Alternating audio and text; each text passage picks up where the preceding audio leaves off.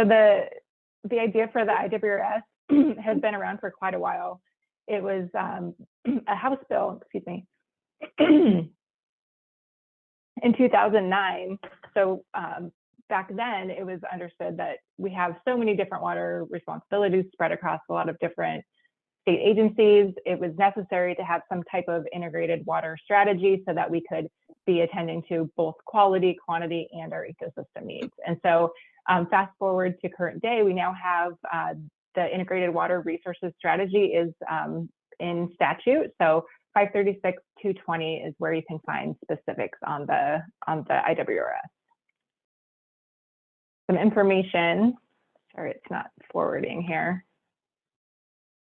There we go. Okay, some information that's included in that statute are that WRD is leading the development. So like I mentioned, we acknowledge that this is really, water needs to be a statewide strategy, but WRD has been the single agency tasked with leading the development.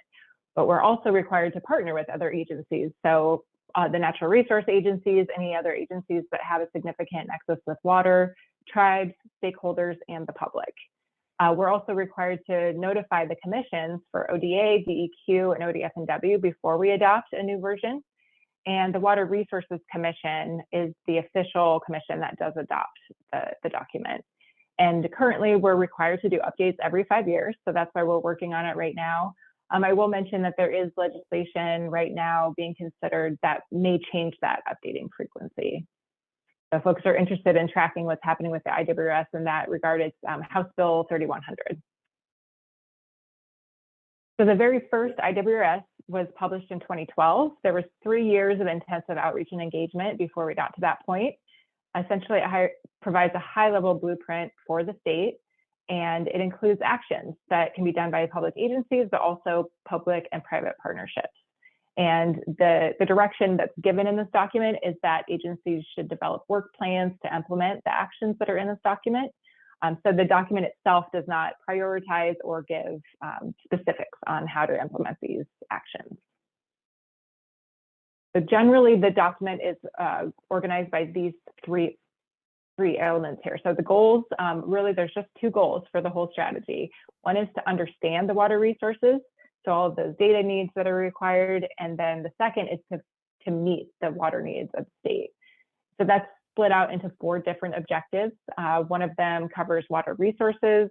The other is in-stream and out-of-stream needs. So basically the demands component of water in the state. There's a lot of discussion about the coming pressures on our water demands and supplies. And then there are some suggestions on how we can meet those water needs.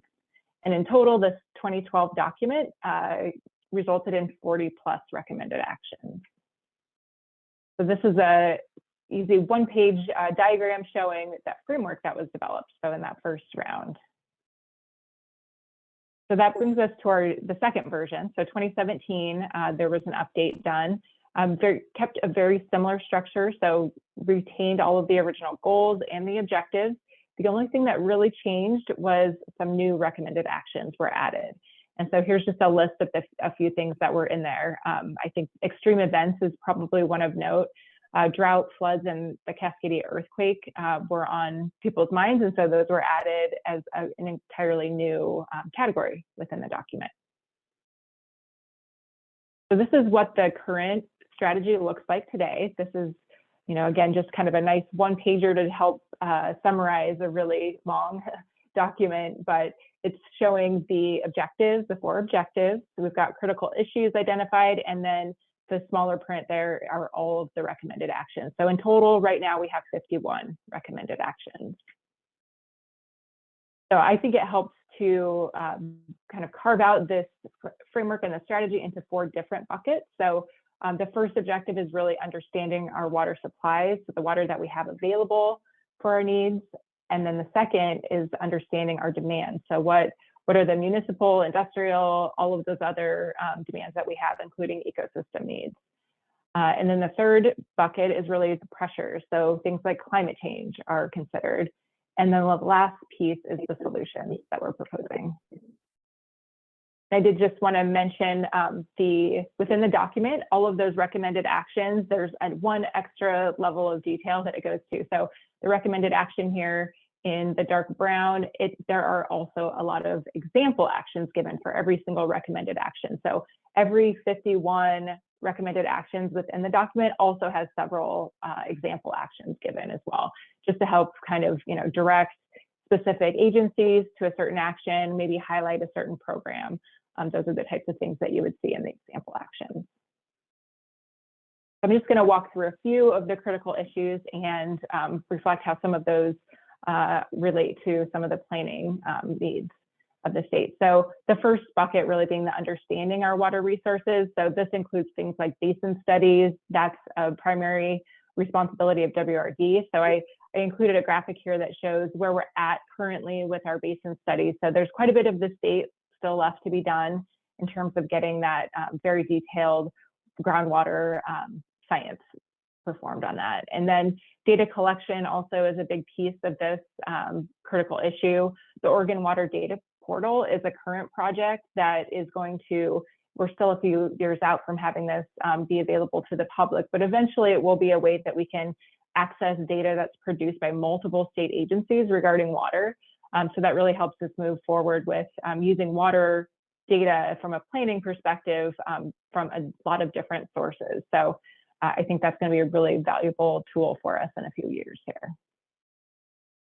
And then we also have out-of-stream needs and demands. So in 2015 was the last time we did a statewide long-term forecast. And so that covered everything except for in-stream water demand. So I hope the next one that we do will include that.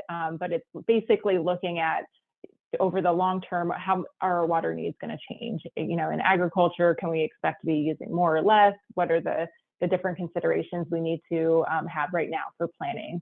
And then, of course, in-stream needs and demands. Habitat needs are one, also hydropower is another as well. There's a category that covers water and energy. We've also got climate change and extreme events covered there. I will note that right now we only have 3 extreme events listed in there. So it's a question I have, should we be adding landslides, coastal erosion, and wildfire as new topics in this next version? Or are there some other considerations that we should be adding? And then just as Amanda had mentioned, water and land use is really should be a significant effort for this next update. We do have just one critical issue covered there. It does discuss the Oregon land use planning goals and a little bit of background on that effort. But in general, I think that there's a lot of opportunity for infusing the water and land use component across a lot of other areas within the IWRS.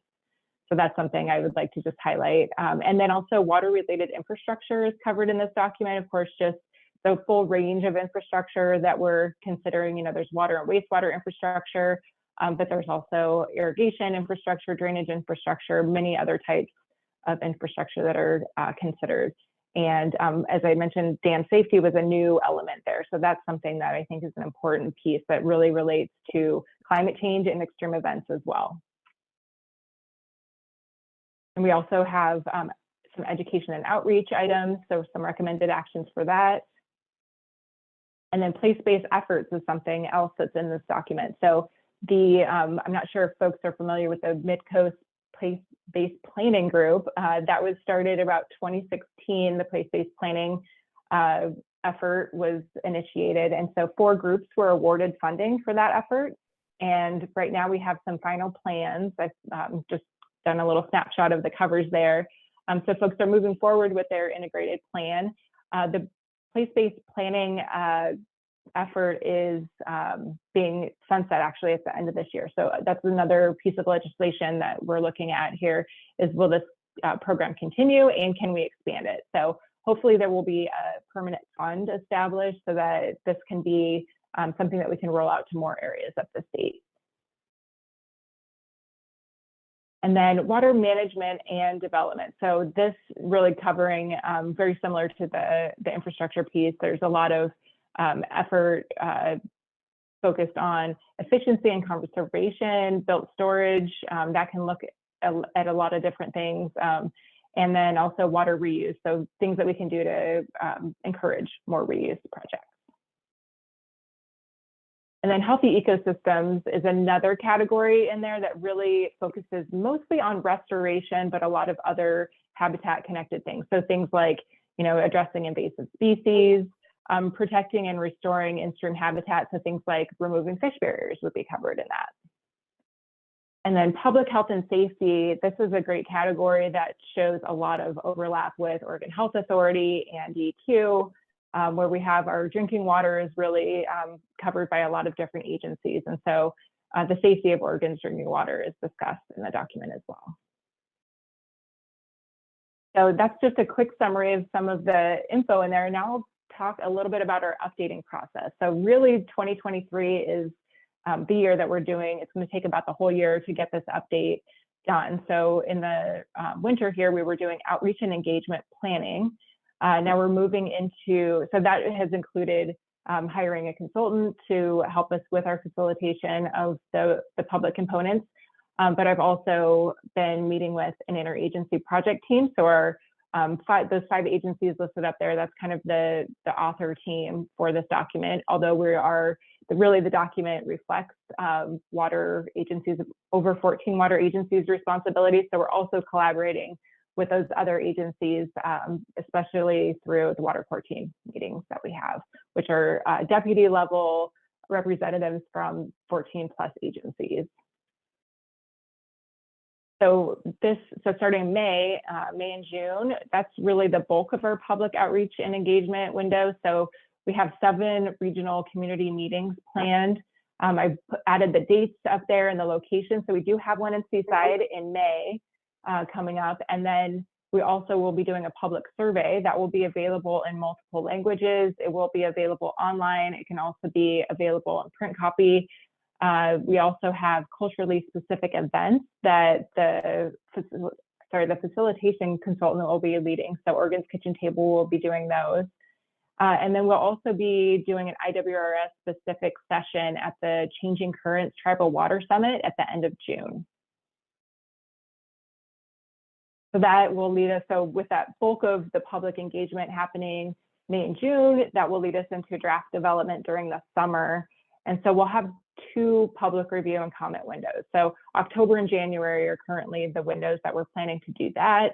And then that would have us looking at an early 2024 adoption where the Water Resources Commission adopts that document. So just a quick summary here on ways that you can stay connected if you're interested. So we do have the public survey coming out in May. I would encourage folks to fill that out. We also would love to have as many people as possible at the Seaside event, the public meeting there. And also we do have those 2 draft review comment windows. So October and hopefully January would be welcome to receive any comments in that capacity as well. So if you would like to sign up with OWRD's Gov Delivery, we do have that on our website. I just did a quick screenshot there.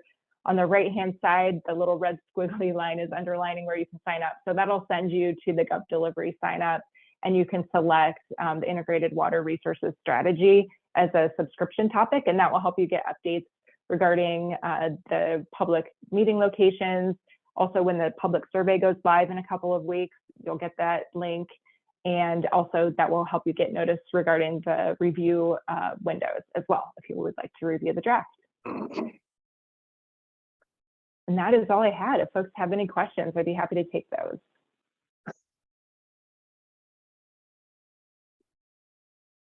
Are there any questions? Well, Crystal, I have one. Yes. So I'm sure it's implicit throughout the document, but there didn't really seem to be a place explicitly linking housing to water needs. And since that's kind of a driver in a lot of communities, where does that fit into the conversation explicitly? Is that something? Can you repeat the question of what it's being linked? I didn't hear that part. Housing with water needs. Housing, yeah. That so water drive. Yeah. Yes. So that would fit under the water and land use component. So I feel like that's an area where we need to go a little bit deeper and be more explicit on that connection. I feel like right now the document is flying at a kind of a high level in that regard. And so, yes, I think that that's something that we're looking to update and really go into a little bit more detail on this time around. Great. And when the survey comes out,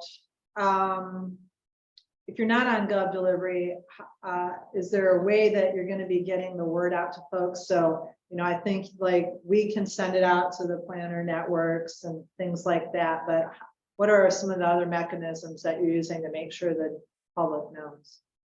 We're also going to be having as many of our sister agencies pushing that message out as well. We've got Oregon's Kitchen Table, the facilitation consultant, using as many avenues as they have to release that. So social media will be pushing that out as well. There will be a lot of, I think, different avenues that we're trying to get this out. So coming from agencies, but also from community-based organizations as well. Any other questions?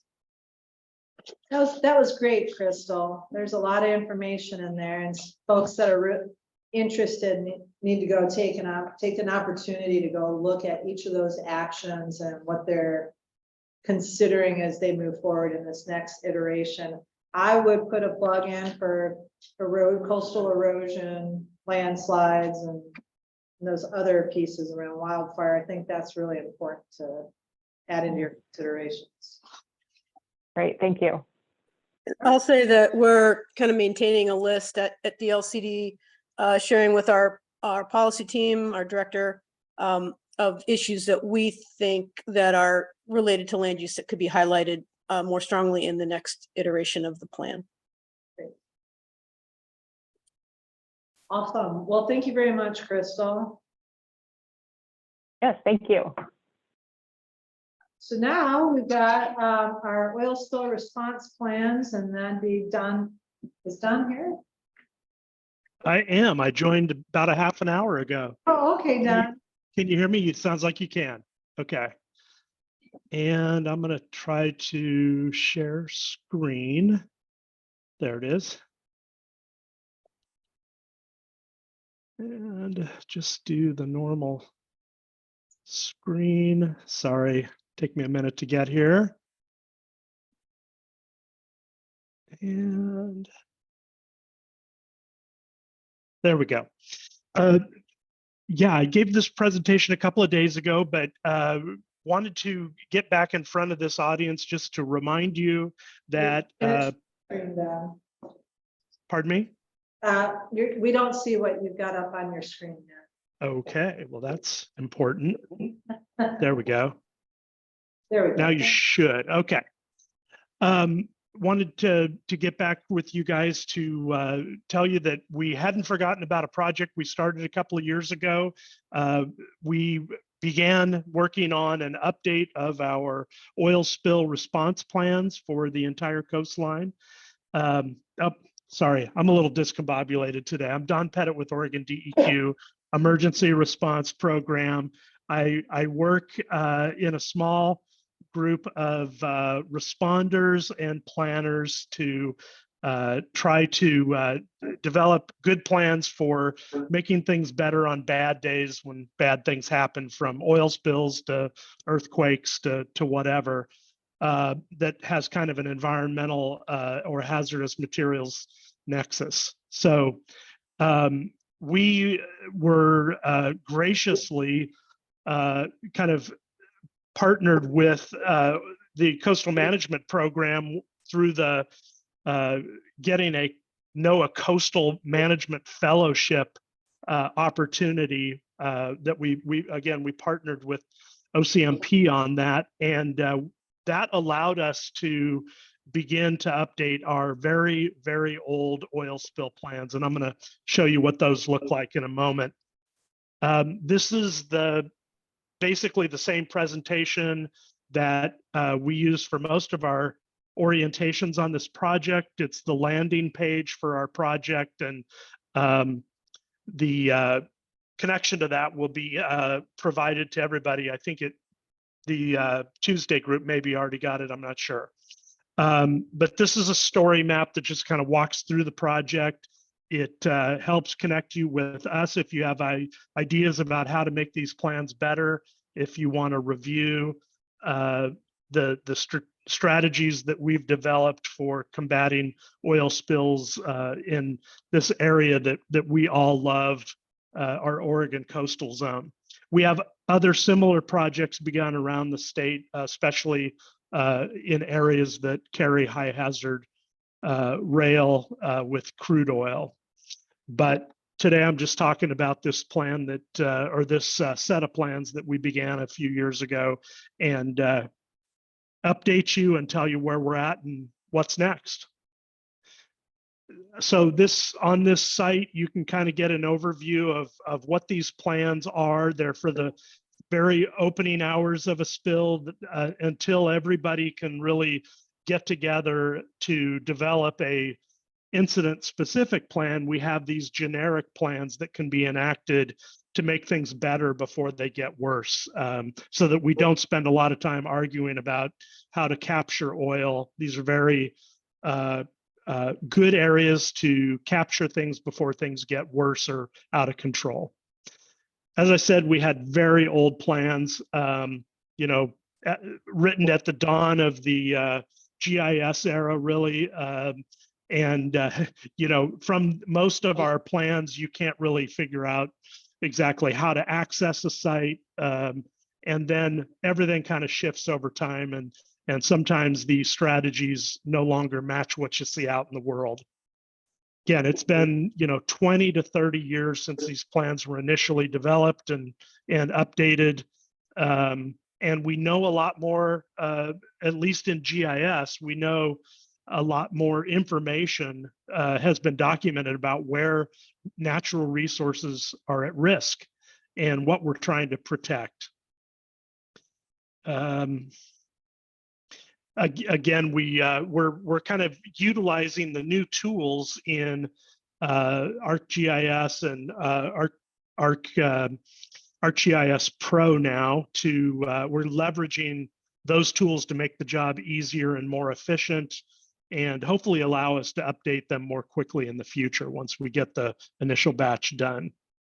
We started it off by doing a year of field work. We came to most of your towns, almost all of the beaches in Oregon, met with quite a few people in some of the town's public works departments, ODOT yards, talking with people about where spills can happen and how they get connected to our waterways, as well as just looking at marinas and harbors that we know are natural sources of spills. So again, we're looking at natural resources to protect. We're looking at socioeconomic resources. We've had actually 3 or 4 spills take place in the Newport area since these initial strategies were drafted. And we have utilized some of those already, even though the plans aren't published. We're looking at historical and cultural resources, even though a lot of them don't show up directly in the plans out of concern for predation by humans on these cultural resources or places. We have designed strategies working with the tribes on a great many areas of concern to them. These are kind of show you what some of the typical tools are. We can surround things with floating oil boom. This black thing here is an example of an oil boom. If you've never seen one, you probably have seen them in some of your harbors, protecting tidal inlets or sometimes acting as debris screens on waterways. These floating booms have a skirt that can kind of contain that oil, or we can exclude it from going into a tidal inlet or try to divert it and collect it against a shoreline. We have larger equipment, but not much of it in Oregon. And part of the purpose of this first step is to identify all the needed equipment that could be needed in a large spill, and this will help us argue for getting more of that equipment, especially staged at the coast. We have a lot of it on the Columbia, but almost none on the coast. Part of our emphasis this time was in notification strategies. A lot of times, if we can get quick connection to things at risk, we can make calls and figure out if you know, for instance, if the fish net pens are being used to acclimate fish, that's a different thing. Is if they're not being used at the time of a spill and the risk is light, we can make a decision whether to boom that off or not. And with the tides and waves that travel through some of the bays, the booms themselves can be a risk to a structure as fragile as this. We can sometimes have tidal inlets blocked if somebody has control of a tide gate, that kind of thing. We have all the old plans available via this link or on the Northwest Area Contingency Plan website. We also have a link in here to the new strategies, and we'll see these start to populate. We had 2 plans for the entire coast plus 3 bay plans. In the new version, we'll probably just have 3 plans that include each of the larger bays: Tillamook, Yaquina Bay, Coos Bay. Basically all the bays in Oregon will now be part of these systems, as opposed to the way they were covered in the old. And we'll just zoom in a little bit more, and we'll look at one of these areas, and you'll actually see what some of these strategies look like. This is an offshore skimming strategy. All the yellow points are notification strategies. And then let's find a bay, and we can hopefully, not sure which one this one is off the top of my head. This one, okay, so this one does have a few. Is this Winchester? Yes. Okay, so we do have booming strategies in place to collect oil or divert oil away from different things, with an emphasis on collecting oil around point sources. This is the primary refueling dock at Winchester Bay. Okay, so this portal allows you to either open up a new version of this in a new window, or explore them right in this browser frame here. And again, these are all draft strategies. We again are using them because the others are quite old and not as good as these are. But as far as being published, it's going to be a little while before we get there. So this project again was started a few years ago. Then we had some staffing shortages at Oregon DEQ. We had some pandemic issues, and then we had the 2020 wildfires that, oddly enough, Oregon DEQ had a major stake in for debris removal and disposal and protection of waterways after the fires. So that drew our staff of, we only have about 10 total people, about 5 people in this kind of planning and you know, our planning and exercises and all that group. So where we are now, I said that Tuesday's meeting, this is a little maybe optimistic. This is where we thought we might be a couple of months ago, but we're probably in the middle of, you know, we're finishing up designing our publication system in ArcGIS, and we're have not yet begun developing a spill response app. We are finishing up the strategy details so that we can publish them as 2-page. Every strategy will have a 2-page explanation with maps and details about how to implement it, what you're trying to protect, and that kind of thing. And once we get those ready, we will be headed out, hopefully this fall, to make a similar presentation and really introduce you to those strategies a little bit more, and ask for the public and stakeholder community planners, local governments, tribes, to have a look again at these strategies that we've developed and do kind of a final call for improvements on those before we publish them officially in the Northwest area. And I think getting close, reasons to be involved. You all probably get that. There's a couple of ways to interact with us at any point in this process. We have an online form that you can fill out to tell us about one of the strategies and why you think it will or won't work, or if there's something that would be risky about it.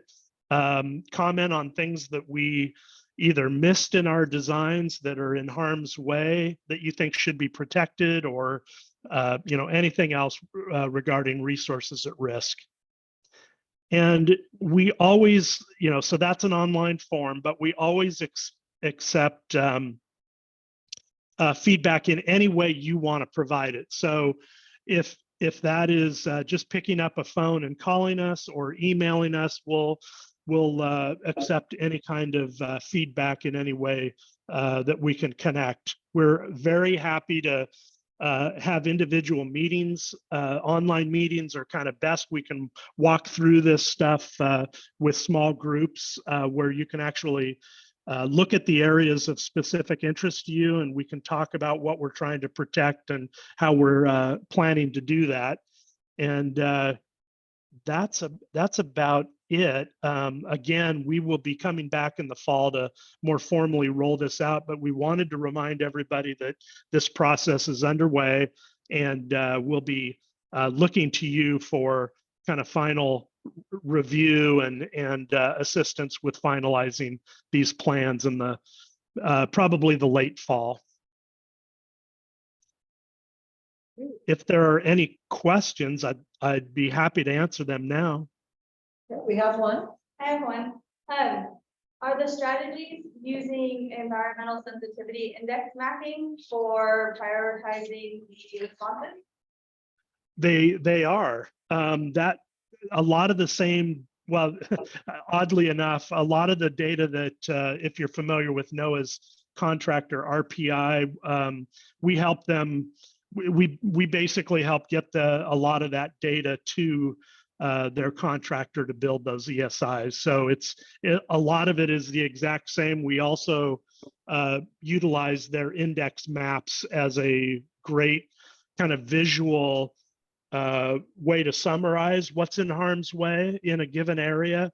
But we also have this more detailed GIS mapping with contacts, names and information, a lot more information that can be contained in those Atlas products. So Just follow up things. Do you know when those ESI maps when they were updated?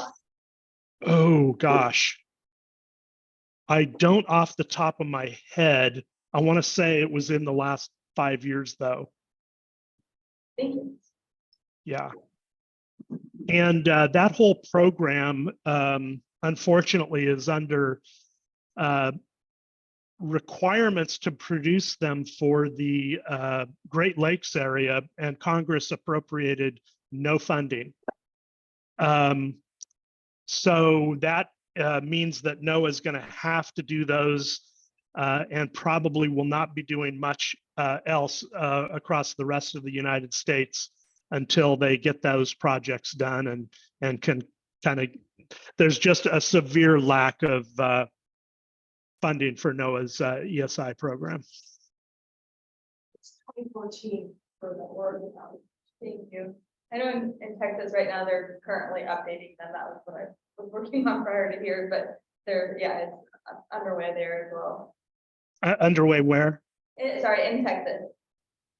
Okay. Yeah, I'm sure there were projects that were already underway. And I just remember NOAA making some impassioned pleas to us about a year ago to help them basically argue in front of Congress for more funding. So. Are there any other questions? John, just a clarification question. So it wasn't clear to me, this is very much focused on near shore and in the harbor type response plans, correct? And so is the response planning different for a major event, say off the coast where a ship runs aground and is spilling oil or whatever? How does this all work with the federal side of things? Just a clarification. Yeah, no, these are definitely meant to cover the, a offshore threat, a nearshore threat, even to some extent inland up the rivers. Most of the major rivers that have highways along them, we do have strategies going up. I believe at least up to the tidal, kind of the head of tide area. For the offshore, there's a lot less that you can do in the offshore, and it's primarily the large. I think we had a picture of I hope we had a picture of the large offshore vessel. Whoops. So oil skimming offshore. So this would be an offshore style response vessel. And, we just frankly have one of those stationed in Astoria. So if something big were to happen, we would definitely deploy with that vessel, and they would start ordering them from Puget Sound in California.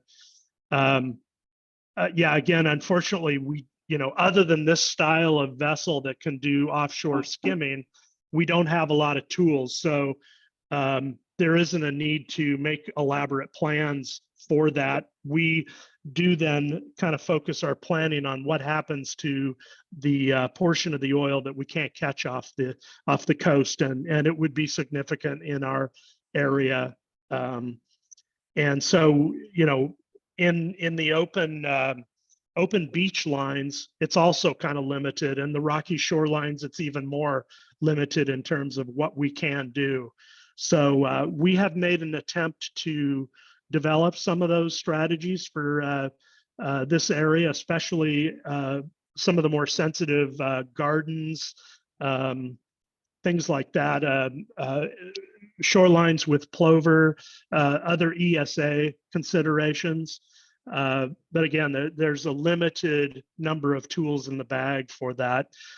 Through the Northwest Area Oil Spill Response Community, we are looking at other things that we can do for endangered species as a part of our ESA compliance. But that work is kind of slow and building on recent oil spills that just happened in California over the last couple of years. That's good to follow. Sure. I'm just curious, so is there, within the planning, are there tools that you're able to utilize that actually can predict where the spill is likely to end up? I mean, are you looking, in advance of multiple hours of a tidal cycle or some combination of fluvial, tidal, hydrodynamics? Absolutely. Predominantly the NOAA GNOME model, if you're familiar with that, is what we use. It's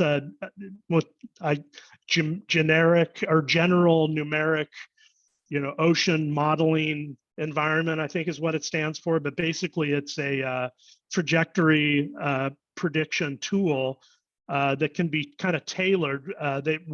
It's kind of been used for everything from tsunami debris coming from Japan and where that's going to land across the Pacific to oil spills, up into the estuaries. We use that tool in downtown Portland and it can be used in the near shore and offshore as well. That's a pretty common thing that happens for almost any search and rescue. And even to track whale carcasses. So the model's pretty good at being able to be tuned depending on whether something's a slick or a something with a bunch of windage to it. Any other questions? Thank you very much, Don. That was great. Well, thanks for the opportunity, and I look forward to reconnecting with you all in the fall. And I'm going to stick around for some of the other wonderful talks today. Super, thank you. Well, Thanks. we're gonna go on about a 10-minute break. We'll convene at 11:20 and the nosy, and then we'll do our round table at that point. And get that exciting part started. So there's food, beverages, air, outdoors. Main. Beth, you did not have a chance to introduce yourself. Beth Young, City of Newport, Associate Planner. It's just me and Derek. Okay, great. It's gonna. Record, you want me to start over? No. So, anyhow, and so we're, we're concerned about what that's gonna do. We're gonna have about 170 properties affected. Whereas now it's about 90 properties with the current floodplain, with this new boundary. It'll increase to about 170 properties, including the smoker, which is growing at times. And I think they're going to be hammered by the cost of getting a no net loss study done if they have to. Okay. Yes. Awesome.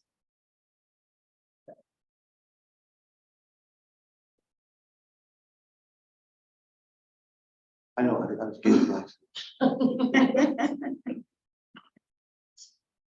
That's actually, anyhow, last thing we're working on is our TGM code. That's been going on for about 3 or 4 years now. I think our planning commission, our council, and the staff are kind of struggling, and we've talked to Brett about this with the consultant. It seems like we've kind of been put on hiatus while they try to organize everything that we want changed in the TGM code update. But we're going to hopefully get the draft back from them at the beginning of May, and then set out notice for our hearings and have everything adopted before our city manager retires at the end of July. So there's a job. yes, there is.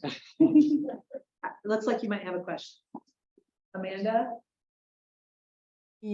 Yes, thank you. So Dave. It's still delay thing. Okay. I was trying to get my camera on. So Dave, you said something about the area to which you referred to, the BIOP requirements is what you referred to it as, but somehow the area was larger than before. What are you speaking about there? With the buffer, to the floodplains, 170-foot buffer. Well, okay, you know that FEMA's approach or their plan, their authorities only extend through the special flood hazard area. So if there was a 170-foot buffer, which I'm not even sure is in there anymore, from FEMA's plan, it would not extend outside of the SFHA. Oh, So Amanda, this is Sarah. Dave, we can talk about some of the stuff online just in light of everyone's time. Sarah, I can't quite hear you. She offered to meet with Dave to Oh, talk. okay. right, because you're right, Sarah, there has been some confusion over questions about that were brought up at the first hearing we attended. Few of us attended at the boards, and That's right. so it's. Okay, great. But that actually sounds like good news in your world. Yes, it does. Sarah, you want to go next? Sure, Lisa, thank you. Snuck in. Good morning, everyone, or almost good afternoon. My name is Sarah Abstract, the Director of Home Planning Development. And new ones. First, I'd like to introduce everyone to Sheila and Allison, who have not yet met them. Sheila was here last year. Allison is just launching her own career. So we congratulate her to all of this. I am pleased to report that for the first time, and I don't know how many years, I'd say probably the mid-2000s, the planning division of community development is finally closed out. And now the key is to continue to hang on to those valuable resources and also continue to demonstrate to our community and our elected officials the value that planning brings to us. So I'm working hard on that and continuing that education with our communities and our elected officials so that they don't forget. As Dave mentioned, the FEMA buyout, so FEMA was here April 5th and hosted one of their 3 community meetings statewide to talk about the implementation plan. And to Dave's credit, there's a lot of information floating around. We've seen some modifications to the implementation plan and other things, but ultimately, many of us are working on our scoping letters to submit to FEMA by the May 5th deadline, which will conclude their public comment period for the environmental review process that's underway with that. Some of the other things that we have going on, short-term rentals, like many of you, is a big topic in Tillamook County. Tillamook County determined years ago that short-term rentals were not a land use issue and would not be regulated through the land use program. That has benefited us greatly, especially now in the throes of similar experiences that our partners in Clatsop County are experiencing. We're working with the short-term rental advisory committee. It's a 15-member committee that I put together a year and a half ago with representation countywide of landowners, short-term rental owners, industry representatives, our tourism industry to really look at our program and come up with solutions to address community livability concerns and impacts that we're hearing from our residents. We're getting ready to wrap up that project and hopefully go to hearing with proposed amendments to the program by the end of May. Tillamook County currently has a positive effect on issuance or acceptance of new short-term rental applications. And the pause deadline for the board over by the commission is July 1st. So our goal is to get our program wrapped up with whatever changes, including a cap freeze for a certain percentage of short-term rentals allowed in each community that will all go into effect by that July 1st deadline so that we can ultimately pause and reduce chances for litigation. Pleased to announce that Tillamook County did pass an accessory dwelling unit ordinance earlier this spring, or excuse me, earlier this year. It was June 30th that the commissioners approved the draft. And so we are getting ready to implement that ordinance, and that will apply to our unincorporated community. And so it allows what we do outright. And we're excited to see where that goes. Senate Bill 406, as David mentioned, there's a pilot project that is currently under review by the state legislature. Tillamook County is proposing a partnership with cities to look at ways we can amend local zoning ordinances to allow for middle housing as an outright use all of our residential zones. This includes our unincorporated communities that are served by water and sewer. We made it through the Senate committee with an approval with a passing from them, and Mary from Thousand Friends of Oregon actually testified in support of the bill, which was huge. We just had our hearing with the House this morning, and it seemed to go very well. So fingers crossed this continues to move forward.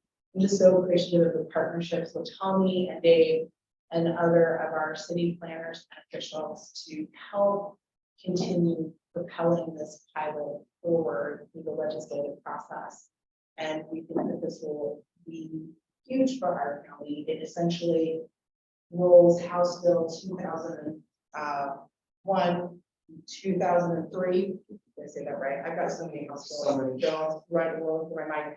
Essentially, the housing production, the middle housing opportunities, all of those strategies that are currently part of House Bill 2001, rolling into the process and the work of the OHNA that was recently done.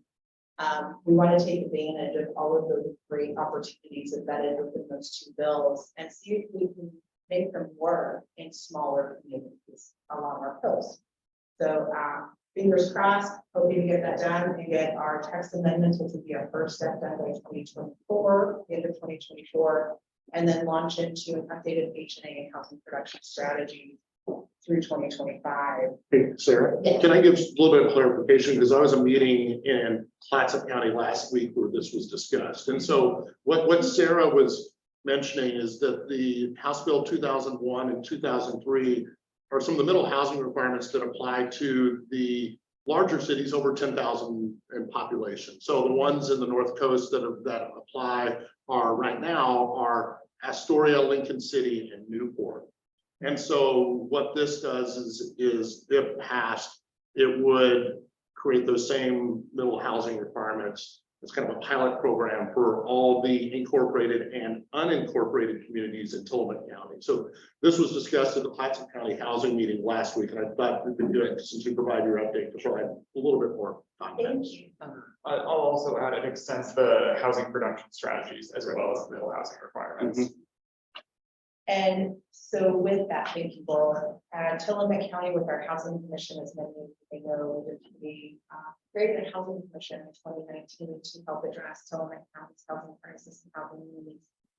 Part of the strategy that it turned into a housing production strategy, absent this pilot, was the multifamily housing grant fund. And that fund is served by short-term rental operator licenses. With the revenue generated from the short-term rental operator license fees and some help with ARPA funding, we just awarded with $750,000 to 6 local workforce housing projects that span from England down to Pacific City. So I'm really excited about that work and to see what happens there.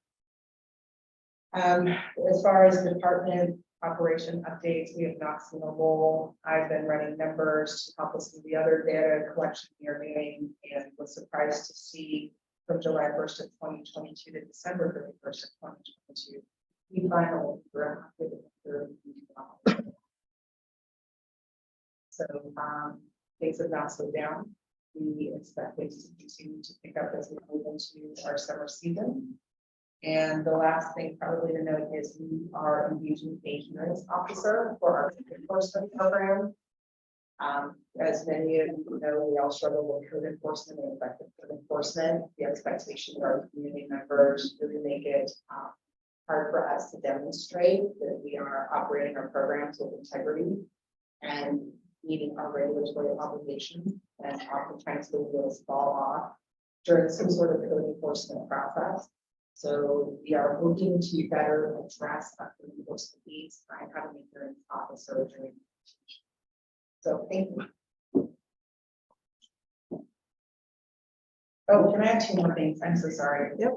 House Bill 3197 and Senate Bill 85. So 3197 has to do with the clear and objective standards that the bill initially was written applies to the guarantees of urban growth boundaries.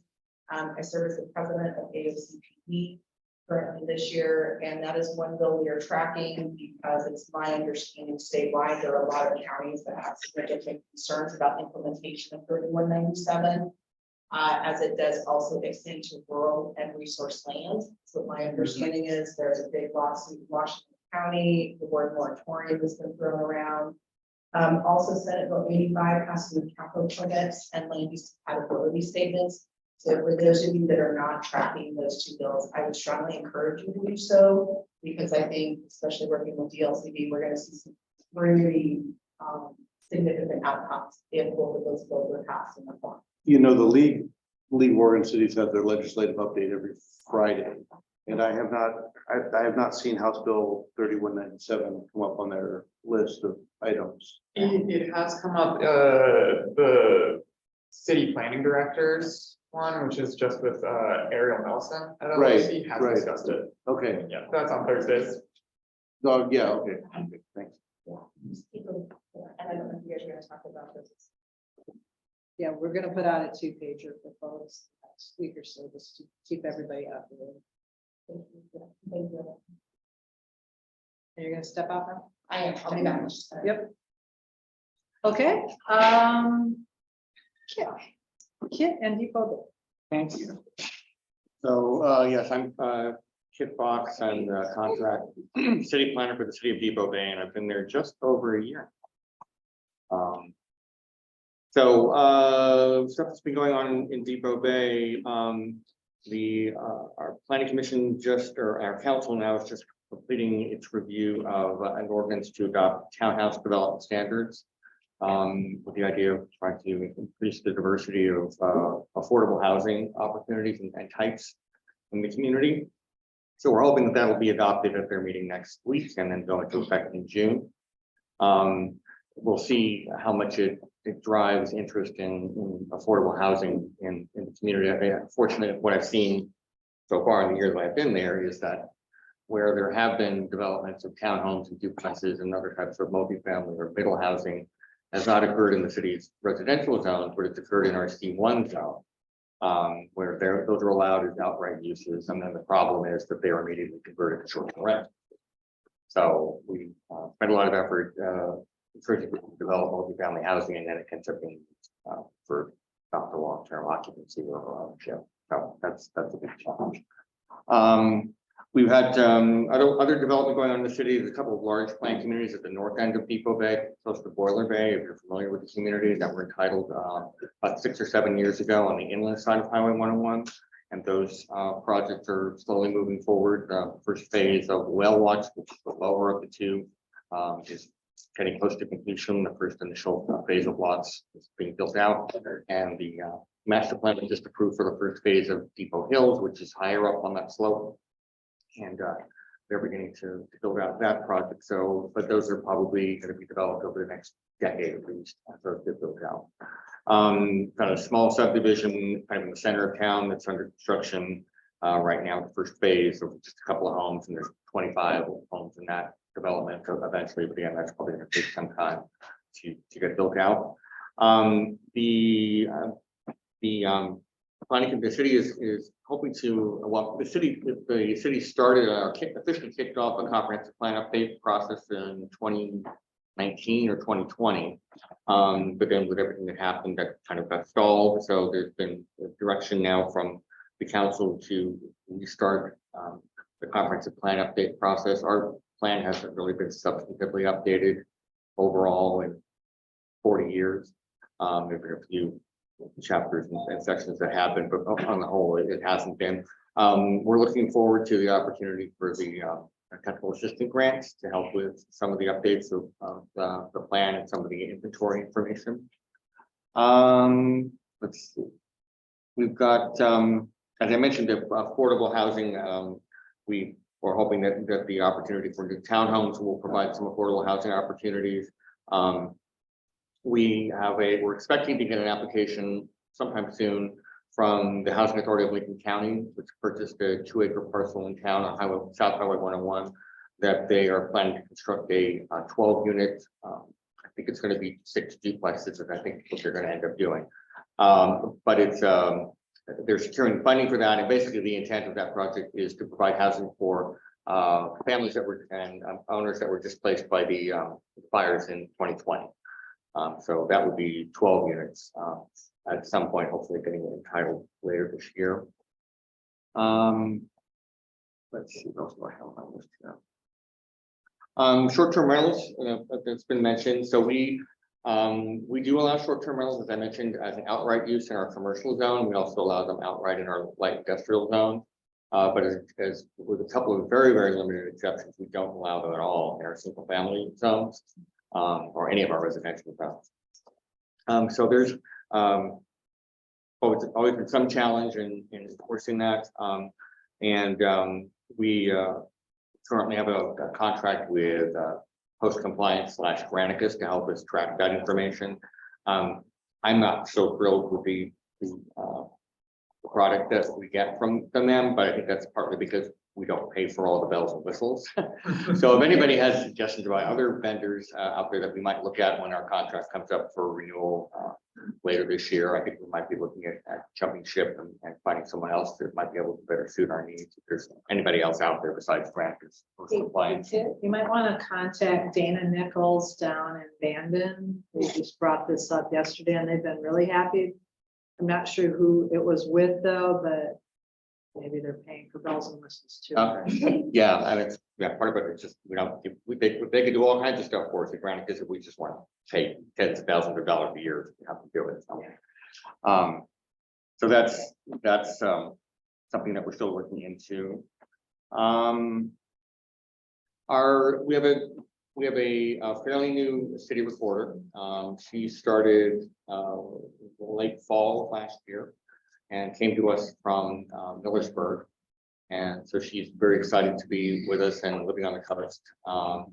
And we're kind of getting things moving forward again. We were several months, when I first started, when I started in April of last year, my first day that I came into the office, I had been going through the recruitment process and remote interviews, and I flew up and did a person interview with the council, because I was living in California at the time. And was coordinating with the previous city recorder through that whole process. And so my first day of work was like April 5th, I think, of last year. And the first thing that I was told when I came in to work on April 5th was that the city recorder had resigned the Friday before.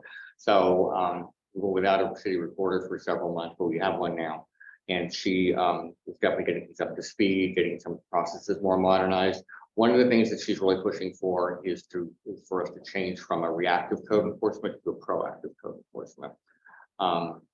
So, which gives me a little pause only because we have very limited resources to do proactive code enforcement. So it'll be interesting to see how that works itself out. The city has entered into a contract with Lincoln County Sheriff's Department, and we actually have a dedicated 80-hour-a-week deputy for the city, who will be doing not only traffic enforcement and what have you, but the anticipation is that sheriff deputy will also help with certain types of code issues as well, property maintenance.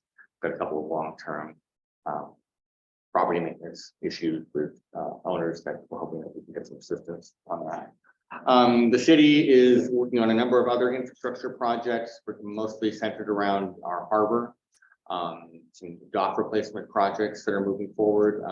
We unfortunately run into some significant shortfalls in funding for those because the estimates, the engineers' estimates of what those projects were going to cost ended up being significantly lower than the bids that we got, which I'm sure never happens to anybody else.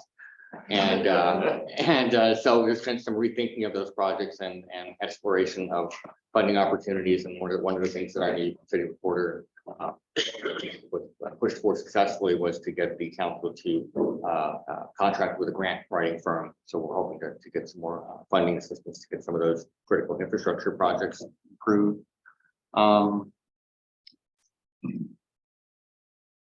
And other than that, I mean, my workload is definitely, as the only planner, is definitely picked up in the last month or so. I didn't really notice last year when I first started the big uptick as the building season starts. Maybe that was part of COVID, and I think also because I think that since there was a gap in my position for several months, I think that the staff was kind of discouraging people from coming in. So, but that's not the case this spring. Definitely very busy with lots of inquiries and building permit application. It's not for major stuff, but just lots of little stuff. Now, just a couple of things I'm working with right now that are kind of interesting or challenging. We have a piece of property, there is a piece of property with a new owner that's about 7 acres. It's zoned timber conservation.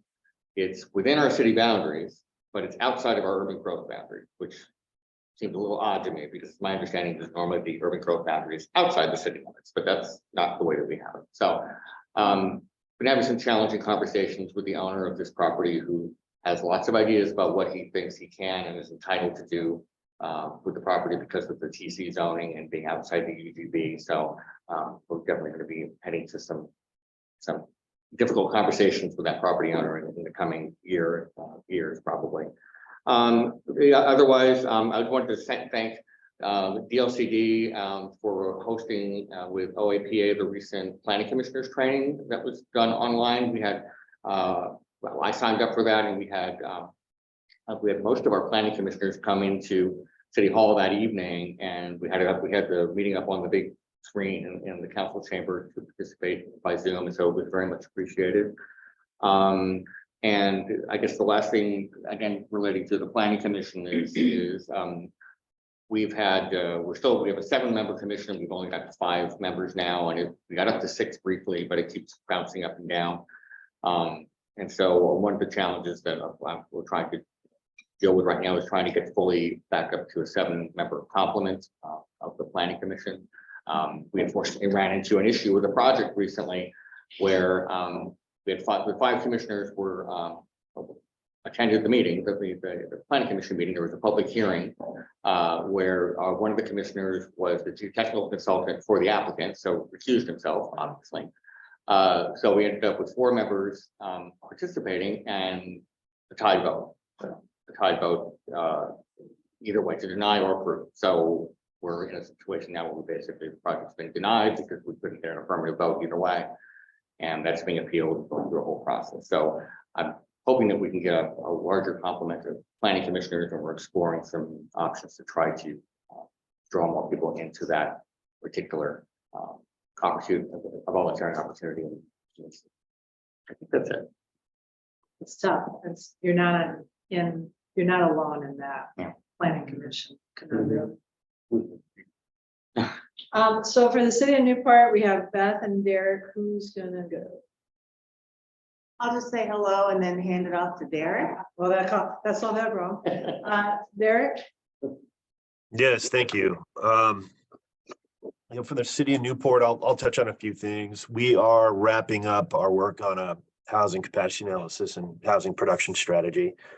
We had our last public meeting on Tuesday. It was well attended. We had 50 people here at City Hall and a number of other people on the live broadcast. And so we'll be teeing that up, the production strategy for our council's adoption on May 15th. I don't know that there's anything earth shattering in there. There are some new strategies that we haven't pursued that we will be looking to pursue. There are some specific areas where our council is going to be wanting to lobby the legislature in upcoming sessions to provide some additional flexibility, be it with respect to the utilization of room tax dollars, where they could be used potentially for housing or to support housing. It could be in relation to lobbying to see if we can't get a real estate transfer tax on the ballot, since that's prohibited in the Constitution at this point, so that we can generate a revenue stream for land banking.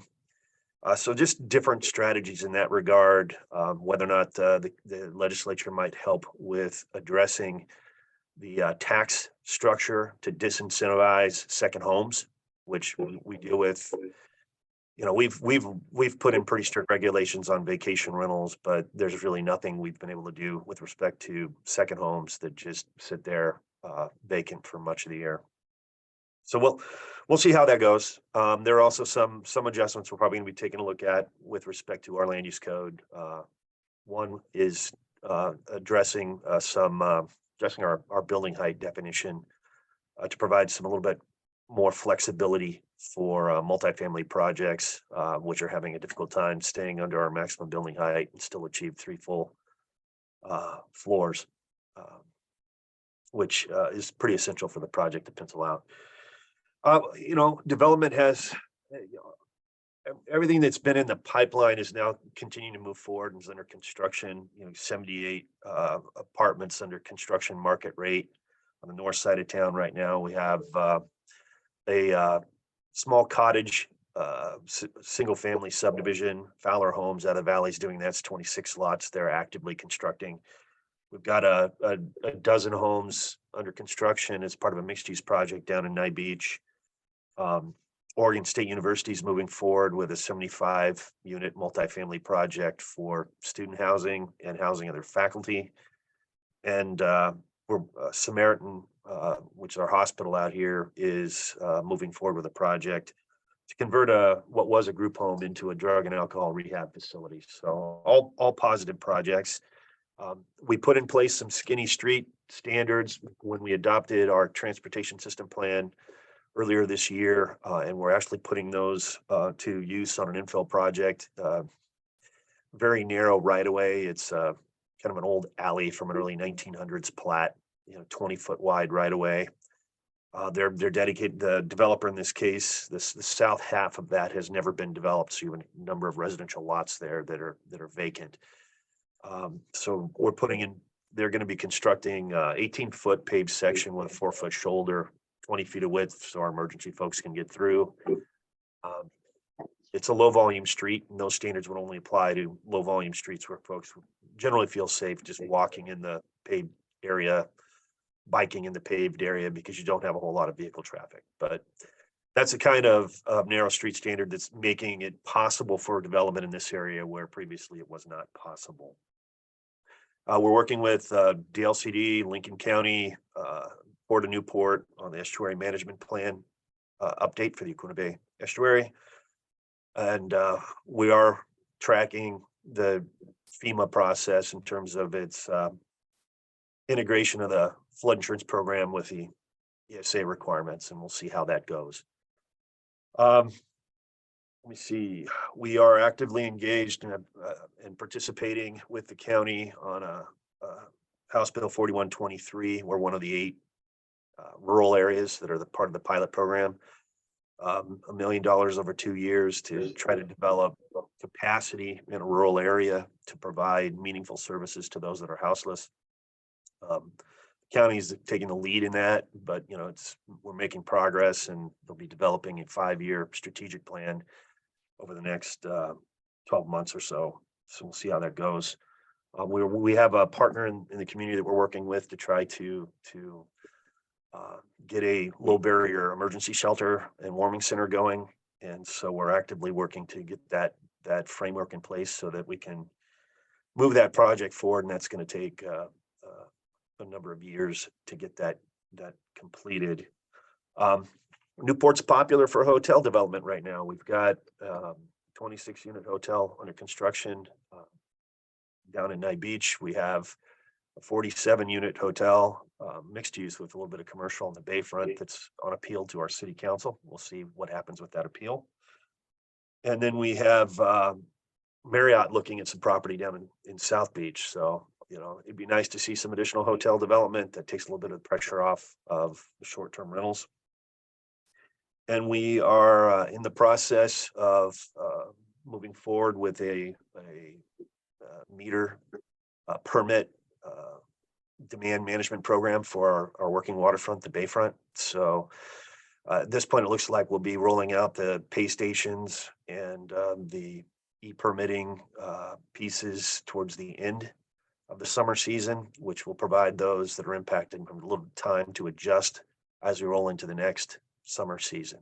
But it'll be demand management. We're going to pair that with some changes to our parking code, loosening up off-street, basically eliminating off-street parking requirements largely in our Bayfront, and rely on demand management down there with the meter and the permit concept. We do have funding for a TGM grant that we'll be moving forward with that has to do with our city center. It's called the City Center Revitalization Plan. We're using that to work through our final 2 options for reconfiguring US 101 through Newport, whether or not we go with a couplet or we stay with the US 101 alignment and rely on 9th Street, which is a parallel local road, to handle all of our cycling and pedestrian needs. And we've got behind that a fair amount of urban renewal funding. An urban renewal district we put in place in 2015 is now mature enough that we're going to have a fair amount of funding we can match with the state to rework that streetscape and kind of change the dynamic down there, because again, this community very much wants to see its city center area redevelop and become a more economically viable area in town. We'll also be this fall embarking on a large island annexation in South Beach. It's going to take a fair amount of our staff time. We've got a hodgepodge of property that's in and outside the city limits, and it makes it difficult for extending services, and it makes it confusing for our police and fire responders. So we'll be looking to bring in a number of those properties where they're currently surrounded by the city limits. We put in place a program to kind of incentivize that so that the hit isn't so bad on those that are coming into the city limits. So that's kind of a snapshot of where we're at this point in time. Great, thank you, Derek. Let's see, Tommy. Hey, so I'm Tommy O'Donnell, City of Tillamook. I've been taking notes on stuff I wanted to say the whole time, and I've forgotten half of the mean, but sort of a big thing for Tillamook is that we've recently hired a project manager We've been without one for quite some time, ever since our city engineer abandoned us to Bay City. But she came on, I believe, in late January. And has since been working mainly to make sure we don't lose any of the money we already have. And working on prioritizing stuff and figuring out what needs to get done now, and what the next things that need to get done are as far as our capital projects. So that's been really big. And then another big thing that we've had happen, finally closed April 20th is when it took effect. We have our first full codification since 2014.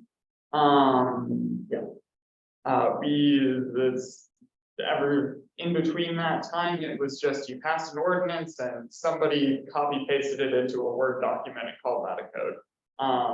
We are now codified. We are through American Legal, and it is published, and it is beautiful. And they screwed up half of the redirects in the zoning code, but I can't complain because it's not like they were any better before that.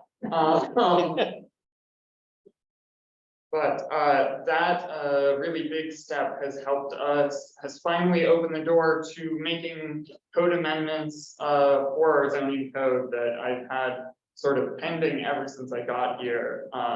The first one of those that I'm hoping to close out, we have an ADU ordinance to implement the parts of HB 2001 that already apply to us, which is basically just getting rid of some of our illegitimate ADU standards, and making sure that we're compliant with the DLCD guidance on ADUs. That is going before our city council on Monday, May 1st, for their first reading on that ordinance. So I'm hoping to have that closed out by June. And then the second one of those is our lovely FEMA regional representative came by in December 2021 and did our community assistant visit. That's it, yeah. And he gave us a list of things that we needed to fix in our code. And when I dug into it, I basically said, well, I could go through and fix all these things piecemeal, but this code is so old and clunky, I'm going to rewrite the whole thing. And I rewrote the whole thing and I passed it through the planning commission. And then as I was getting it ready for the city council, I realized that I missed about 3 pretty major chunks of it that needed to go into keep our CRS ratings. So that's going back before the planning commission, hopefully in June, if I can remember what my deadline is for sending notice to the newspaper. I always miss it by like 2 hours. I'm like, wait, it's Thursday. I gotta, so that's really exciting to actually be moving forward on those, because we've been waiting for that codification, because it just doesn't make sense to be sending new ordinances to them while they're trying to put together the last decade's worth of ordinances already. That's a couple of our big pieces of news. We're also taking steps closer and closer to having a new city website through Municode. Our previous city website is through WordPress and it's built up a lot of cruft over the years. And so we're functionally scrapping it and going through Municode to get a modern website that's tuned to our needs. And that's going to be really exciting, just to be able to have a more controlled environment for our permanent forums and that sort of thing. So we're really looking forward to that. I'll also note, as Sarah mentioned, we're very excited to be supporting Senate Bill 406.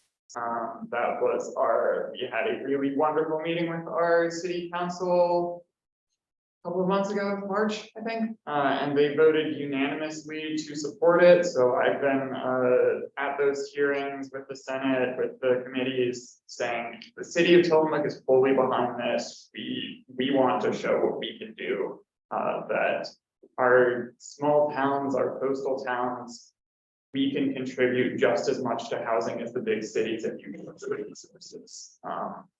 And that's been really exciting. Similar to Depot Bay, we have a vacancy on our planning commission. So if anybody knows anybody in Tillamook or who has a business in Tillamook or has heard the name Tillamook and would like to hop on our planning commission, we're always looking for excited, engaged people to take a look at that. And similarly, we do have an opening for our city recorder that's been open for 2 months. 2 or 3 months. It's been pretty ugly trying to get agendas together in that time. So if anybody knows any experienced city recorders looking for a nice job on the coast, let me know. We're not giving up ours. Yeah. I will say we have maybe, I haven't run the numbers like Sarah has, but we have maybe experienced a lull in some of our permit processing. It's also possible that that's just been, we finally have processes in place that makes it so when we get a zoning permit, it goes out the door before anybody has to stress over a deadline, which is great news.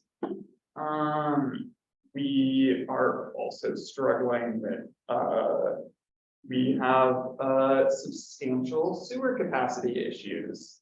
And we recently instituted a internal policy on the advice of our lawyers and our engineers that basically amounts to, in the eastern section of the city, we can't have any new sewer connections unless the developer can show they will mitigate their effect on the sewer system 100% demonstrably. As soon as we have our actual completed capacity study approved by DEQ, we are probably looking at a moratorium in that area, which is a real shame because that is where we have the most developable land, but it's not developable if we can't service it. And we are looking at 3 to 5 years on that because we need to have a sewer master plan in place, and then we need to turn around funding and turn around projects to actually fix the capacity issues. So that's sort of our big barrier to just about everything right now. And then I'll add our note on code enforcement. We're really looking forward to the hearings officer. We recently lost a case that should have been open and shut because we took it to court and they just did not accept our evidence of they said your land use code isn't sufficient to show that a herd of goats in a residential backyard in an urban area is an issue. So that's been exciting. So we're really hoping that Sarah's able to get her hearings officer and that we're able to contract with them. So, yeah, that's Tillamook. I know you guys, OPRD in the back, I know you're gonna be presenting. Was there anything you wanted to? Yeah, we're gonna give a presentation, but we just wanted to be here to make sure that everybody knew that if you have any questions about the ocean shore, if you're not sure, the project that you guys are involved in might have a nexus with ocean shore jurisdiction, that we're here available for questioning. Just put us a call or somebody on our ocean shore team. If it's not the right person, we'll get you the right person. We'd rather have those questions than have potential violations. We'll have a presentation later that hopefully will have more questions that result from that presentation that you'll be able to reach out to other spaces, names to faces, and don't hesitate to call or I mean, you don't have, but yeah, oceanfront media. We're here to help.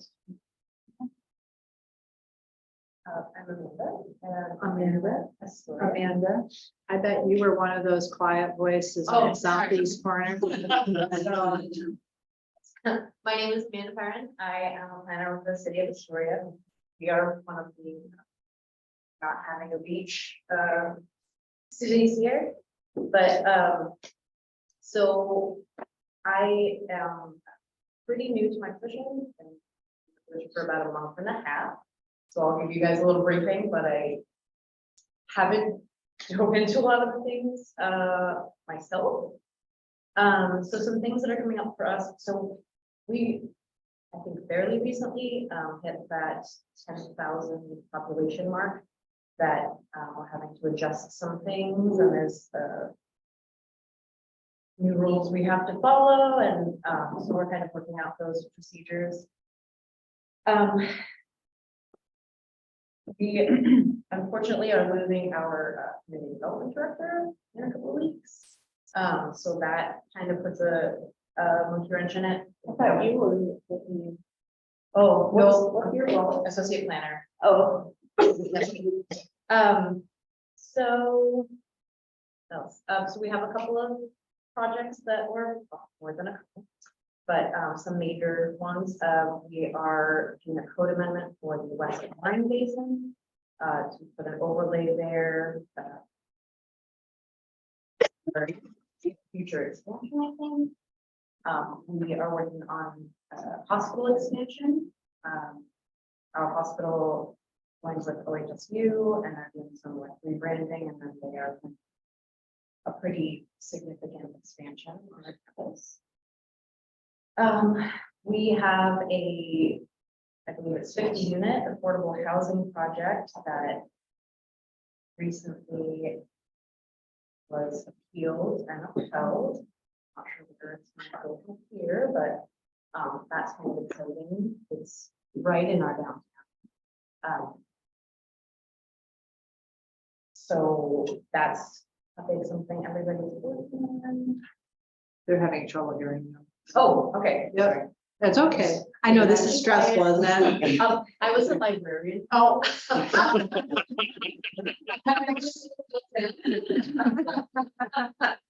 So forgive me and just remind me to be loud again.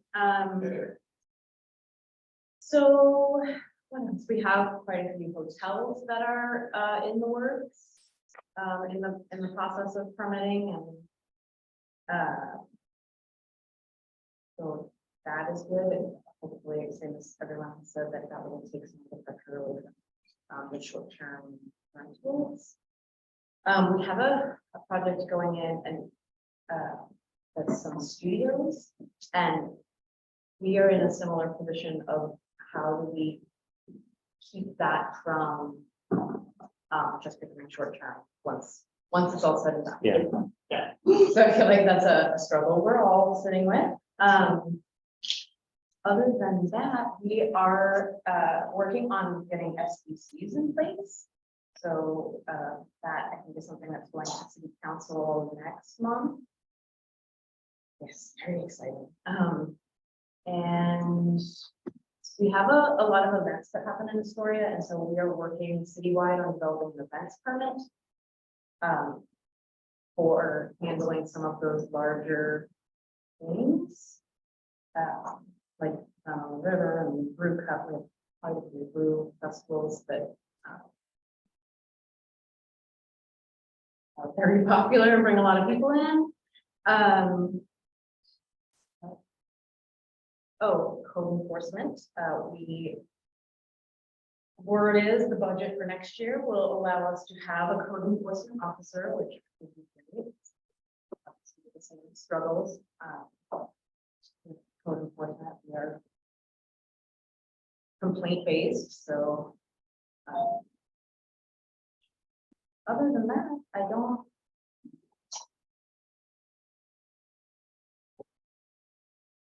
Our workflow has not slowed down. We were all kind of waiting for a little lull in the winter to maybe clean up some stuff, and just found through. So everybody's ready to go. I don't think there's a slow season anymore. No. Yeah. I was told there might be one, Yeah. and I was kind of excited to get some fringe stuff done. Yeah. And that's how they lure you in. Yes. Can I ask a question? Yeah. I was just, I was curious, just, you mentioned a number of hotels going, are they on the riverfront side? Hills or? No, most of them are, I think,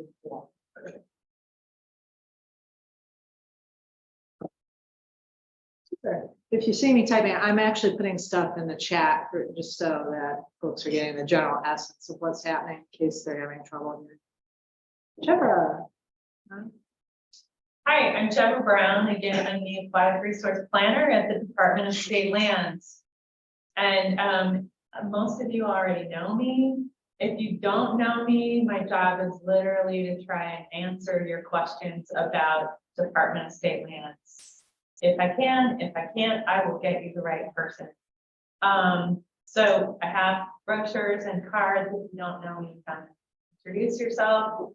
I've become kind of, so on top of that and interacting with you on wetlands and waterways issues that are occurring for you, I've become kind of the overseer of wetland inventories.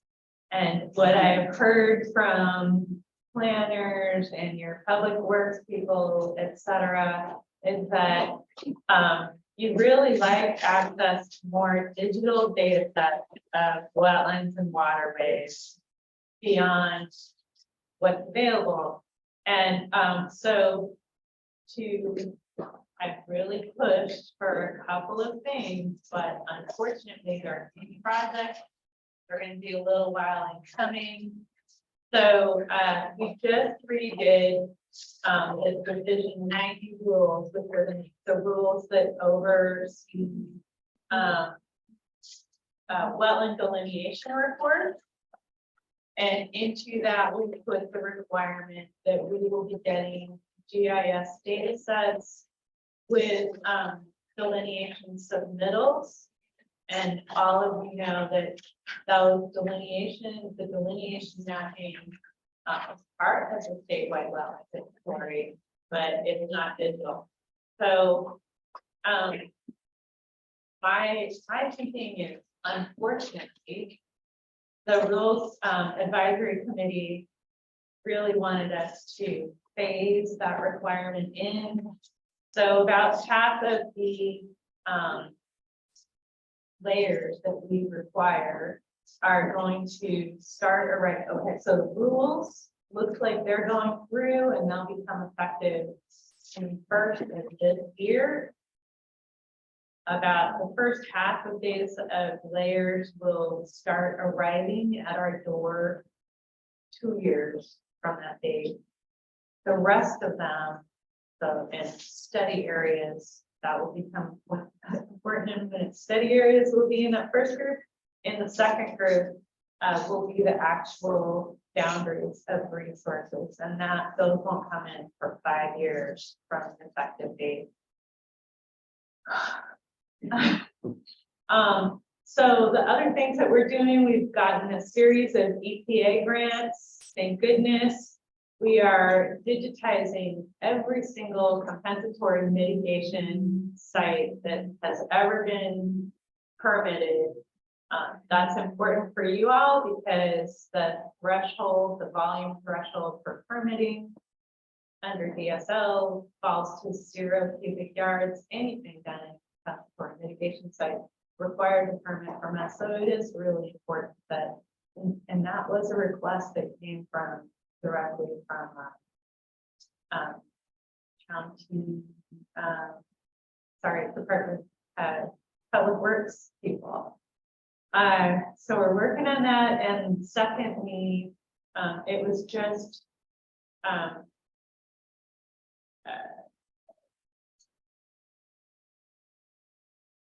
inefficient to consider actually digitizing all of our delineation boundaries that have come in the past. So what we are creating is a study area polygon data set of every single determination and delineation that we have received. And that's with EPA funding. And within the attributes of that, there will be a link to the final document that has the map.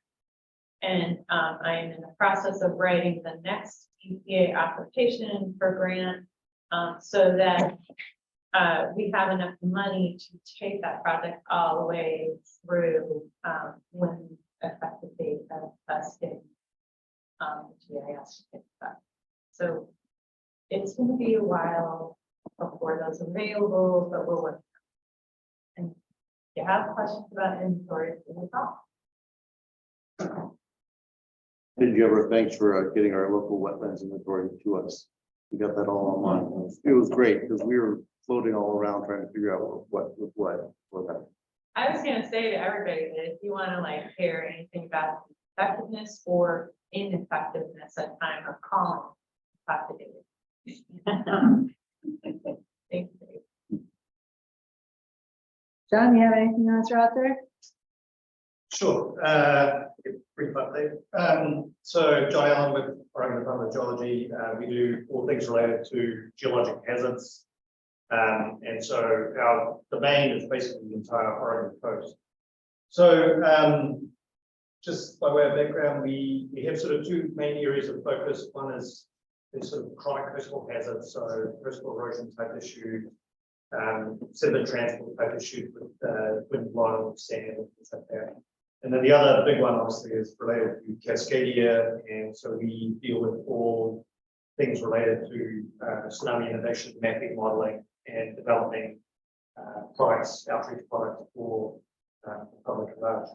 So just touch on a couple of these, or a few of these. So we're currently working with the LCD funded to do a study looking at cable landing sites for telecommunication cables along the Oregon coast. I won't say too much because I'm sure they'll come up later on this afternoon, but our role is primarily to generate a geologic, geohazard compilation of all data sets that are out there and try to make a determination about basic candidate sites along the Oregon coast for bringing in telecommunication cables and other types of conduits through the seafloor and onto the beach and obviously That includes the pilot program south of Newport, which is wave action. Yes, so it's basically, the idea is to utilize this type of information to help guide decisions about where to bring cable onshore. So it could have fit into something like the development down at Newport there. It could be a new, like, for example, the proposals to develop wind farms on the south coast. Where is the best place to bring those cables? Either into Coos Bay or in the Brookings area. So considering the complex of geology of the coast with rock and sand and all that. So we try to look at all those different parameters. We also try to evaluate what's happening out on the shelf itself, on the continental shelf, in terms of reef structure and things like that, which obviously folks would like to try to avoid those types of things. I won't say any more there. So I know Andy and Marcus will probably talk about it a little bit more later. On the tsunami related side, we have one of the areas of focus for the last few years, we've been doing evacuation modeling. So we're actually basically wrapping that up now. We've got a project going at Brookings and then one that really extends up the Columbia River Estuary. So we've modeled up to Tongue Point, just east of Astoria there, but we've actually extended that model all the way up to Portland. And so we're now in a position where we can work with Columbia County and the eastern portion of Clatsop County to provide evacuation-related products, particularly routing type information in those areas. So we'll wrap that up later this year, and that will basically include all evacuation mapping on the product. We've been doing a lot of work developing higher resolution evacuation products, what we call our neighborhood scale maps. These are rather than the conventional for large format evacuation maps you can find in various places. These are more at a neighborhood scale level. So the idea is that, for example, a hotel in downtown Seaside could actually pull up on these neighborhood maps, and it's just on their specific area with the routes, the high route, or the application. So we have these now on the whole coast. We've also completed meter wave maps, which are basically speed route maps. So everyone talks about walking out of the inundation zone. Well, in reality, can walk in some areas, but other areas you actually really probably should be running, jogging. So we've been doing a lot of work to try to figure out those areas and to help better guide the public and visitors about how to get high ground and how much time. So that's actually now completed for the whole coast, and we're just wrapping up producing brochures for primarily Lincoln County, which is the last standing area. We've been doing risk assessments and we're completing Curry County right now.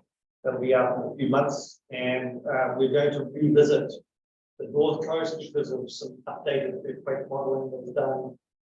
So that means Lincoln, Tillamook, and Clatsop will be updated later this year. And the goal here also is to basically bring everything to the same level using 2020 census data. And we'll be producing this the one final sort of coastwide report of essentially looking at damage and casualties along the entire Oregon coast, everything, including certain high traffic state parks. We're also doing, this is really looking to the future now. We're working with American Society of Civil Engineers to develop updated 24/75-year tsunami design zones. So some of you probably recall the old Senate Bill 379 tsunami regulatory line that used to be in existence, well, that went away a few years ago. And that basically determined construction of critical facilities, fire, etc. So that's all gone away now. That all has come under the jurisdiction of building codes, and based on a probabilistic tsunami event of 24/75. So this was originally mapped and modeled in 2016. There's problems with it, and so we're working to update that, and it won't be available until 2028 at the earliest, but I'm just giving you a heads up. It's coming, and goal is to really improve on what was done previously. And then I should also mention that through a partnership with DLCD and NOAA, it's a special merit project. We're working with Nick and on a updated beach and dune overlay for the whole coast. So we did Tillamook County a couple of years ago, and based on updated LiDAR and things like that. And so thanks to Nick's efforts, we were able to secure some funding through NOAA to expand this out the whole coast. So by way of background, the old beaches and dune overlay was developed in the 1970s. Things have changed dramatically on our coastline, so the goal is to update that to current state of knowledge. How often will that be changed? Well, given that it's taken three or four decades to get to this point, But now it's on. that's a good question. I mean, I suspect it could be something that could be, once it's in a digital form and the methods that are developed and things like that, I mean, it could be conceivably to be evaluated on let's say a 10-year basis. I mean, I don't think there's a need to do it any more frequent than that. I mean, it really just depends on what's happening in the landscape. I have a question, but I can ask him off. Okay. Okay. And actually, the last thing I should mention is that as part of our tsunami work, we are working to evaluate a couple of key communities to look at the potential for vertical evacuation structures. So two communities that have been identified so far, Seaside, not surprisingly, on the north coast, and Gold Beach. And the goal there is to do a much deeper dive into those communities to better identify where it might be feasible to build vertical evacuation structures. Seaside has a very strong case because it's basically inundated, even in our medium scale scenario, let alone our worst case scenario. And getting the high ground is a challenge in that point. So, plus it's obviously high tourist visibility area. So, the goal is to work with planners in Seaside, the county, to try and figure out where best to build vertical air cushion structures, and then also provide some regulatory background. I'll stop here. Councilman, any questions? Mike? None, take questions out of the book. Okay. I don't see anything on chat, so maybe folks should chat with you during lunch. So lunch is here. It's a little buffet style, so I believe it's all vegetarian. So we've got bean and cheese burritos, rice and beans for those that don't want burrito. You see, we got the salsa and the chips and all that good stuff.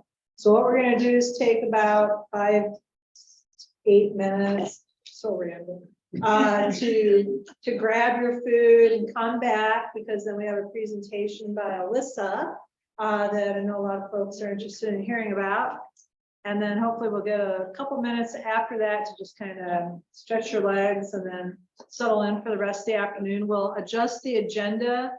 I think it was 1:20 that we'll move into the next non-lunch agenda item. We'll push that out a little bit to make sure everybody has a chance to go through and add anything at the round table level that they want to have happen. So, all right, food's ready. Don't be shy, because you only have now 6 minutes, so. All of us? Oh, but. Really?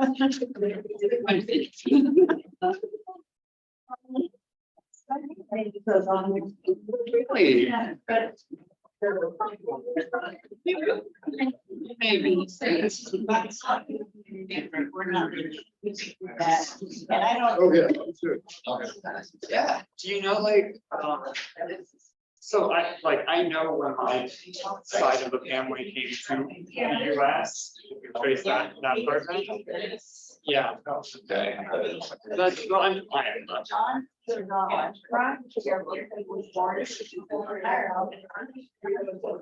Yeah, I'm sure. Oh, see, okay.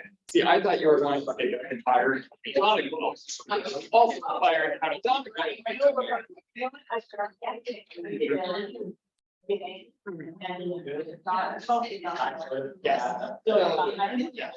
Yes, have you been to the castle? No. Oh, you got to visit the family castle.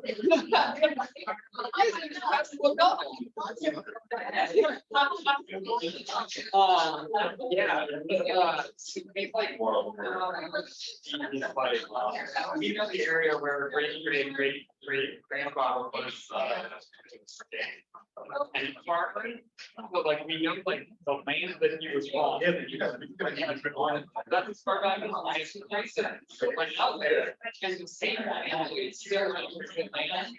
Now they rent out their house and bread and breakfast. No, they're not. Or he was gonna be. They are not adopted. We know that he's, because we've been able to trace it back, like person to person, exactly that far. And so we've been there, and the same, the family still owns the land. And they rent out their place, bed and breakfast, and stay there, which is very nice. I have to certainly imagine that. Yeah. Like, we asked about, like, where our star, where could be on more station about. Exactly. And there's nothing, because all of the records that come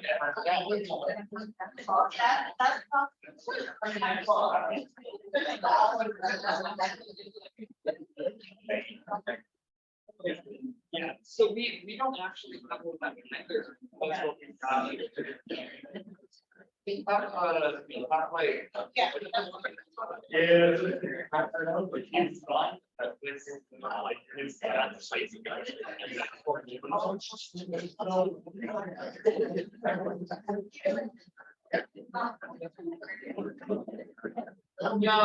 it's literally like my uncle. That's crazy. Media, like, I don't know, just like, and realize that we have, so I know about the idea. So it's like,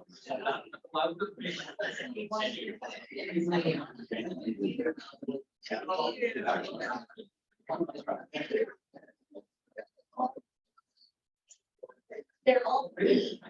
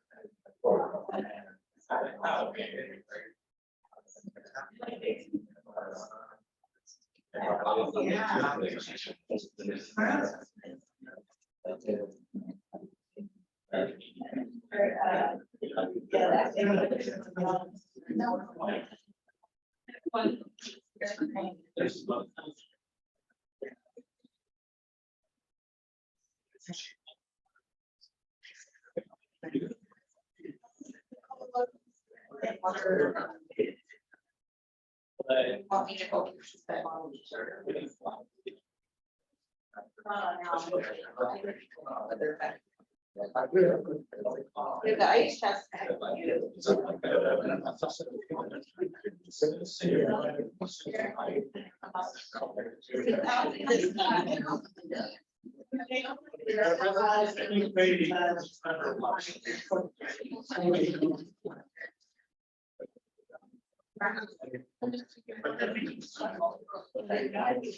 was thinking water would be fine, but they're gonna bring in the rest, what's left of the cooler. So they're working. Yeah. I think we did good. Was this thing up and going? We're gonna get started on the presentation shortly.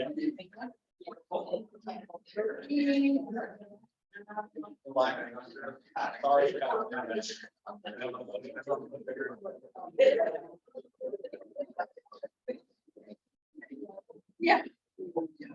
I'm gonna tell you one more time.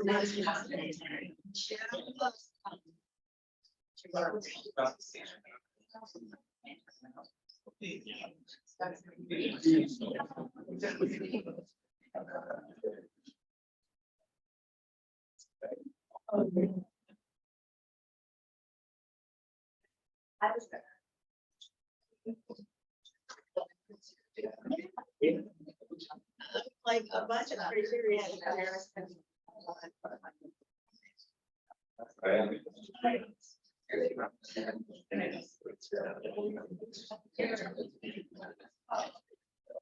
Oh, yeah.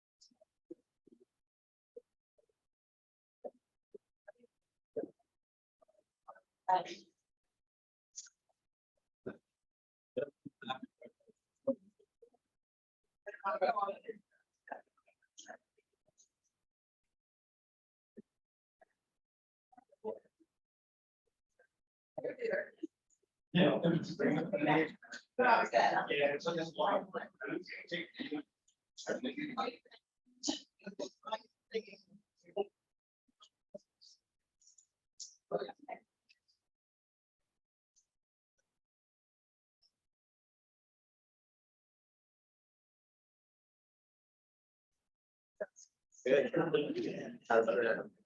You got here, but over a year, how long? I know. 7 months. Yeah.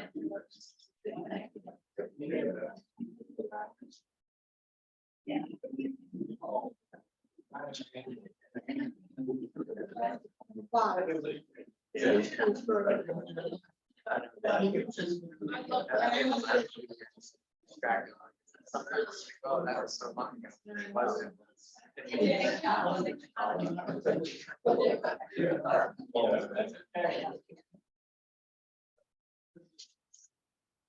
Brett stopped by our.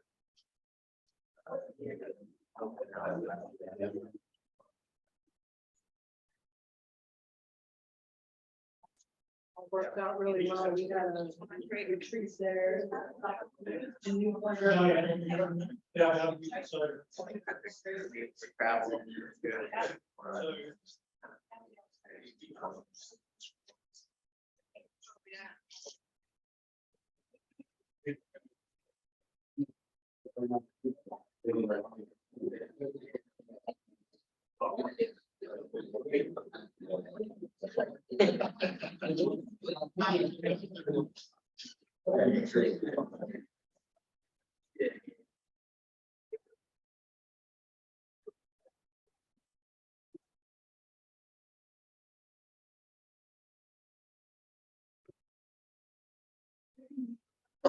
Yeah.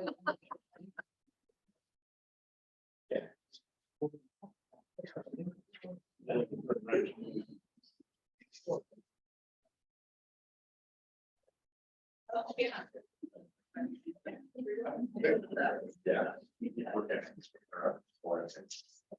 Are you getting your ready, Alyssa? Thanks. Alyssa, are you getting your ready?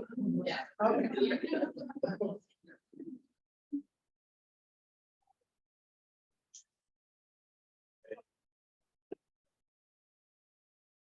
It's. I'm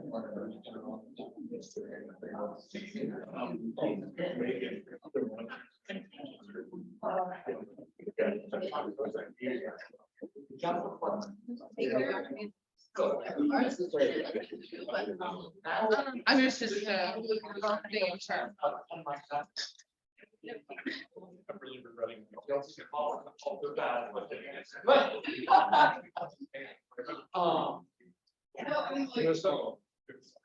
You want the curtain closed again?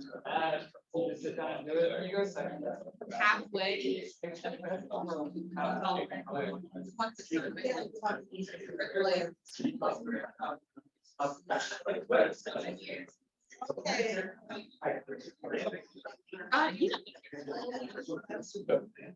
On your planning commission sheet, you had the three. Yeah, you have your rules that the planning chair. No. They were all.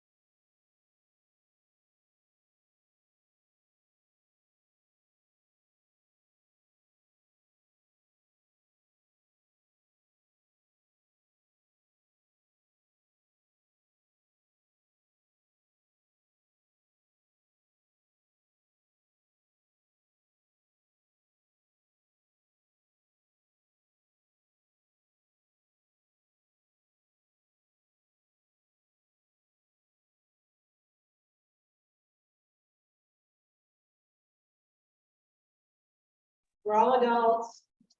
There's plenty of food. If you need more food, come over and get some. Take care of yourself.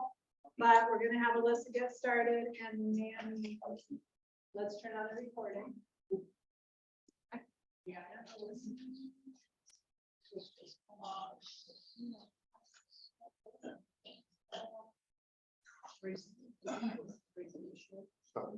Okay. Okay. Oh, okay. Okay.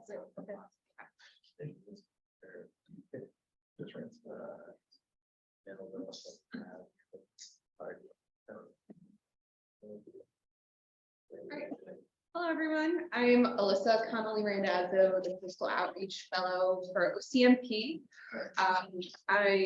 This year-long fellowship started in October and will conclude in September. I've been working on a couple of different projects in order to create products and tools for various audiences and communities to help them better learn and understand about beaches and dunes as far as the ecology, historical development, and as well as better understanding the land use planning goal 18, which addresses those landforms. So this is going to be a presentation that I actually have scheduled for the spring and summer months among various communities. If you feel as though that your community may be interested in this presentation, either being tagged onto another event or a standalone event, let me know. I have still a fairly open schedule for the spring and summer. So without further ado, I'll continue on. Again, I will be addressing the statewide planning goal 18, and so people can just a better understanding of what these Oregon's unique coastal ecology is like and the history that we've seen throughout this development. First, let's take a moment to recognize and understand that Oregon does have a very diverse coastline, and we can find many different types of beaches surrounded by various landforms as well. However, the majority of this coastline compromises of sandy beaches, actually 72%. This makes goal 18 pretty essential to land use planning all along the coastline. This dynamic coastline is ever changing. However, today's formation we actually see due to not only historical geological events, but as far as more the recent changes that we see is influenced by anthropogenic activities. It was once thought that thousands of years ago that the Oregon coastline actually comprised of several islands all along the coast. And it's just something to factor in as far as, again, how dynamic this coastline, what changes we see in short-term and long-term perspective.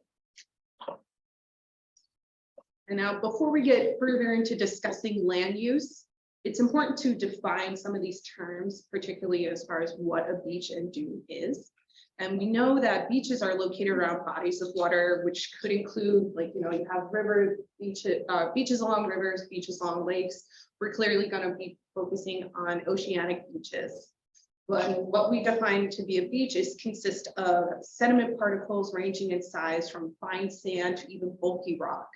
And according to our rule, they are gently sloping areas of loose material. And again, that can comprise sand, gravel, cobbles. And this extends landward from the low water line up to the point where there's definitive change in the material or in the landform.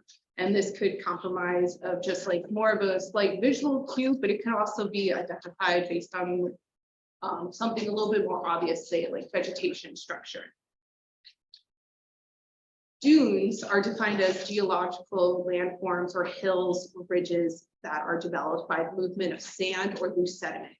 This movement of sediment is caused by the wind, and there are some cases such as coastal environments where we've seen a lot of sediment build up on dunes caused by water, such as ocean currents.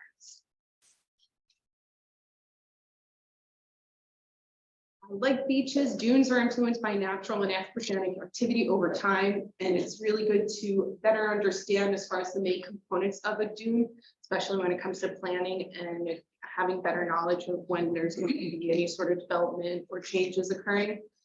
And the profile of a dune includes the foreslope, which is the side of the dune facing the wind, the crest, the highest point of the dune. And then the slip face, which is the back end, non-windward side or leeward side of the dune. Now, there are several types of dunes, but we're going to be focusing on the foredune, and these dunes are the frontmost dune that parallel the beach. These are the most subjective to erosion as well as growth from either the wind or water, and obviously from anthropogenic activity. And the foredune can be categorized as active, conditional, or older, and this is a lot based upon its stability. And some of that stability is contingent upon the density of the vegetation on those foredunes, as well as the species of vegetation on it. Now, following the foredune, we can see a series of landforms or environments, including other dunes, and this creates a dune complex. This is fairly more commonly seen in southern Oregon. We also can clearly see development of housing or businesses following the foredunes, and some cases we see that occur on the foredunes.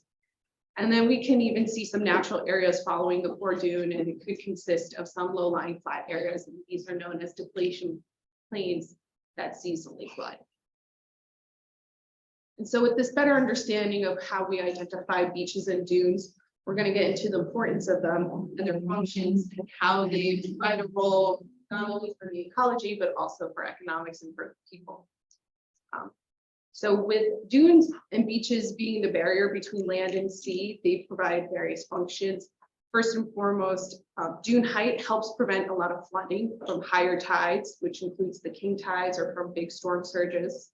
And they also help reduce wave action. And this is in comparison to a lot of hard structures. When it comes to wave action, beaches and dunes more so absorb that, while harder structures such as shoreline armoring more so reflect that, and they can really reflect that upon adjacent areas. And those adjacent areas, which could consist of residential areas with development of communities or public facilities or even natural areas, and that reflection of activity can really cause some damages or changes to those adjacent areas of shoreline armoring. So another beneficial thing to beaches and dunes is they do help reduce erosion. This is a process in which a lot of sediment wears down or away from the landform. And erosion is essential to stabilizing, is essential for, is quite essential, as we'll get into later on, especially, but in particular with areas that are being requested for development and for coastal access.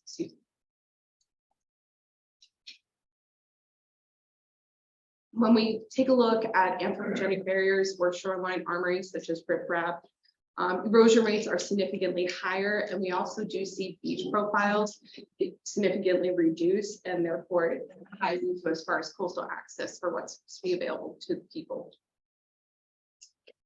Another beneficial thing with beaches and dunes is with their role as being the barrier between the land and sea, we actually see a lot of nutrient exchange. This is quite important among these environments because they store what is known as blue carbon from the atmosphere. And this emerging research assesses how tidal wetlands, such as dunes in particular, sequester carbon.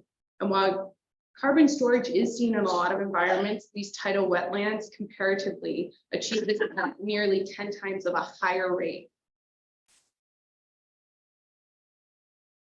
And so we need to have this better understanding because as dunes and beaches shift and change, either from natural events or from anthropogenic influence, it can actually release some of that stored carbon back into the atmosphere, which we prefer not to do or to reduce that amount. This blue carbon sequestering process is actually bolstered by vegetation. A lot of particularly grass species have this web of a root system known as rhizomes that allow the shoots of grass to connect to one another, have nutrient exchange, but it also helps stabilize that vegetation into the ground as well as help further stabilize beaches and dunes. So I'll have a little bit of an overview of grass ecology. American dune grass is a native species that used to be well dispersed among Oregon's entire coast. However, it does have a fairly low establishment rate. And due to the introduction of invasive grass species, we actually don't see much of American dune grass along the coast. And if we do, it's very, very limited. So some of our introduced species, one is the European beach grass, which was introduced in the early 1900s. This species is actually fairly quick to establish, and it thus tends to be highly abundantly seen all along the coast. And this particular type of vegetation has been observed through research to promote actual dune height, so it does help increase the height of dunes or makes that crest go up a little increase in height. And another species that was introduced in the 1930s is the American beach grass. So hopefully some of you recognize that I did underline beach and dune. It can be very confusing as far as differentiating the American dune grass, which is native, and American beach grass, which is introduced. This particular species doesn't have as high of an establishment rate as European beach grass. However, observations have seen it to help promote dune width. So that's a good component to it.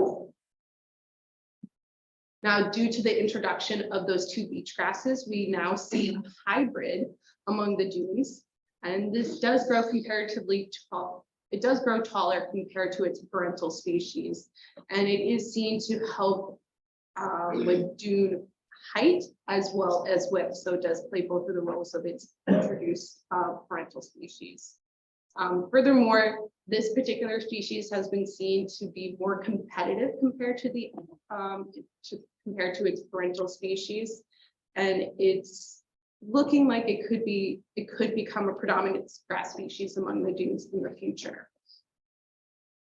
So understandably, it's quite difficult to identify these grass species from a distance or even close up, and the most distinctive way to identify them is by looking at the ligules.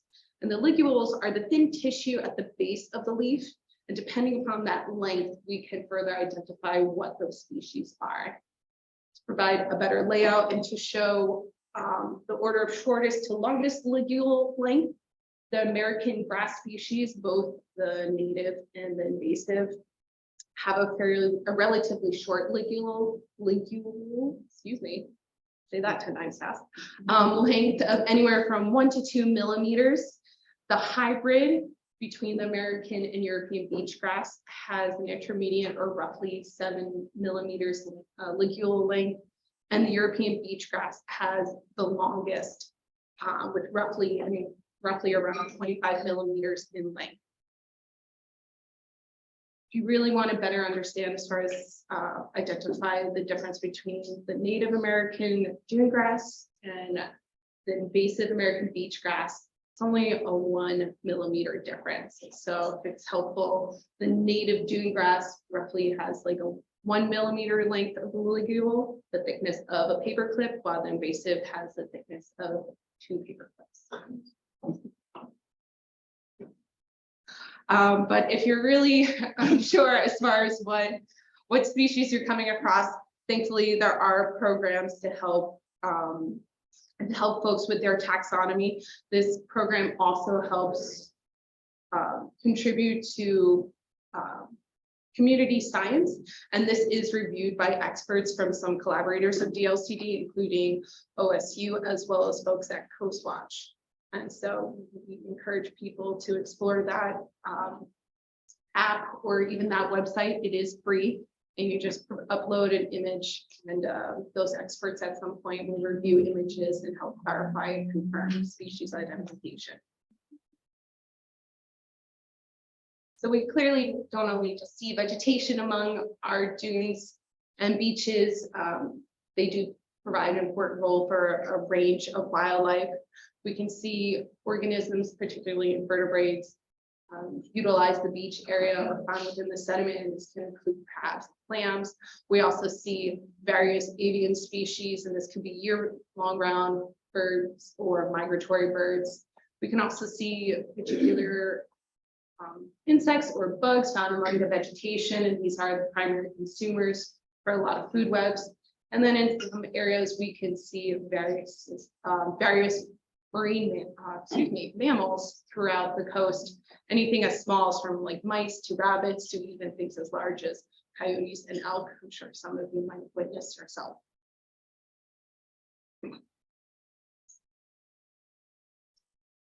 So on the topic of ecology, we actually want to take note that certain beaches and dunes actually have limited activity or have particular regulations of activity for species.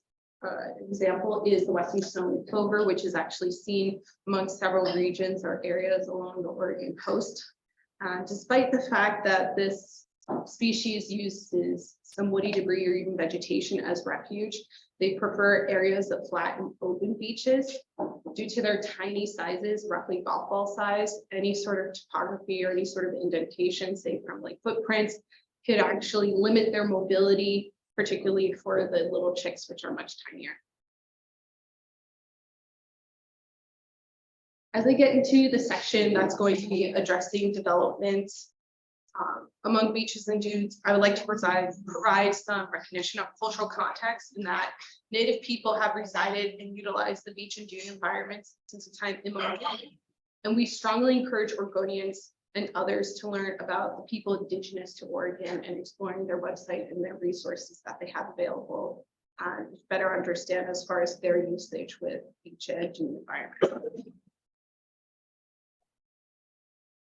Now, between the natural beauty and the resources of the Oregon coast, the demand to further develop among this environment has increased, especially within recent years. And as towns and businesses expand, so does the request to build near or even among the beaches and dunes. And this can really influence the change among these environments. Because commonly, vegetation, including grasses, shrubs, and trees, have been removed from beaches and dunes for construction or even just for viewing purposes. However, sediment from the dunes were less likely to be stabilized with the loss of vegetation and led to disrupted land formation. And certain areas of development had to adapt to this change of landforms.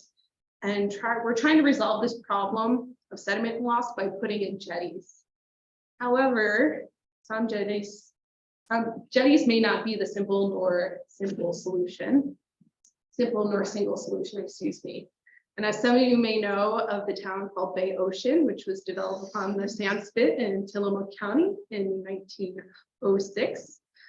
This community was short-lived due to their own demise, unfortunately, as they built a jetty only on one side of the neighboring waterway, and that was on the north side. So unfortunately, due to this only like half of construction, a lot of sand was accreting upon the northern side or opposing the side of where the town was built. And a lot of sand was eroding away from Bay Ocean.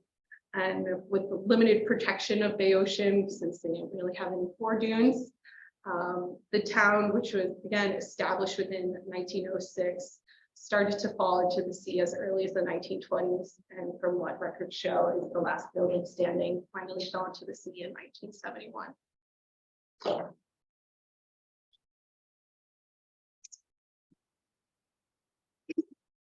So as a review, beaches and dunes serve a great importance for ecological as well as economic purposes.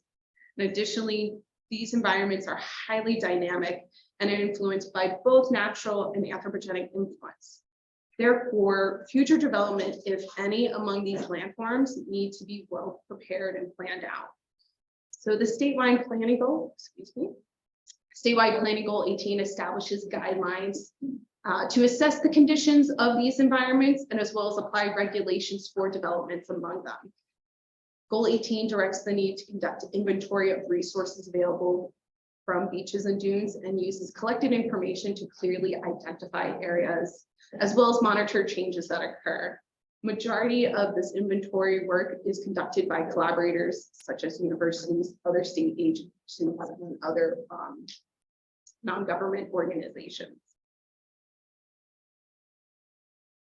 Some of the inventory consists of comparing dunes that have had management activity and comparing it to those without. And while there may be some results indicating a correlation or a pattern, many of these studies are still assessing the causation of this difference and actually determining if management activity is the main contributor or even the only contributor. So studies are still emerging and better understanding these changes. Now, this information that we request from out of Goal 18, we do we do convey this to educate the public in various formats, including interpretive signage. We also have events, workshops, hearings, a little bit as part of like my fellowship is as far as creating other user-friendly ways for people to better know and understand. One of my other future projects is to create a story map so that it will be available even after my fellowship. And I will, once I eventually get a draft of that, I would appreciate people's feedback as far as the layouts feeling, or if there's some information that you feel as though communities are looking to be included in that.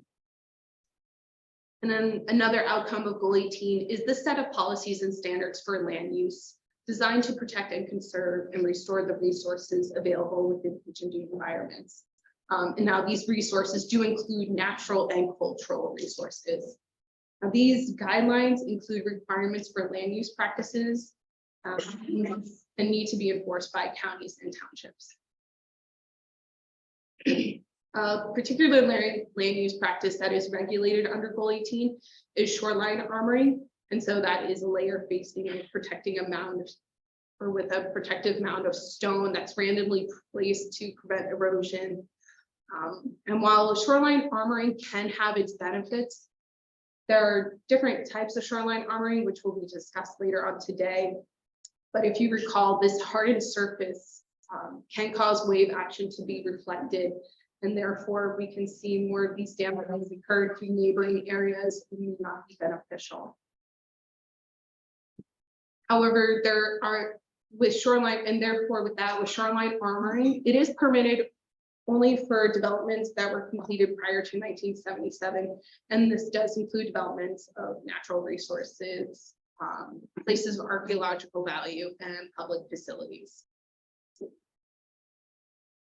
Another land use practice that Goal 18 provides guidelines for is dune grading. I'm sure some of you know this process consists of removing the sand from the crest, reducing the height of the dune, and it's aiming to prevent sand inundation to areas behind the dune or to maintain dunes. The guidelines for this type of practice are put in to ensure that the flooding protection qualities and the erosion protection qualities of dunes are not compromised in the process. Is this both Bay Shore or one right is Bay Shore, right? I believe, yes, Meg? The one on the right is security. Okay. Yeah, I think I've seen it firsthand.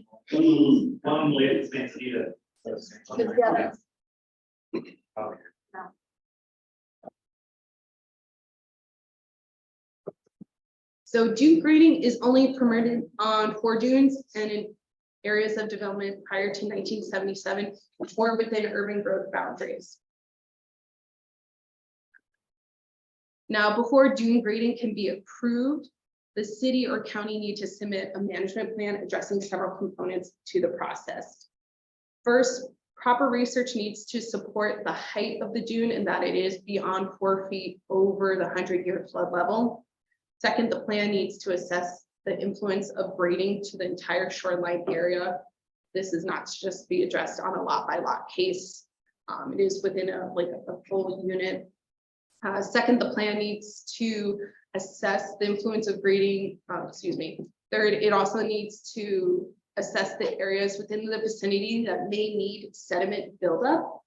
And that's because that sand, even though it's being removed from a core dune, it can't leave the beach or core dune system. So that assessment can help communities better decide as far as where to place that sand.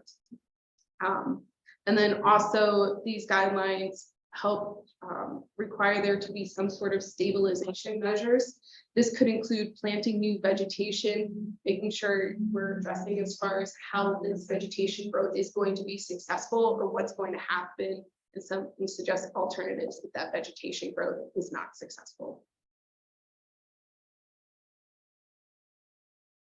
And so as The agency continues to protect, conserve, and restore the natural and cultural resources provided by beaches and dunes. We are encouraging individuals to participate in ways that can bolster these efforts and ensure that these valuable landforms can be utilized both in today's day as well as for future generations. And we're going to reiterate that it's important to acknowledge that cultural resources exist everywhere, and it's possible to come across some of these cultural resources or even artifacts among beaches and dunes. And so we want people to be aware that in these rare cases, we are asking not to remove or disturb them, take pictures and record the location of that artifact or cultural resource. And that information should be sent to the following email, in which a State Historic Preservation Office member will respond and share what to do with that.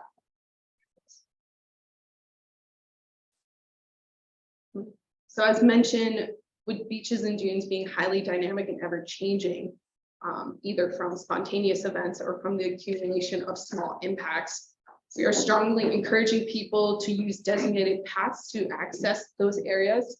And this is predominantly for safety precautions, but we also want to make sure that we reduce the traffic in those areas so that vegetation can continue to grow. And also that some of those areas have restriction for erosion prevention, or also for particular delicate wildlife that shouldn't be disturbed. And lastly, we are encouraging community members to be involved in the inventory or community science studies related to beaches and dunes. And there are a number of different projects associated with our partners and universities. One particular project that we really help manage is the Oregon King Tides project. For those of you a little bit less familiar with it, it's the king tides are natural events that are seen along the Oregon coast in the winter months. These are the highest of the high tides, and this high tide is caused by the alignment of the sun, moon, and earth.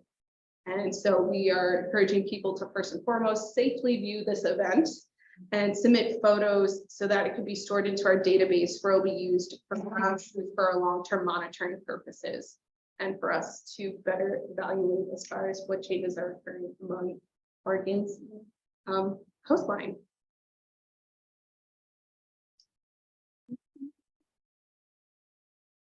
Sorry, that was an extra slide. With that, I'm providing several email contacts.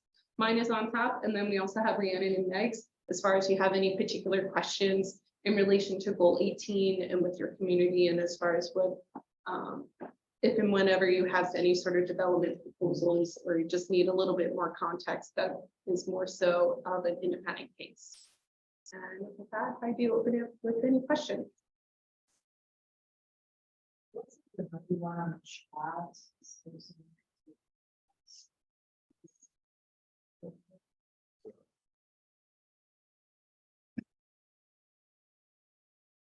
Oh, no. Well, I think everyone online might have missed that.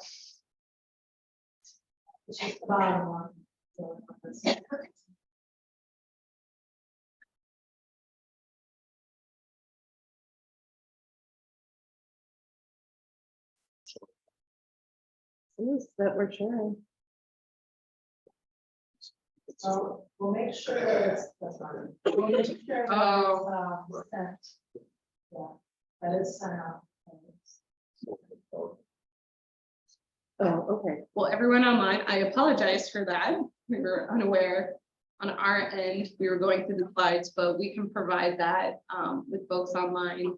And hopefully before the end of my fellowship.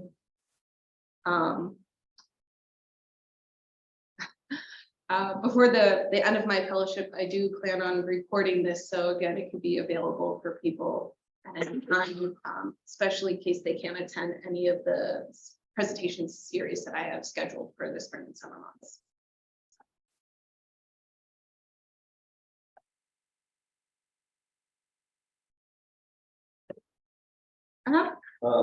Are the hybrid species just of the invasive and introduced ones? Is there any hybridization of the native grass? Not that I am aware of. From what it's been shared with me is that the native grass is just pretty much non-existent on the Oregon coast. So I can't imagine that there's a spread. Yeah. I have a question on who to contact. So I have a guy who wants to start a company of, he wants to be able to have fat tires go on the beach. What's the ruling is that now no bicycles on beaches. Going to Laurel's. It's not no bicycles on, no bicycles in Clover is between, market. If they're electronic. Oh, that's what it was. It was an e-bike. So if it's an e-bike, technically those are motorized vehicles, so they're available, legal on beaches open to motor vehicles. So if you would like to petition rulemaking, that is always a possibility, but bikes are only allowed on just open motorized vehicles. So you guys don't differentiate, there's big kinds of e-bikes. Yeah, there's a pedal There's nothing, assisted. if it's official. We can look into it more, but as far as I know. Who do I contact? You can kind of mean, I think, in touch with our, policy. Or,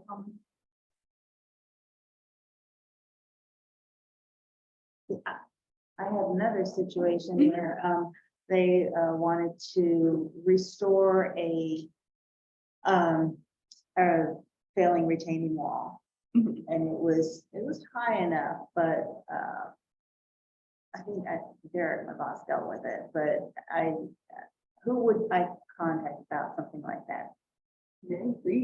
Something that wouldn't be allowed. Or Rhiannon. Are you talking about on the ocean shore of the beach?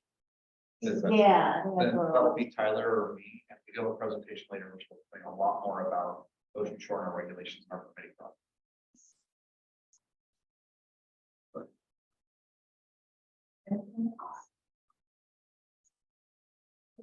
Sorry.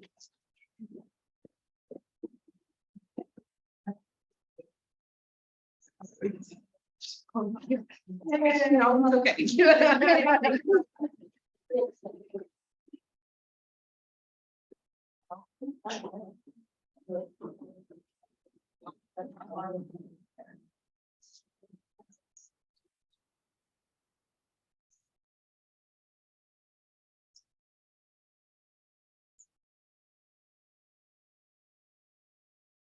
Right, yes.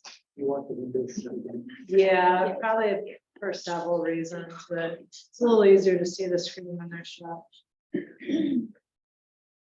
Okay, so we didn't finish the roundtable. Well, our U table. So we'll pick that up now. And again, you know, take care of yourself. If you need to use the restroom, it's down the hall there. You need to get your plate out away from in front of you. Garbage is probably right behind you over there. And there's seconds and thirds and probably enough for sevenths. So don't be shy. Nobody's keeping track. So let's see, we left off. I think we were at Christie. Hi, everybody, Christy Foster, Public Restoration Partnership. So not a governmental agency, but I guess what I can share with you that may be helpful to the work that you do is that we cover our service area is essentially the watersheds of Tillamook County. So that would be Nestucca, Tillamook, the Neskowin, and Nehalem areas.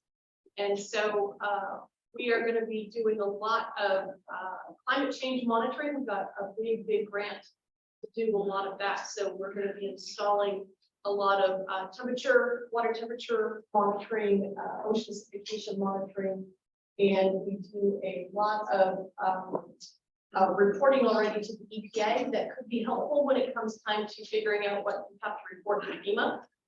Should all of these regulations come about, so we can be a resource for someone if that happens.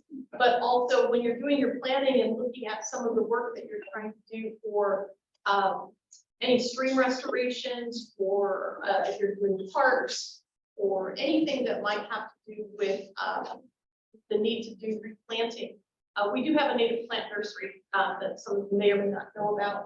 And so if you are planning ahead of time, know that we already provide native plants to pretty much all of the counties that you work in, all 8 counties that are in the northern part of Oregon. We have 100,000 plants that we grow specifically for these types of projects. We need to know what you're working on. We have, I think, 20 to 30 partners that we provide plants for. We're not a commercial nursery. We do this just for these types of projects.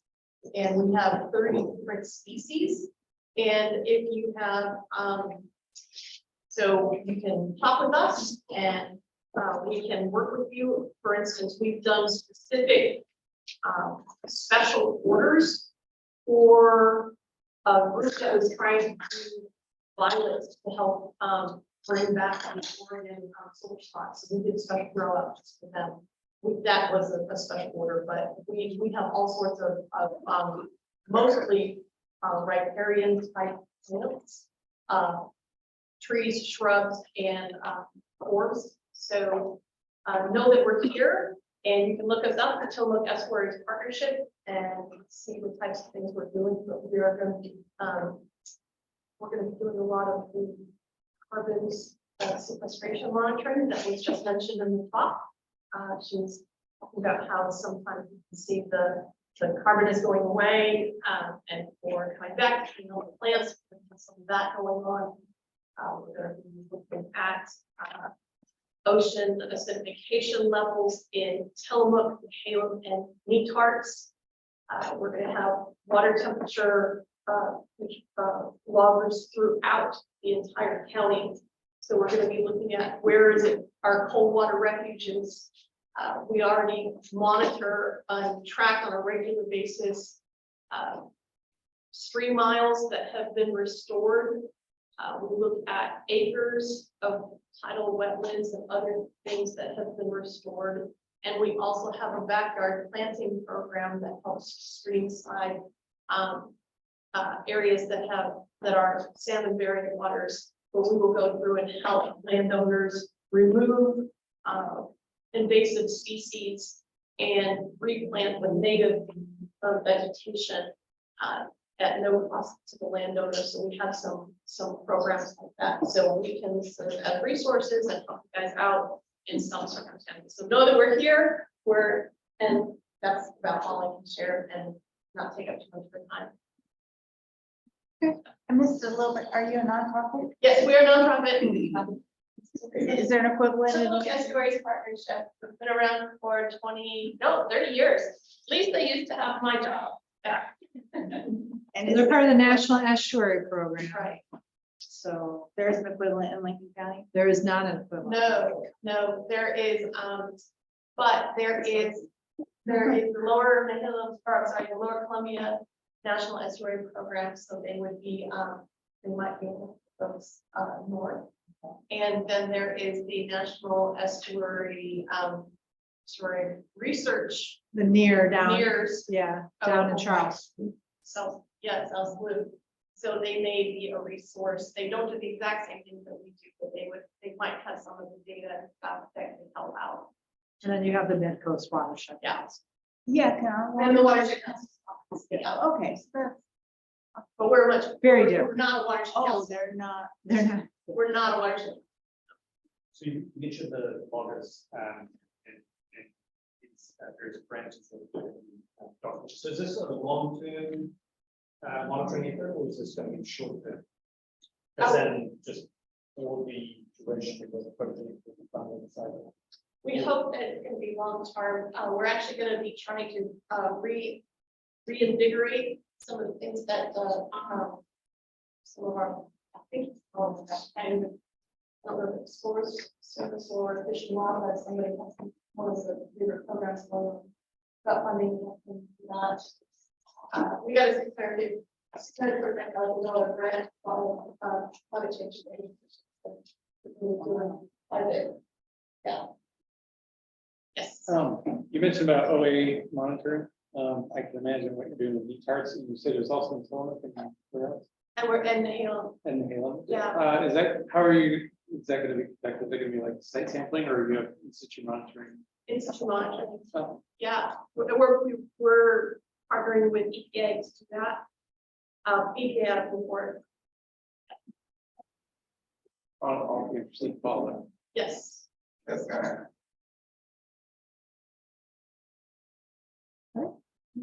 All right, let's see here.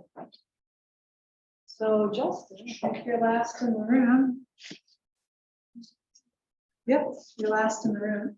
Last, okay, Yeah, sorry, yeah, I just step away We got folks online. earlier, but I got a general idea for the updates, so this is for City of Toledo. I'm, Justin Peterson, and, with Oregon Cascades West, we help Toledo with their planning work, so, I guess you're gonna have to. okay.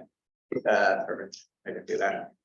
So recently, I guess some big updates on grants. We got a small parks grant for Arcadia Park in town for a bathroom and just some improvements. So that was great to get that grant. So we're moving forward with that. And the Safe Routes to School, we applied for the Safe Routes to School program. At first, we weren't awarded, but we been in contact with ODOT, and there was an issue with our scoring, so we might be able to get some partial funding for that. It was for sidewalks and it's 20 mph rapid flashing signs to slow folks down, because it is, our schools they're safe because they're outside of the natural hazards area, but then it's where they're located, it's not great for walking or biking to school. And other updates, we're working with Northwest Coastal Housing on a couple projects. They're building an 11-unit complex that is breaking ground in town, and then we're hopeful for another project that would probably be around, I think it was 30 units in the next few years. We're working with them on that.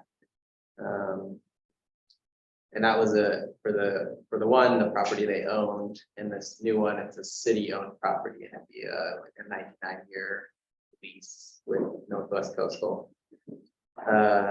Other updates around housing, we recently had a housing capacity analysis completed as well, so that effort went well overall. I think the main concern was just around the population estimates. It projected pretty low numbers for Toledo, and I think other cities had similar challenges. I don't think we were going to get to the point where we could justify like an urban growth boundary adjustment or anything like that, but there were just concerns around the numbers there.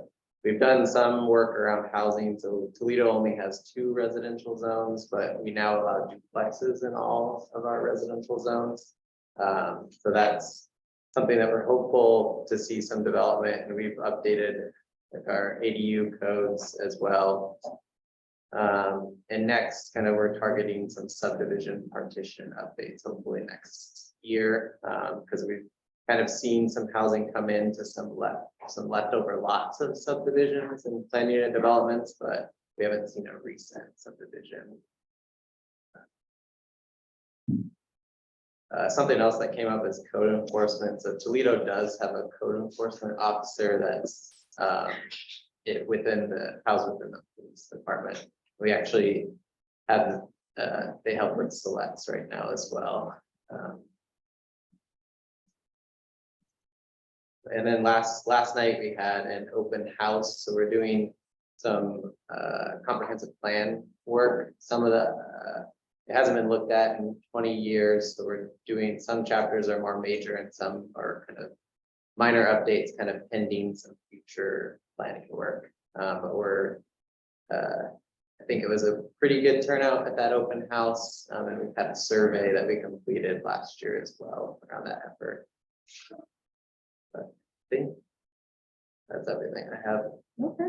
Lucy, add something? Yep. So again, this is Brett Estes, the regional rep for the area. One thing that was mentioned was the issue of the Portland State University population estimates. One thing should keep in mind, and something that we've heard back from PSU, is to make sure that when you have the reports about the building permit reports that document how many housing units are constructed, those types of things, that data is used to produce the population estimate for your community. So it's important to make sure that there's good data that goes in for those reports so that they can be maybe a little bit more accurate estimates. So something to realize that there is a corresponding relationship to those reports and the population estimates that come out of Portland State University. Okay, let's see. So now online, see who do we have? We have Lincoln City. Who's going to speak for Lincoln City? Andrea or West? Are you doing rock, paper, scissors in the office right now?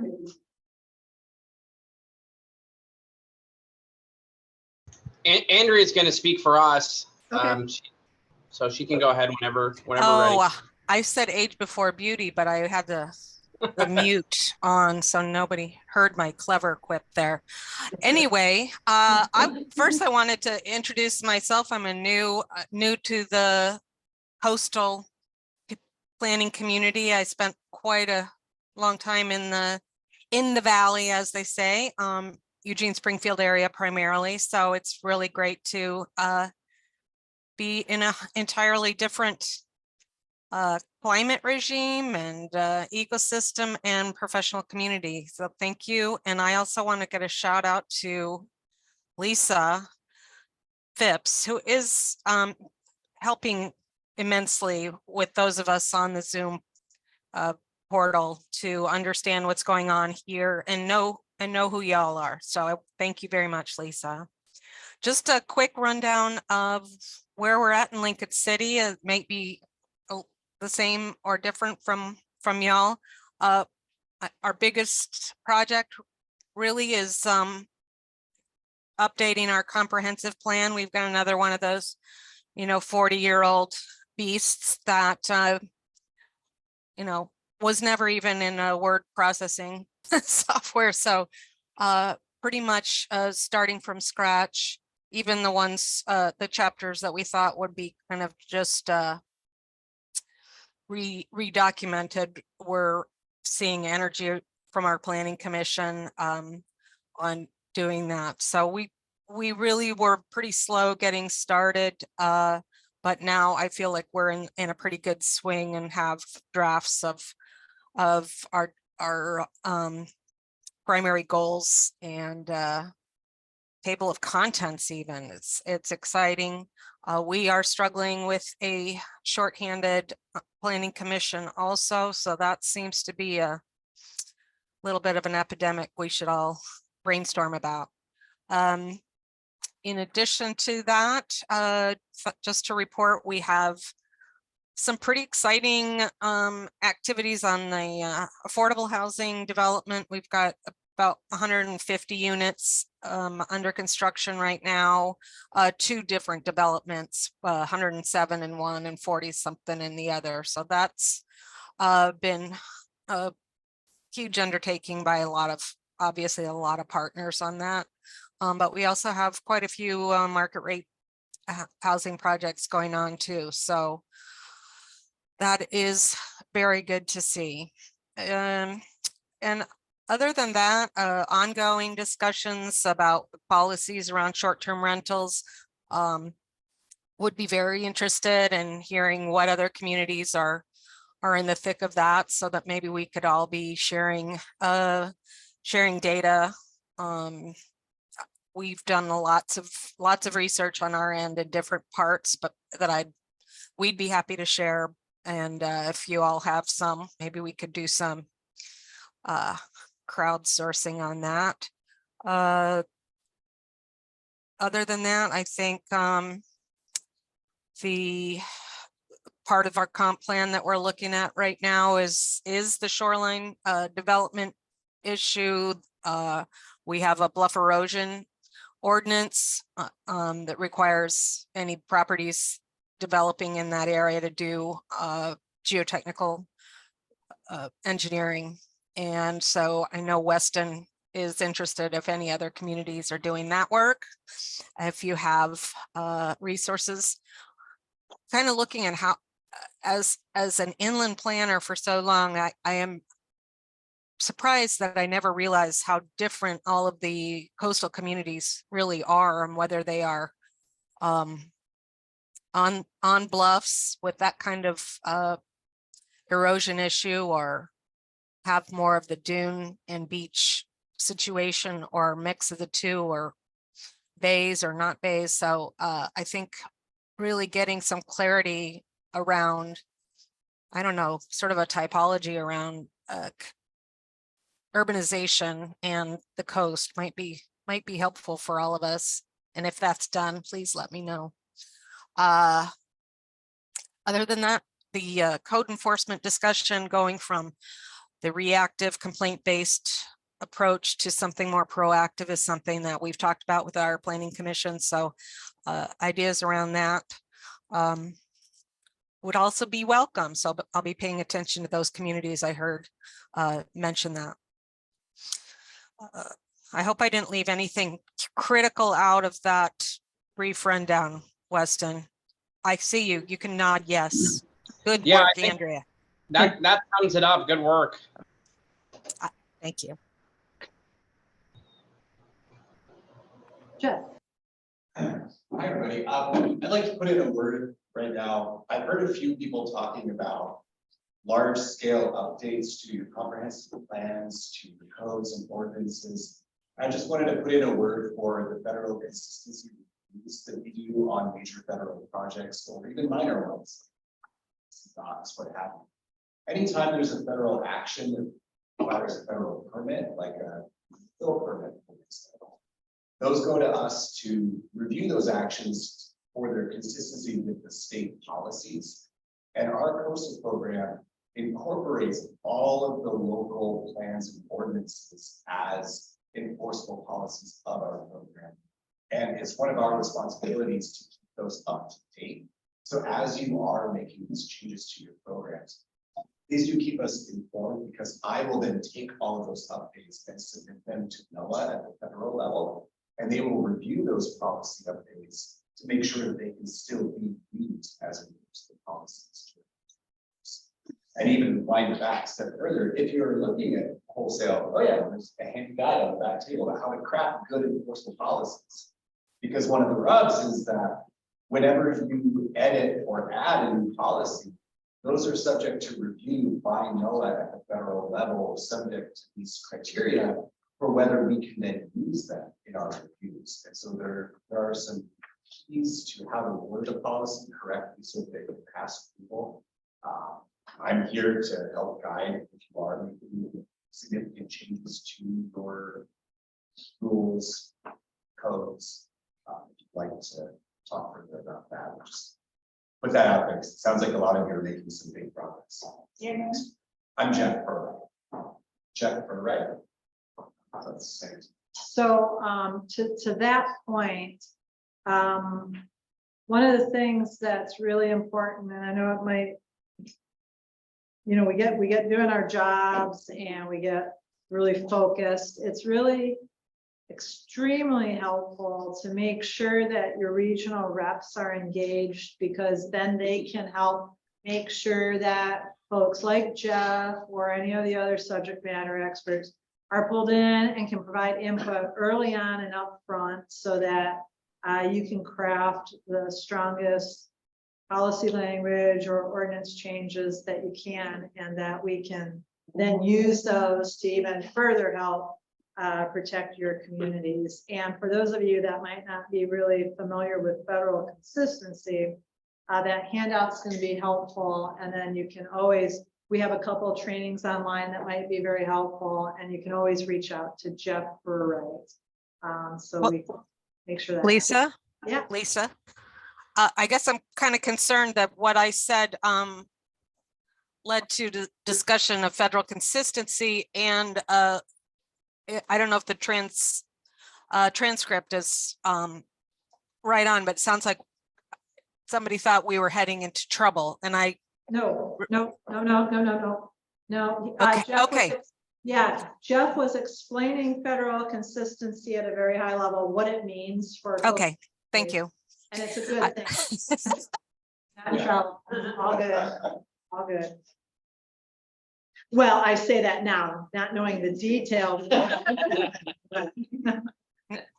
Yeah, and understand our department director is, I am very confident is in touch with Brett and DLCD and all.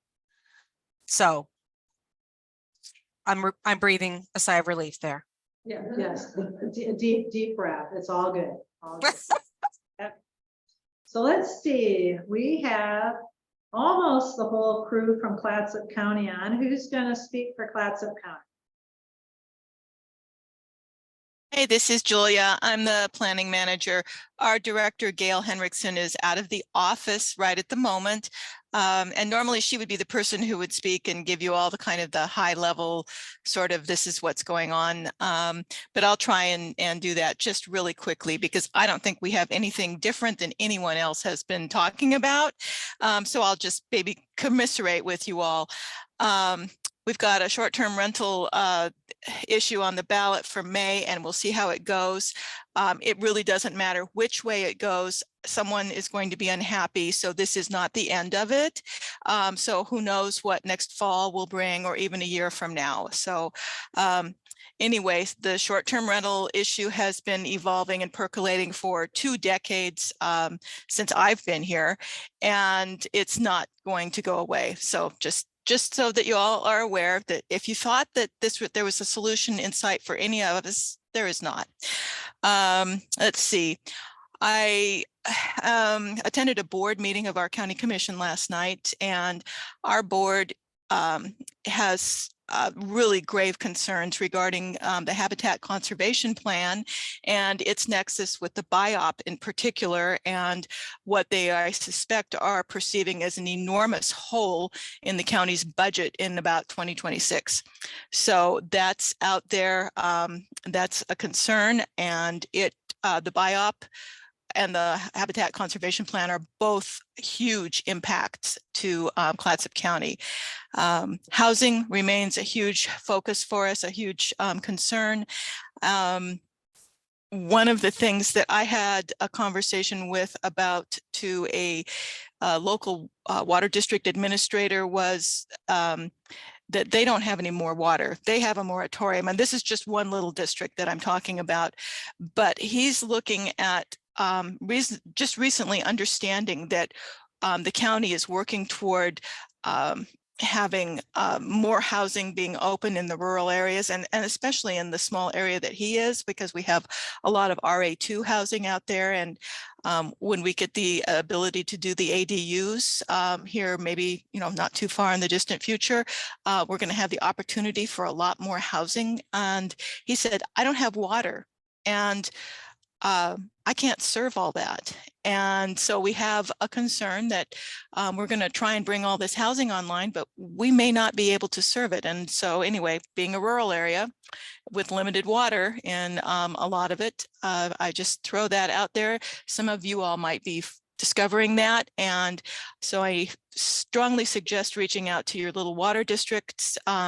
We have like a dozen of them, and a lot of them, they're all volunteers. And this is the land use planning aspect of it. And they're not paying attention to it at the level that we are. They aren't really aware of it. So they need to be consulted. Let's see. We have a permit tech job opening up here. Coming in June. It will actually start a little bit sooner than that. So a plug to anybody who is know somebody who might be interested in a permit tech job in the Astoria area. This is the county seat, and we are having a beautiful day out here. Let me think. One other thing I think I was going to mention. Just tying into the beaches and dunes and the concerns about the dunes and the erosion hazard. I have recently completed for the second year in a row, kind of an emergency consistency review, and basically just turning it over for the core on a road out at Fort Stevens State Park that is serving as a haul out road for jetty repair and that goes out to our parking lot D. This is 2 years in a row that there has been such severe erosion that it is threatening an awful lot of the state parks amenities. So anyway, this conversation regarding beaches and dunes is very timely. That's it. I'm going to be brief. So thanks all very much. Thank you, Julia. All right. We've got two more folks. We have Robert St. Clair. Are you ready to go? Sure, I guess. I just got on the call, so I'm not 100% sure what we're doing. Are we just doing a round robin or? You were going to donate $10 to each of the people in the room. Unfortunately, that's outside of my jurisdiction. Sorry, I'm joining everybody a little bit late. We're doing some in-person interviews today for community development director position. So we're hoping to have that filled up. So yeah, like I said, I just got on, but as far as activities up here, really our big thing is going to be, we finished a code audit recently, and so we're going to be going into a code revision process. Ideally, that'll be wrapped up within a year, but we'll see how long that takes. It could take longer. And that would be our entire community development ordinance that would be getting overhauled through that. So that, and so between that and our director of recruitment, those are really probably the big things we've got going on right now. Pretty big. And you've been working on some projects with our department and doing some good work there. Yeah. All right. Didn't mean to put you on the spot. Oh, you're fine. On earlier. What city was that? Cannon Beach. All right. Well, thank you, Robert. And then the last person we have is Garrett with Crest. Hey, everybody, this is Garrett Phillips. I'm the coastal planner for Columbia River Estuary Study Task Force in Astoria. For those of you that don't know, we're a regional council of governments serving towns, counties, and ports on both sides of the Columbia River and the northern Oregon coast. Thanks everybody for your updates. It's really interesting to hear what's going on, especially in the communities further south than where we work. We're involved with projects with almost every jurisdiction in our service area, including some, related to topics that keep coming up. Working with Robert St. Clair and Cannon Beach on some shoreline protective structure issues and their development code, working with the city of Seaside on a forward dune management plan update in the initial stages of that process. And we're really happy to be, as a regional council of governments, serving pretty much every member right now with, active planning, consulting support. And I won't get into everything that we're doing, but thanks very much for sharing everything that you've shared today. And I'm happy to answer questions about the things that we do and other projects if you want to know more about them. So thank you. All right, thank you. Okay, well, that wraps up our roundtable. That was great. Thank you very much. So the piece of the agenda that was during this initial time frame was to do some discussion around the coastal management program and visioning for the coastal management program, because as all of you, I hope, know, you are part of the coastal management program. We are a networked organization. The Department of Land Conservation and Development, through its Ocean and Coastal Services Division, administers the program. But then we have all of the coastal cities, all of the coastal counties, and 10 other state agencies who are part and make up the program. So we are in the midst of doing a strategic plan. We do these roughly every 5 years. We're a little behind because of COVID and transition. And so we're moving this forward. And we were going to take some time here to take advantage of having everybody together to just do a little bit of brainstorming around visioning and some value some value discussion about what we see the Oregon Coastal Management Program being, what you'd like out of it, what you can give to it, what we'd like for our coast to look like in 20 years. But this roundtable is one of the more important pieces of these meetings, and I didn't want to stop that from happening. So what we may do instead, because I was thinking, well, maybe we could not talk about the ocean stuff, but it's really important up here. So we're going to talk about the ocean. So instead, we've done some visioning internally. Hey, you want to play with? We oh, it's still on. Okay. I'm sorry. That's okay. We did do a little bit of brainstorming down in the South Coast, and then we're going to have some time next week with our state agency partners. And maybe what we'll do is pull all that together and then reach back out to you. Now, it won't be that sort of collective brain think that we get when we're all in the same room, but it might trigger some thoughts, and we'll just solicit feedback that way. And then we're going to have several touch points over the course of the next 6 months where we'll be reaching out to you. So you'll get this initial blush. We may be asking to help with prioritization. We're going to be bringing together some strategies that we'd be going back out to our partners for, and then we'll be developing actions and objectives to help us move things forward. And so coming back at the end of this in October with a mostly final product to see how everybody feels, and then moving it into the next steps. And so that's what we'll do. So we can continue to stay on time, make sure we give the private forest support the time that it needs, because I know it's not really of great interest up here, but some people might want to know about it. And oh my God, it's totally good. It's okay. Did you all just space out? It's hugely important up here. So, and then we've got the oceanfront development regulations of collaboration, which I know some folks specifically came to hear about. So we just want to make sure that everyone else gets their due. One other piece before I forget, and I should have mentioned this at the start.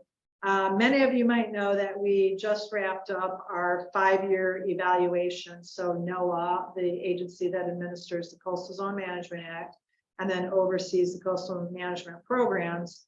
Every 5 years, we have to evaluate ourselves, which is interesting all on its own. But we evaluate ourselves. It's a huge package we submit, and then it triggers a very large process, which we're in the middle of right now. And the end of that is this site visit. They won't be coming here. They'll be doing all this remotely. But normally under other circumstances, they would have been here in Oregon, visiting the coast, talking to partners. So instead, we're going to have to do everything remotely. So we will be holding a series of meetings over the week of September 10th, where we will have time set aside for general public, and they'll notice it.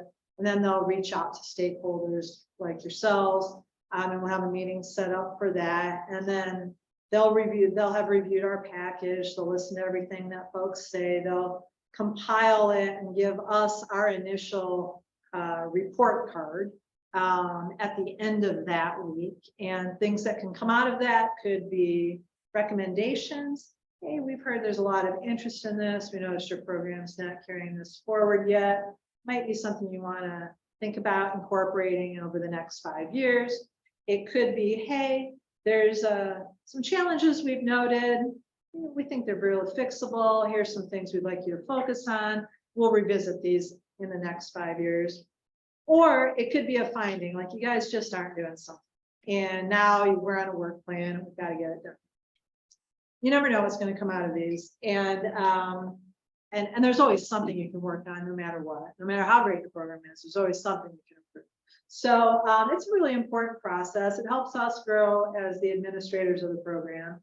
And then we then carry that forward to the rest of you guys to help your programs, each of your cities and your counties, and then our state agency partners, help them grow. So it's a great process, but it does take some time. And we may be reaching out to make sure you specifically know, especially know that these meetings are going on so you can jump in and be a part of it. And the idea is that you're honest, right? So we need all of that feedback. You know, hopefully we're in a position with all of you that you feel comfortable reaching out to us if you need something or if something's not working for you.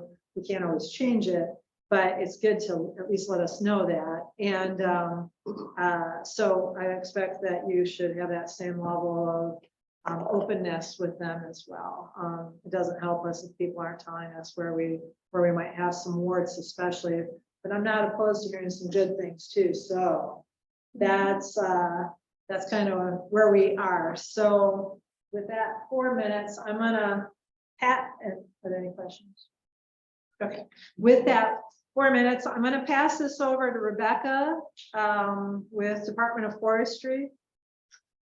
I'm kind of glad you're online, Rebecca, only because now I know everyone online will also be able to hear you clearly. And this is an important issue, so. Lisa, do you want me to introduce Rebecca or let her just do yes. that herself? Go ahead, Amanda. Okay. Sorry.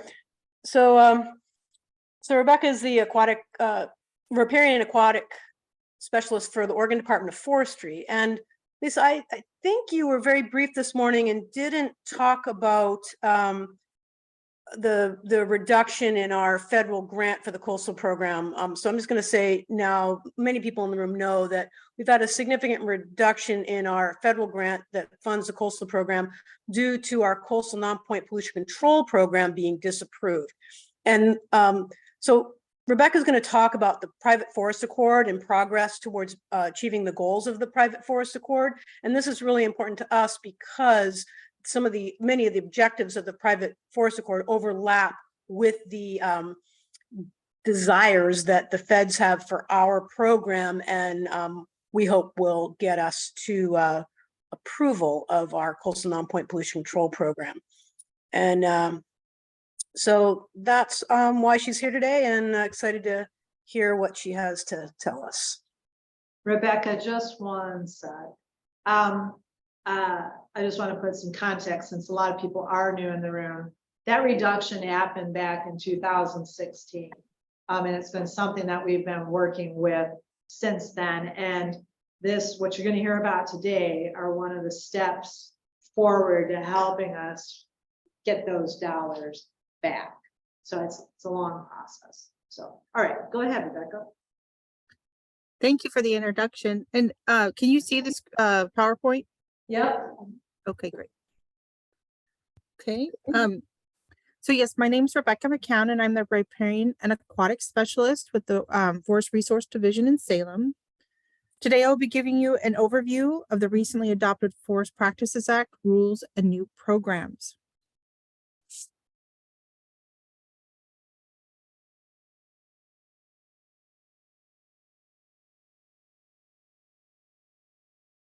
You muted yourself, Rebecca.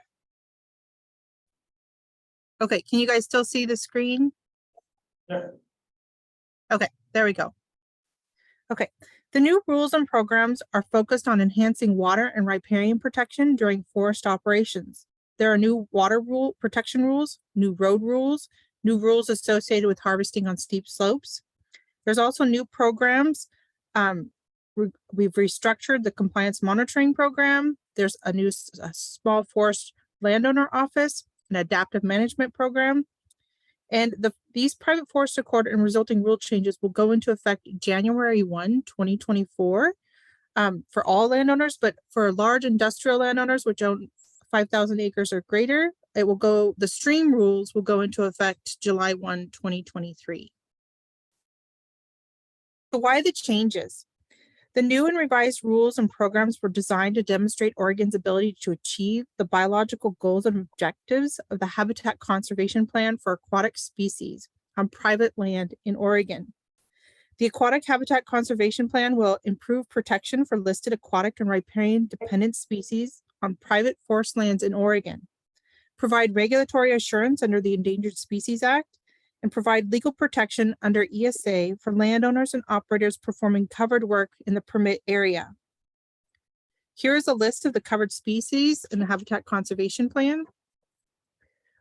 You can see it includes all native trout and salmon, including coho and Chinook salmon, and a few other fish species, as well as 5 stream amphibians, which are mostly on the west side, but several of them kind of over their habitat goes over the Cascades. So the purpose of the new rules and programs laid out in the private forest accord are to enable ODF to obtain an incidental take permit under the Endangered Species Act.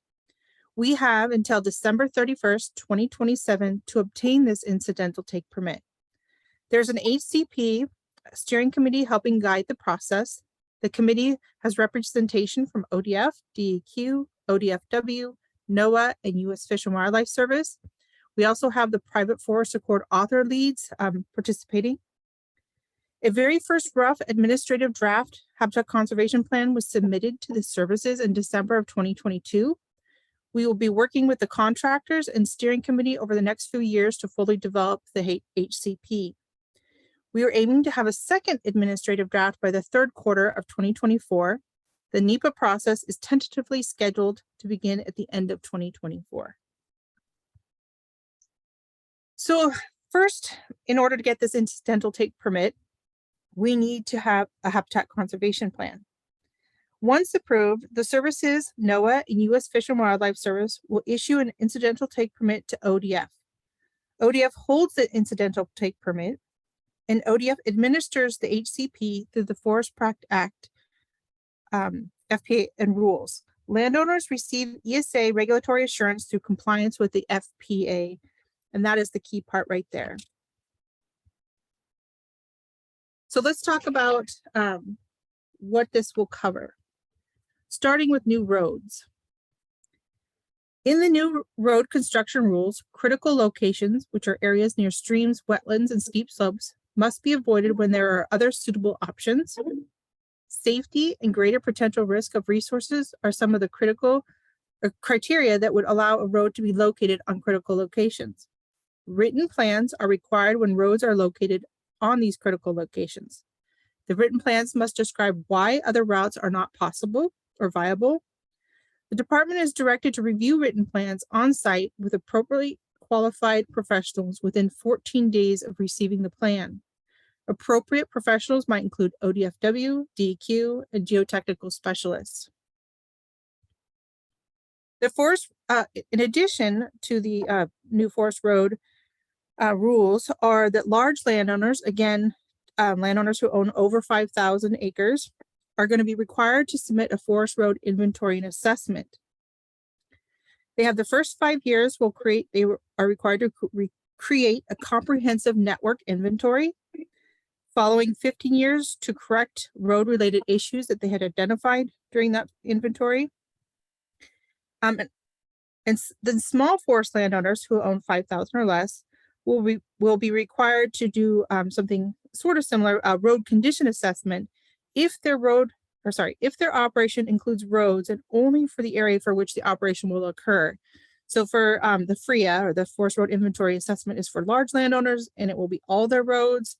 Small landowners, it's called a road condition assessment, and it will be just for the area in which they are operating and using a road.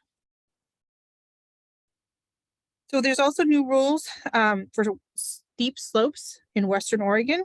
It will require more trees retained on steep slopes. Required to leave steep slopes that will be required to leave trees in designated flow traversal areas to help create and maintain high quality habitat.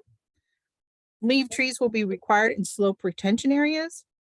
And leave trees on a subset of steep greater than 70% slopes immediately adjacent to specific stream types.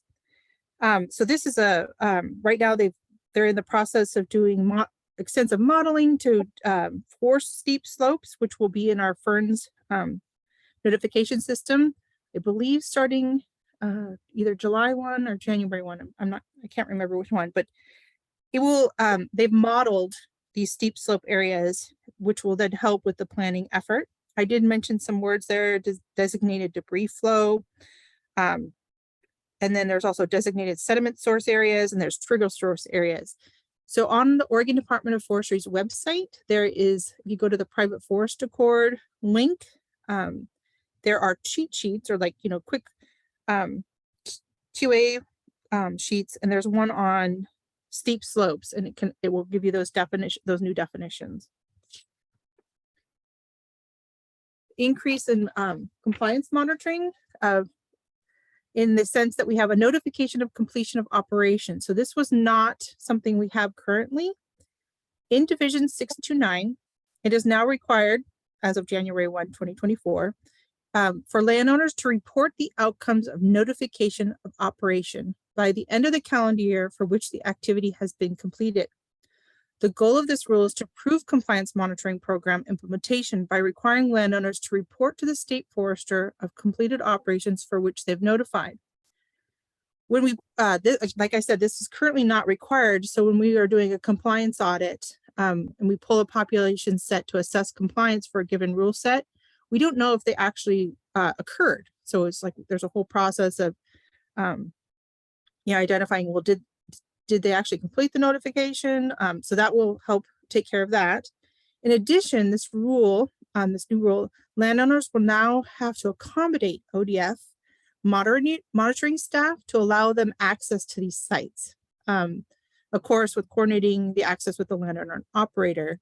So before it was voluntary if they would want to allow ODF, like if they're randomly selected. Now there is a process in which they have to. They've also created an adaptive management program. This determines if forestry practices meet their goals to protect natural resources. The Adaptive Management Program Committee guides the overall policy and process.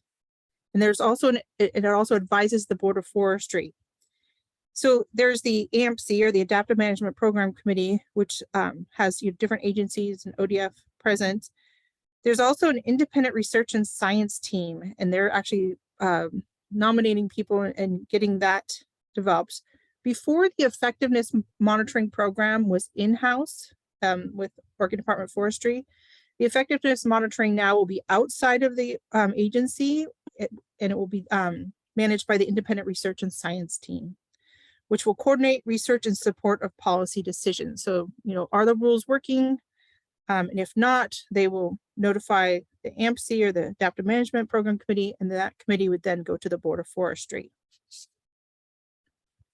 The new rules also creates a mitigation program, and this will be set up at the Oregon Department of Fish and Wildlife Committee to fund projects that help aquatic species, and that through restoration of degraded habitat to natural condition and function, land preservation, enhancement of habitat, and help fund things that reduce the threat and reduction of species. So this again is a new program. It's being developed at Oregon Department of Fish and Wildlife. And if you actually go to their website, they mention it, but again, they're kind of pulling together the program itself now and how it will work, the guidelines. So with the new rules that have passed, it has created a small forest land owner office. So the Private Forest Accord recognized that small forest owners, or SFOs, are inherently different from industrial landowners in their capabilities, property locations, and size.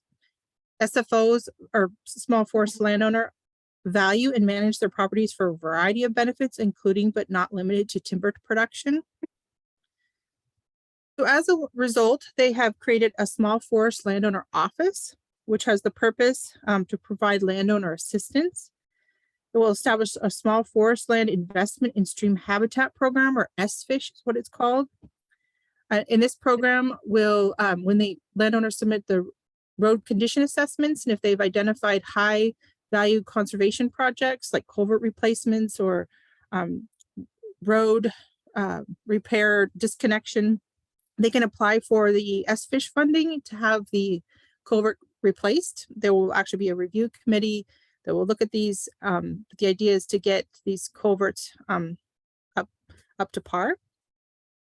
The Small Forest Landowner Office also provides a forest conservation tax credit for certain practices. So there's, again, it gets into detail, but small forest landowners have the option of doing the standard riparian management area buffers, or they can do these minimum option. And if they choose to do the standard, which is greater than the minimum option, they have this potential to be able to get a conservation tax credit for that difference. The Small Forest Landowner office will also help promoting leveraging other programs to help small forest landowners implement projects. And they have hired additional field foresters to assist specifically small forest landowners. But to qualify as a small forest landowner, this is a self-certifying process.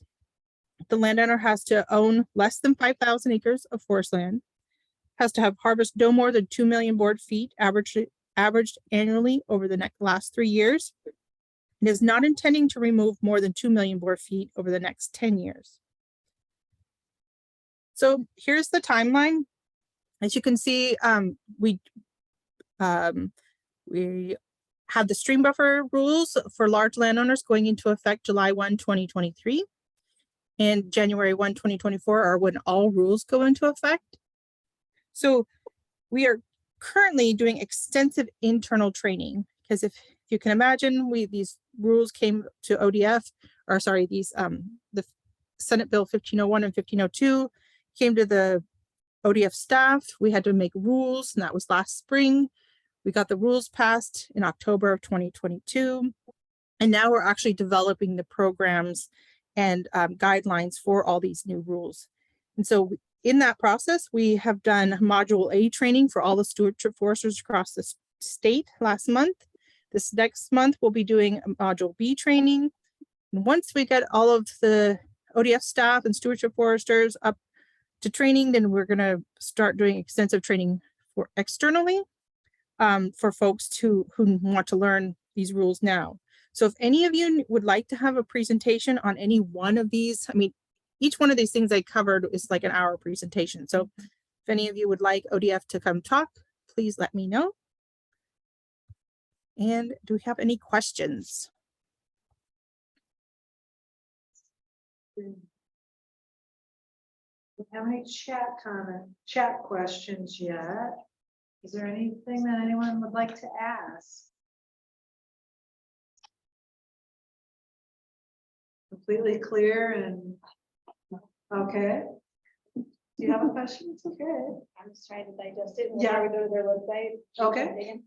I have a question for Brett, actually. Yeah. This is Soria. Do you know how many? So within the Astoria urban growth boundary and city limits. That's Yeah, so there's Astoria is a bit of an anomaly in that there are forest lands within the city limits outside of the urban growth boundary. And so this would come into play for that small area that the city, I guess, would be administering the forest land. Right, So, but we do some. right. So this is is this something that should be on my radar for what we're doing? I mean, I think, I am not an expert on this at all, but I'm gonna say it's probably something that you should just be aware of. I know it's gonna be more important. I think the counties are gonna be probably more engaged on this type of stuff because the amount of forest lands that the city of Astoria manages is really small. And the ownership of the lands in those areas are primarily owned by the city of Astoria and owned by Clacson County. The city of Bay City also has some forest land around their wells, outside of the city. But they don't have part of it. Sort of water quality. Yeah, this is an interesting thing that the Astoria city limits was set way before urban growth boundary was set, and the urban growth boundary was set inside of the Astoria city limits. Yeah. So I would say something to follow, but I think it's not as something you're gonna have to be super engaged with, what I would guess. Not to put you on the spot, Julia, but you did mention in your opening remarks, you raised the HCP. Did you have any questions that you wanted to share within this group, or would you like to just chat with them on the side? I think probably what we'll do is maybe reach out to Rebecca and possibly some other folks. I am in the process right at the moment of sending an email to Gail, letting her know that Rebecca offered to come address groups. And I think we have a county commission that is deeply interested in learning more about probably some of the weeds. Sounds good. Thank you very much. I want to chime in here, Amanda. So Rebecca, when you spoke on Tuesday, you mentioned that some cities and parts of counties have ODF approved forest practices plans, and that this habitat conservation plan would not apply to them. And I was just looking at the list. Am I right? Did you say that on Tuesday? It would apply to all non-federal lands, so it would apply to them. Okay, even though the Forest Practices Act doesn't apply in their jurisdiction? Now that it's not that they don't apply, it's that they have rules that meet the Forest Practices Act. And again, there's like special agreements with ODF in some of those places. So this would apply to them. Okay, the reason I ask is because I saw that Bay City and Cannon Beach is on the list I have of ODF approved forest practice plans, I guess is the term, some term like that. And I can get clarification on that for you. Okay. Great, thanks. One other thing that came up at the Tuesday meeting is there is this sunset clause. So if ODF does not receive a habitat conservation plan, an incidental take permit by 2027, then the rules that are going in effect in January 2024 will revert back to the current rules. So there's a lot of momentum to, we're moving as if we're going to get that habitat conservation plan approved. But if for some reason we don't, rules would revert back. And the consequence of that would then be that the coastal management program would still be impacted by the disapproval of the non-point program, and our funding would continue to remain limited unless we have other processes in place that will step in and avert that situation. But there's a lot of work going into this, and both on ODF's part, and then of course Amanda from our department has been engaged with this from the start and has been helping lead the charge on our end. So if you have specific questions, and you may, as you think about some of this stuff, it's perfectly encouraged to reach out to Amanda, and she can help at least provide our perspective on it, or myself. Amanda's been intimate. Did you want to say anything else, Amanda? No. Okay. All righty. Well, thank you very much, Rebecca. It was good to see you again. Thank you. I appreciate you making it digestible, because it can be overwhelming to look at the full package. And you've really kind of at least brought it down to being able to go, okay, I can figure out where this is going. So I appreciate that. Yes. Thank you for having us. Yeah. So I think we're going to break. Okay, in just a couple minutes. So let's reconvene at 2:35. Give you guys just enough time to exercise a moment, and then we'll move into the oceanfront development regulations and collaboration, which I know a lot of people here are interested. Okay.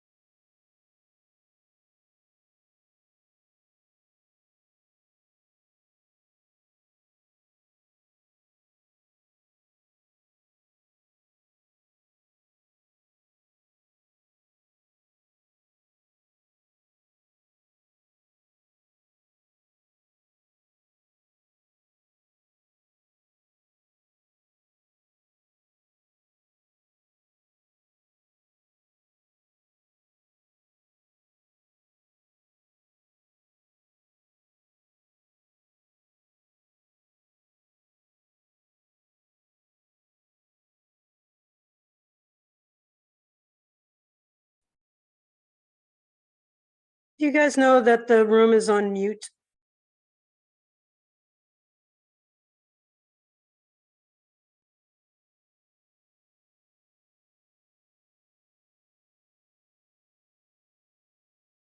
There we go. There we go. So just to do it again. Yeah. Sorry for those of you on the phone who didn't hear. I'm just introducing our next agenda item, which is about oceanfront development regulation and collaboration with the Oregon Parks and Recreation Department, who manages the ocean shore, and the collaboration with local governments and their permitting, and how that all interacts with statewide planning goal 18. So I will just pass it over to Rhiannon, and just know, Robert St. Clair, that I did announce you before, but you didn't hear it, that you will be providing the local government perspective, especially around shoreline stabilization permitting. So with that, I will turn it over to Rhiannon. Okay, so again, I'm Rhiannon Bazor. I'm the new coastal shore specialist, stepping into Meg's former role. And so I'm just trying to give a couple of updates regarding goal 18 from OCMP, and then I will pass it over to Kevin. So our first update is regarding a new goal exception, and this is a specific reason exception that's in addition to the administrative rule 660-004-0022. Very. And so this applies only to public ocean fronting roads that were developed on or prior to January 1st, 1977, with the intention to retain the intention of Goal 18's original grandfathering provision. And the reasoning behind this exception is to seek to prevent private property that's not eligible for shoreline armoring under Goal 18 from using this exception. And it's also to help justify the public benefit for the use of the exception. And if the exception is going to allow for more shoreline armoring along the Oregon coast, which will then have a long-term impact on our beaches, there needs to be a clear reason to justify the addition, such as protecting an essential lifeline transportation. And the exception also requires an applicant to evaluate all other potential options besides hard armoring, such as relocating the road and or using vegetative planting to mitigate erosion. And the assessment should answer the question of is a goal exception for shoreline armoring the only option in this instance?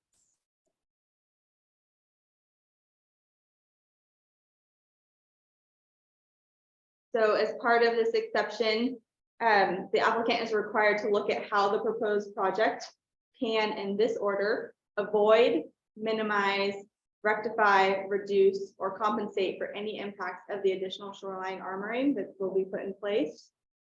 And this exception is borrowed and modified from DSL's wetland mitigation program to protect beach habitat and beach access from additional armoring. And it serves as a reminder to the applicant also that they must follow all other exception criteria laid out in the original rule, which includes the 4 standards laid out in Goal 2 for reason exception. As Jonathan Allen from Dagami laid out for us earlier, there are also efforts underway to update the new beach and dune inventory mapping for all of the Oregon coast. So as of right now, the maps from 1975 are still in use. As you can imagine, those are in need of being updated for a number of different reasons. And so this is currently underway right now. This is an example of what the new GIS formatted maps will look like. And once these are finished, we will be reaching out and working with our communities to help adopt these into the comp plans for each community as well.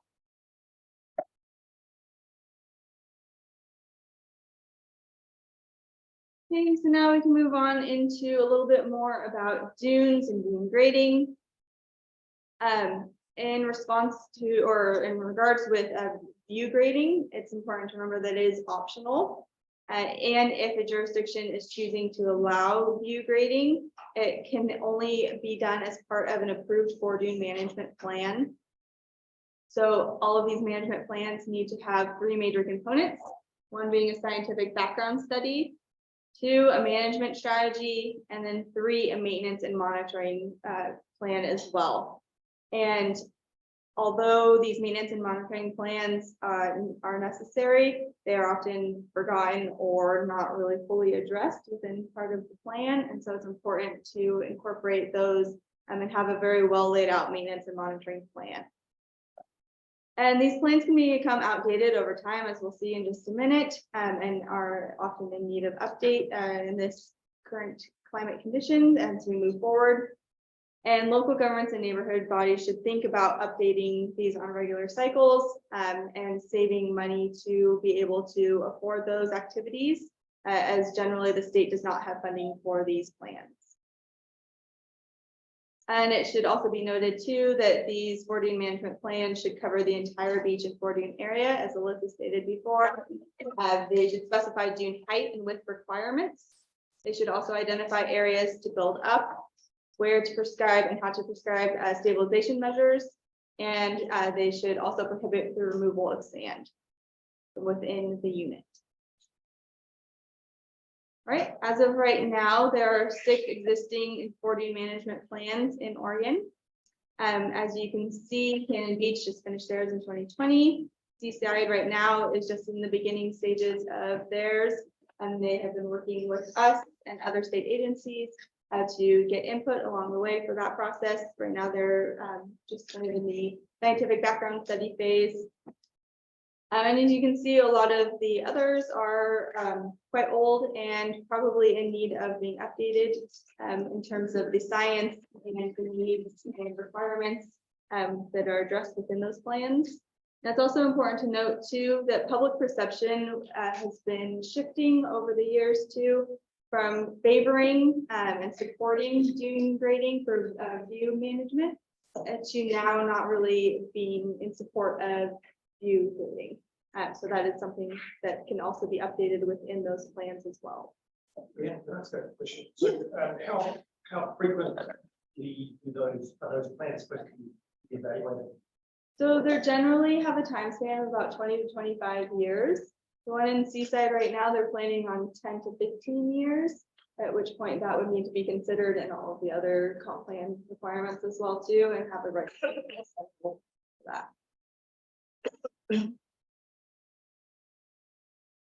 All right, and then just a quick reminder about the differences between view grading versus remedial grading. Goal 18 requires a plan to grade sand in order to prevent sand inundation, but it does not require a plan to remove sand that is actually currently inundating a structure, which we refer to as remedial grading. So remedial grading is by its nature a maintenance activity, and it's necessary to keep that building actually functional.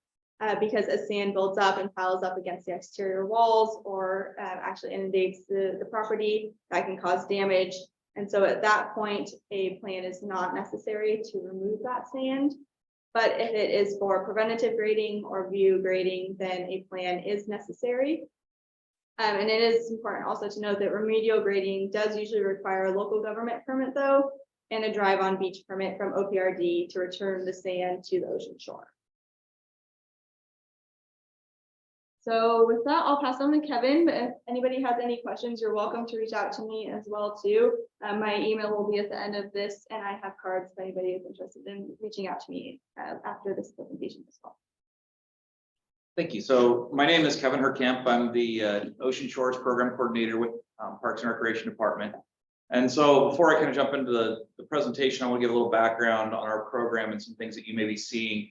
So our program staff is mostly changed over. My position, I've been on with Parks for a year now. My position is actually changing a little bit into more program development, program coordination, looking at doing a lot of things like moving towards electronic permitting and updating our any of our rules, regulations, policies, procedures, those types of things.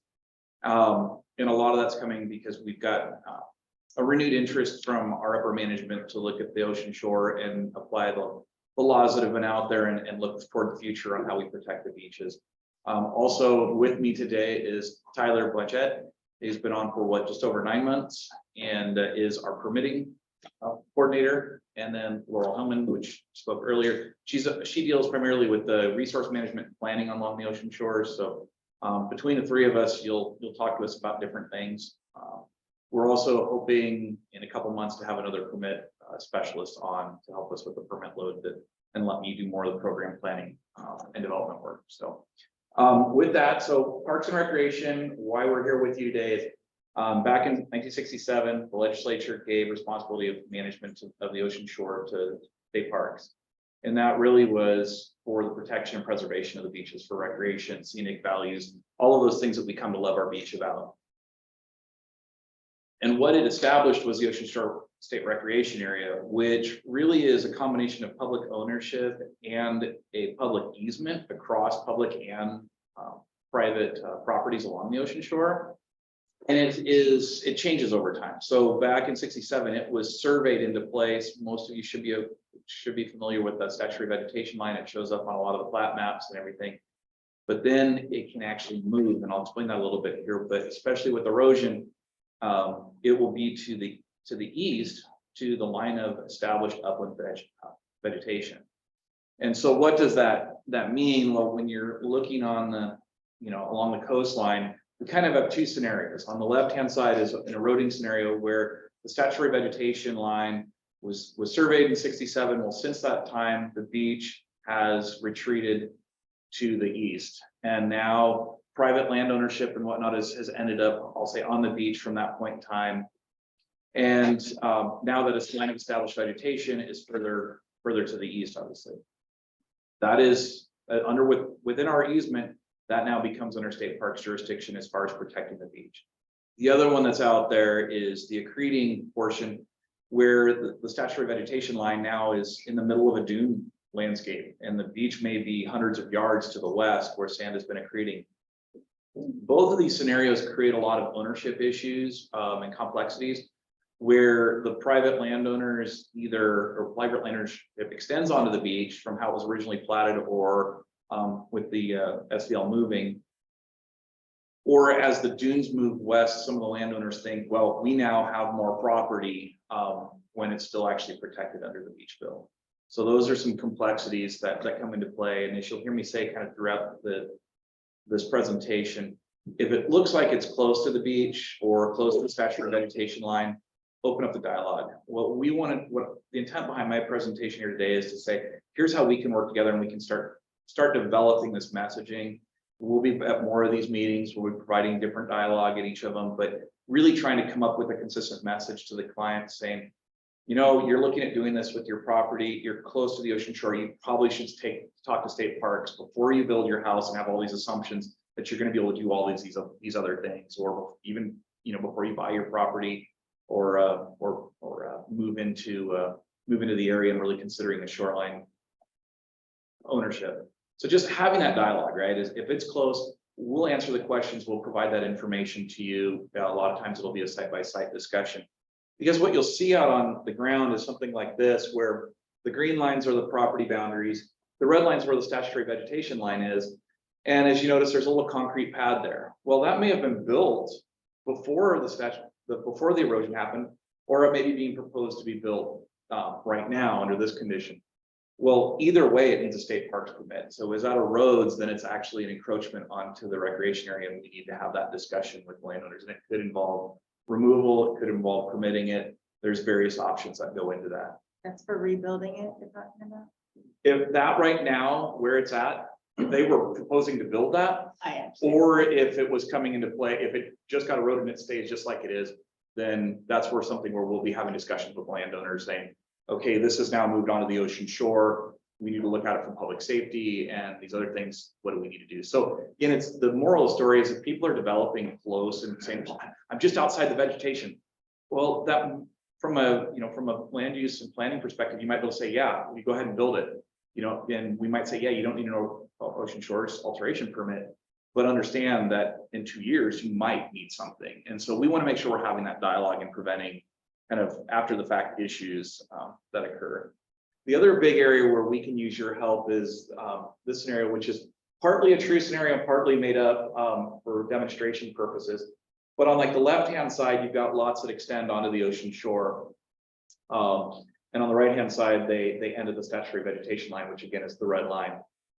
But if you notice, and this is an actual site with this approximate line of the statutory vegetation line. The houses are built effectively with no setbacks. Now, that may be permittable under the planning codes, or they may have been in there for a while. But the problem with that is they've now built all of these structures, whether it's, picnic areas, fire pits, backyards, landscaping onto the ocean shore within the recreational easement, which is actually an encroachment. The other aspect is the public can technically walk all the way up and look in their back window, and it's not trespassing because they're within the recreational easement. And so landowners need to understand that, and while we recognize they want to build as close to the water as they can, have that setback for so you can have your backyard, those kind of things. Because these are things we are going to be following up with in the future. We're going to be working on trying to inventory and identifying where they're at and starting to make contact with landowners. But it's just, again, one place where we can work together and make sure they get the messaging, and even if they're talking to us or you're including us within your building notifications.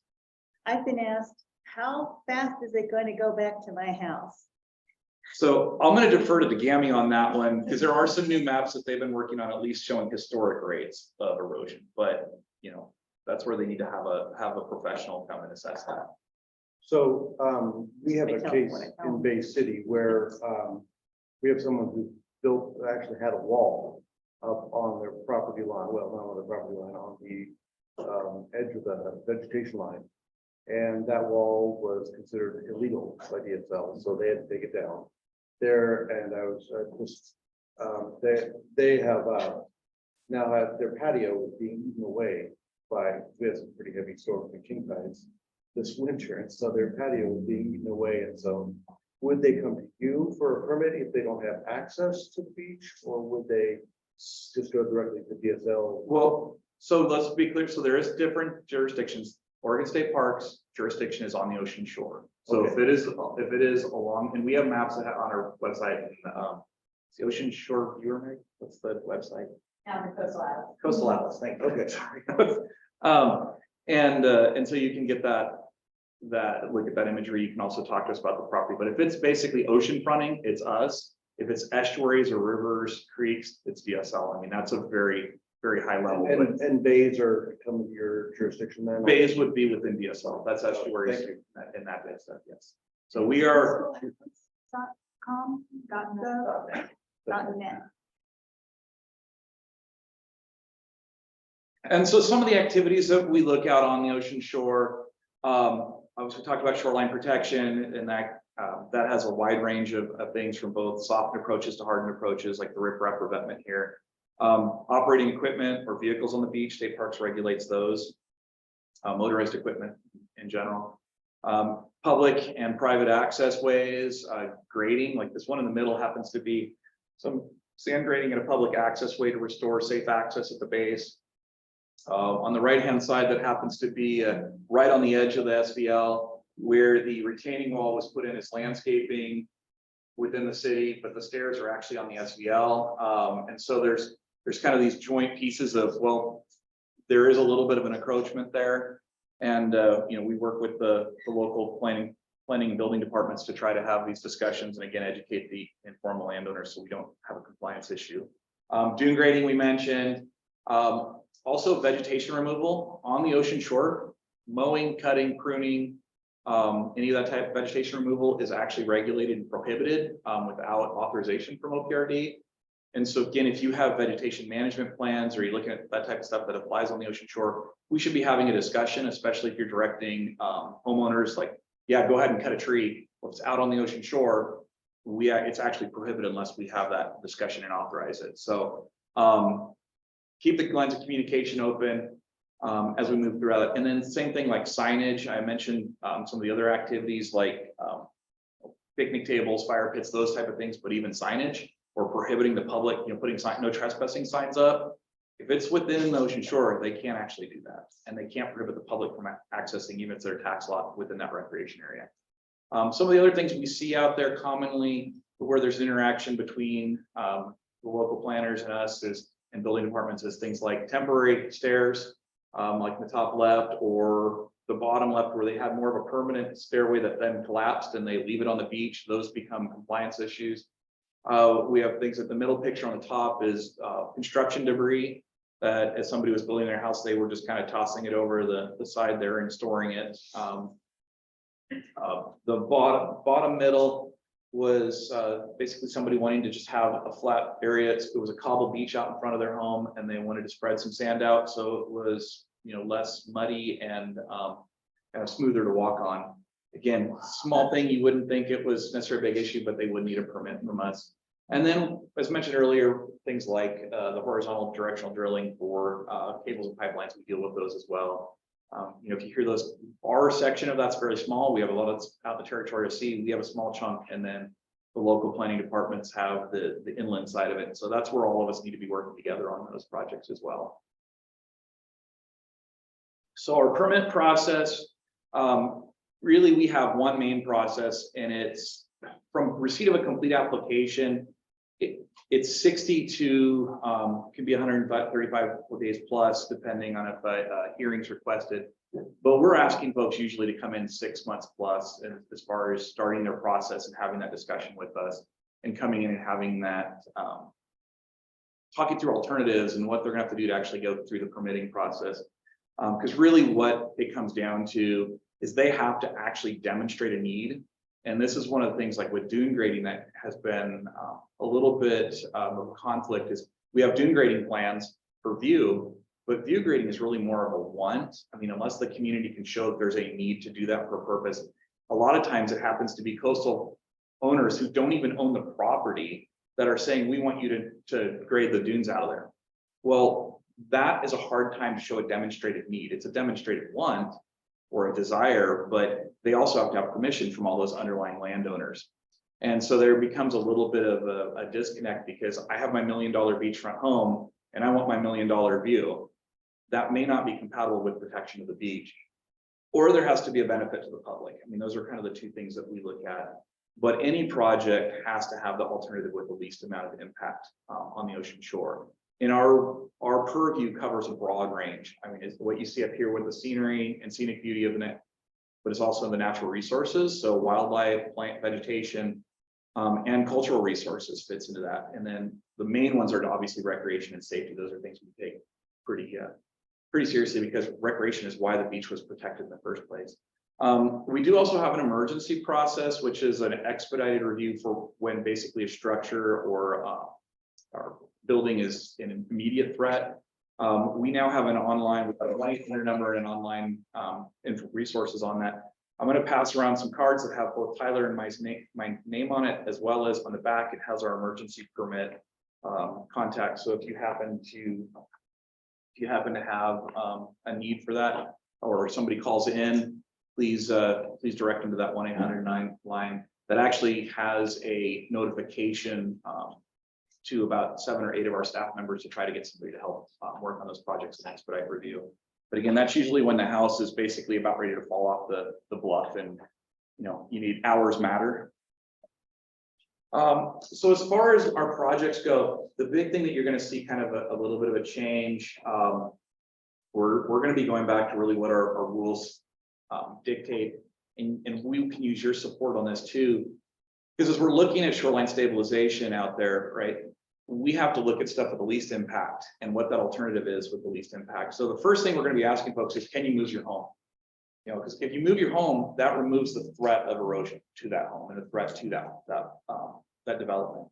And so while it's not popular, because people want to keep their view, that is the first thing we need to be asking for.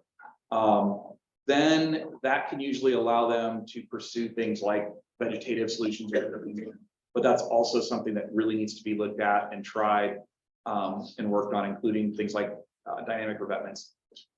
And that's eligible for anybody.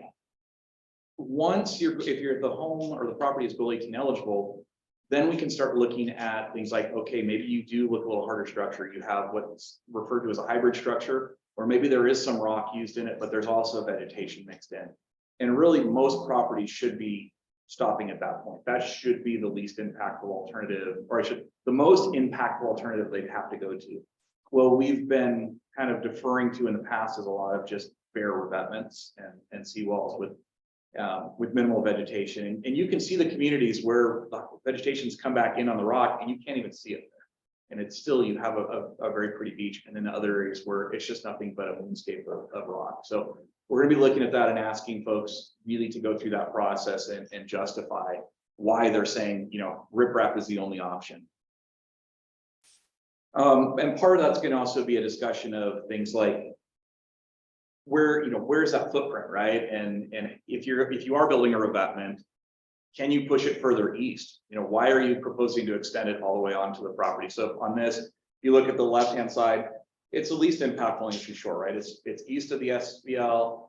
It's taking up the least amount of beach, or it's really only taking up the most recently eroded portion of beach. So at least you're not losing historic beach. You might be losing future beach with sea level rise. It might narrow the beach versus on like the right-hand side where the rock is actually further west than the beach was in 1967. So there's actually a true loss of beach for the public. And so those again are some of the things we're going to be talking with applicants about, saying, you know, we really need you to look at how do you move this as far east as possible if you want to put this in. And also, as you look at on like the left, that also involves the landowner to the west, because they've actually gone off of their tax line. So again, it makes it more complicated. The more landowners and other entities they're connecting on, the more difficult it is to permit. And we're going to be looking at things like the construction impacts, you know, impacts on local and state parks, access ways. Well, Tyler and I neither really realized when we started this is that it wasn't the revetments and some of that type of stuff as we thought. We've been having a lot more pushback on the problems with actually the construction activities.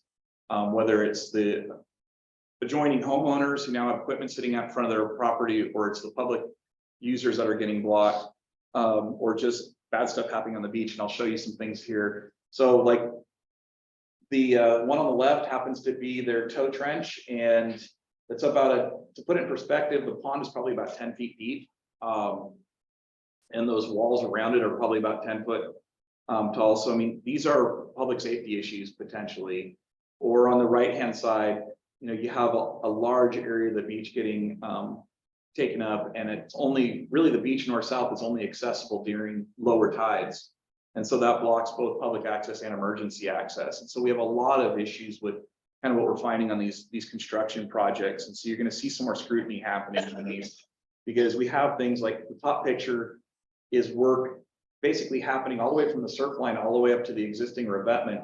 And on the kind of lower right-hand corner of that top picture is their access road, that's their haul road. The public, the only way to get through is to basically walk right through their construction area. Again, not safe for the public, not really something that, you know, as a department, we're set up to say, yeah, just take over the beach because you're installing a revetment. And we've had things like the bottom left, equipment blocking public access routes, the materials, staging materials blocking public access routes, and even some of these emergency access routes getting effectively removed when they build a revetment that crosses that, and not putting in stairs or anything like that. So there's, again, a lot of things that we're going to be looking toward, and part of why we're looking for your help as well when the applicants are coming in and asking the local jurisdictions for, can we use, you know, your public access way to bring our equipment down, or if we're going through the permitting and you guys are looking at the floodplain development permits and other things, understand that there are secondary impacts. It's not just that revetment, and ask the questions and see, because we're finding that it's a lot deeper than that. And we're more than willing to talk with you if you guys, if people are proposing shoreline protection, please reach out to one of us. If people are planning on building right next to the ocean shore and pushing as close west as they want, let us talk to them, because they may have this assumption that, well, I'll get the county or city to say yes, and then I'll put revetment in because I know, well, if they may not be able to. And that's actually something that we're seeing right now. We've got a couple of scenarios where one in Clatsop County, that new development going in on where the lower slopes, there's a little bit of a landslide, and they're proposing that, well, we want to build, but we also need to put revetment at the base of it, right? Well, if you didn't build, you wouldn't need the revetment, or if you built in a different way, you wouldn't need the revetment. So we need to have that discussion up front, because what we're seeing also is people will build, and it's like, well, now I've built, I need the revetment. It's like, well, no.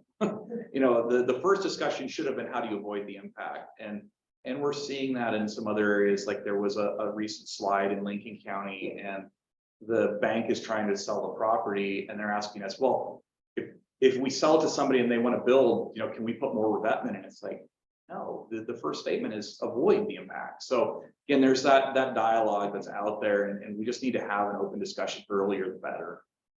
Some of the other things we see out there, like equipment in that upper left, that it's just they were up doing some remedial grading and decided that they would go play on the beach. And that happens to be in a snowy plover area, or an area where they're now nesting. And that is something that I bring up a lot along the coast. Our resource concerns are changing along the coast, and there's some new listings. There's things like snowy plovers are now more prevalent. Their nesting areas have actually expanded, which is a good thing, but it also means that maybe 5 years ago you didn't have to worry about snowy plovers in your area. Now we do. And so there might be a question like, hey, we can't let you build there when you want to because there's snowy plovers. And then we have stuff like this at the, again, these are at road ends typically, where they want to do staging on the beach and they leave the top of the right picture there. It's all their rubble. They put a base of rock down. If they were staging that for the project, they were done building the project and left that to get hit by a few storms, and it just creates a mess out there. So again, we're going to probably be having some harsher discussions with contractors about what they can and can't do on the beach and what we're going to allow them to do, because this is not serving the public by having this. And these are the things that we get a lot of public comments on. Staging areas by far have been where we have received the most complaints, because there is an expectation from the public to be able to get on the beach and not just have it piled full of rocks or equipment. So, and I think we already talked about this. Yeah, and I just want to reiterate, because again, it's one of those 2 points that I kind of want to leave with you guys is, if it's near the beach, have you guys get a hold of us, have the applicants get a hold of us. And then the other one is, just because it's Goal 18 eligible doesn't mean it can be is approvable by OPRD. We do use a different set of standards. Our projects do need to be Goal 18 eligible, especially for like armoring and dune grading. But that doesn't necessarily mean that it's a guarantee that we're going to be able to permit it, because our standards are actually narrower. And like I mentioned before with the view grading, it's a place where historically the public is kind of going, well, I'm doing it consistent with the dune grading plan, so therefore park should just be saying yes. And then when we ask questions, they're like, well, you got to just tell us yes because it's consistent with the plan. Well, there are things that come up and there are reasons we can say no, and that has happened recently. So when you are looking at your dune grading plans, and I would say, and those who haven't, the good suggestion is to look at them, is open up the dialogue so that we can have that discussion and come up with a consistent way of talking to the applicants and saying, these areas aren't gradable for these reasons, but maybe we have preventative grading built in, not view grading, so that we can protect the structures, we can protect the infrastructure in a way that also protects the beach, and it's not promoting, let's go mow down the beach and cause damage to the coast. Anyways. Before we take questions, I just want to open it up for Robert, if you're still on, if you can, if you want to add some points about your perspective as you've been doing some new projects.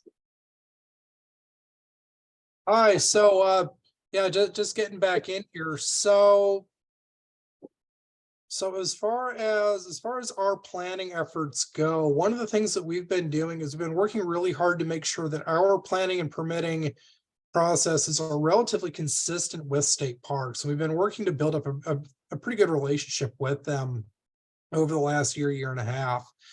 And so we don't want to be in a position where you are having, the city and state parks kind of being played against each other by an applicant, if that makes sense. And I think a lot of the way that our forward dune management plan, which is only a couple of years old, the way that works really allows us to do that, and it has done a really good job of that. Sorry, I'm kind of juggling this thing in with a couple of the things that are going on, so I don't know if I totally caught all of that question. But that's really been our big thing, has just been trying to be consistent, and also as we're going through our code revision, is trying to build in more consistency with the state permitting. So that way we're not, we're not in that position of approving stuff that can't actually be built. Yeah, and I'd add to kind of what Robert said too, is we've had a really good relationship, and where that's also helped out is kind of in the code enforcement side of it. And something that generally speaking, I mean, parks, we want to try to resolve things through cooperative means and voluntary compliance. But it's really been nice because typically what will happen is parks may take the lead on certain things if it's very clear that parks is for parks jurisdiction, and the local planning department might say, hey, yeah, do what park says and we'll resolve it. Or it could be the other way around, where it's really more of a local building codes or planning violation that's also on parks. We'll defer and say, you guys take care of it. And if you resolve it on that end, then that resolves OPRDs. So we can play that together. It doesn't have to be local jurisdiction and OPRD. We can support each other and move these forward as we build our compliance and enforcement program and build these relationships. It's that, again, open dialogue. Absolutely. And that also helps. In fact, speaking from experience with a couple of our code related issues here in Cannon Beach, I think it really helps when both of us, as far as state parks and the city, go and approach somebody who is doing, say, unpermitted dune grading, or they've done an unauthorized alteration to a revetment. Like we had somebody who recently added in a staircase. That's something that requires both local and state permitting. And so when they're hearing it from both of us at the same time, and they know that we're both talking, it just makes sure that everything, it keeps that consistency going, which I think is the most important thing out there.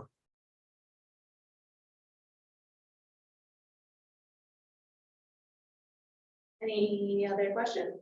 So, What does revetment mean? Revetment? Yeah. A revetment basically, think it was an angled pile of rocks. It's put in for erosion protection, it's a hardening structure. And so it's the way they're designed is usually at a 1.5 to 1 or 2 to 1 slope, where it's just effectively a triangle of large rock with some backing material behind it, small, and the intent is to provide the energy absorption of the waves instead of the sand just blowing out. Riprap. Okay. Yeah, it's a riprap revetment. Thank you. But there can be also cobble revetments, that may be another thing that you might hear, and or a dynamic revetment, and that is actually slightly different. It is. And it's considered a non-structural shoreline stabilization technique. And there's one in Cape Lookout State Park, where it's just different sized rounded cobble, typically that like is placed at the toe of a dune or something like that to also try to prevent erosion. And it helps to dissipate the wave action over that space. So those are sort of preferred to then the riprap, which is where the stones are actually like stuck together and they don't move, whereas the cobble revetment does move around, and that's part of the preference, is that it's dynamic, it's not gonna hold the shoreline in place. And I think, that's a good segue to, there is now available on our website, I think it's on PLCs, but it's the Oregon Coastal Erosion, and I got the title wrong. I think it's called the Guidebook on Coastal Yes. Erosion Techniques or something like that for Oregon, for coastal Oregon. And it has like kind of a pro and con list of all these different things that Kevin was mentioning, and whether they're structural or non-structural, what kind of policies they need to meet in order to be eligible for either of them, and sort of the pros and cons, and then how they might fare under climate conditions like sea level rise or things like that. So it's hopefully helpful. And it talks through all the processes and, like I said, the pros and cons. So, and that's what we're starting to build our guidance on, is that, and then saying we want to have more clarity on some of those things, like when it talks about a hybrid, this is what we're going to be asking for, and how you use a hybrid to meet our rules, that type of thing. So it's nice to have that one starting point. And here in Cannon Beach, the majority of our revetments have been on the non-structural sand cobble variety. And our shore dune, or our foredune management plan implies, and we're going to work on formalizing this, but it implies sort of a progressive stabilization strategy where you have to start from the least impactful and work your way through higher levels of impact, demonstrating that for example, a sand and cobble berm doesn't work, or that the next stage up doesn't work. So that way you can't just go from 0 to riprap overnight.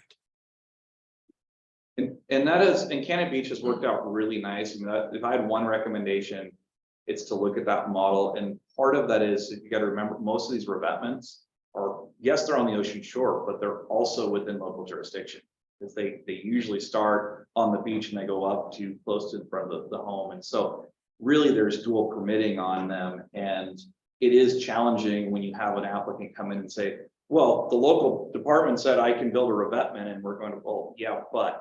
And so it definitely has worked out much better in Cannon Beach. We've been able to have a lot more open dialogue with landowners and applicants, and it's sharing that same message so that it's not an us versus them scenario. And it also, I think, helps build into the floodplain development and other permit reviews too, just making sure they're understanding that all up front. I will point out too that it is actually a requirement of goal 17 that non-structural approaches to shoreline stabilization, it has to be preferred before they get to structural, even if they're eligible under goal 18 or goal 16. So that applies to both estuaries and the ocean shore, that you have to demonstrate that softer or like, you know, moving the house back on property or non-structural solutions don't work before you can get to that structural approach. So it is actually within the goal 17 requirements. So you can use that as your backup too. I think there was a question online. I don't know if someone can look at the chat. That was from me, Andrea. I just was wondering if there are any good information pieces out there that could be made available to private property owners about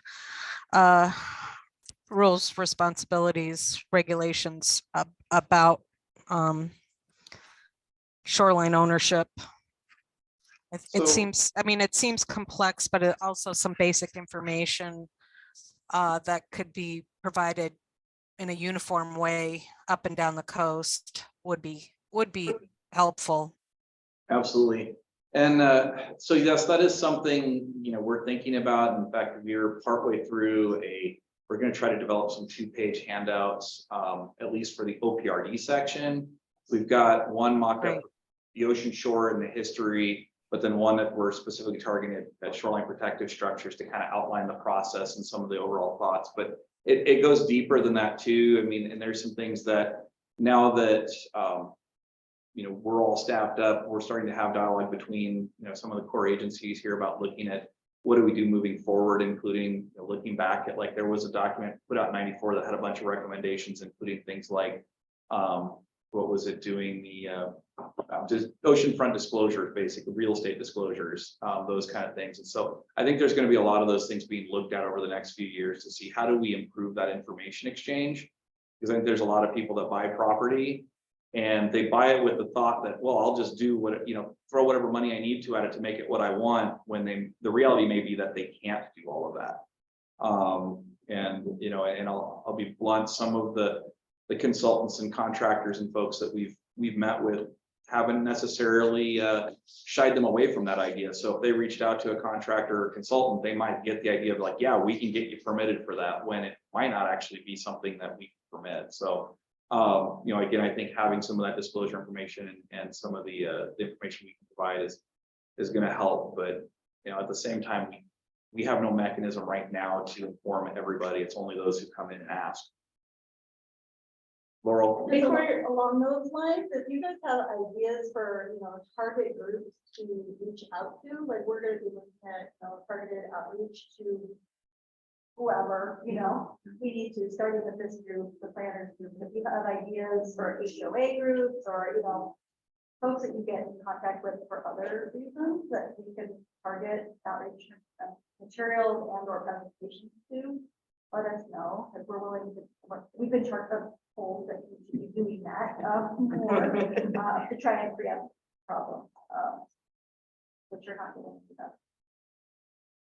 Thank you for that. That was a really great discussion. We have one more presentation, so we'll wrap that up. But if maybe while Andy's setting up his PowerPoint, if there are any last questions or discussions that you want to bring up, or, you know, of course, talk with Kevin and Laurel and Tyler after the meeting and follow up later.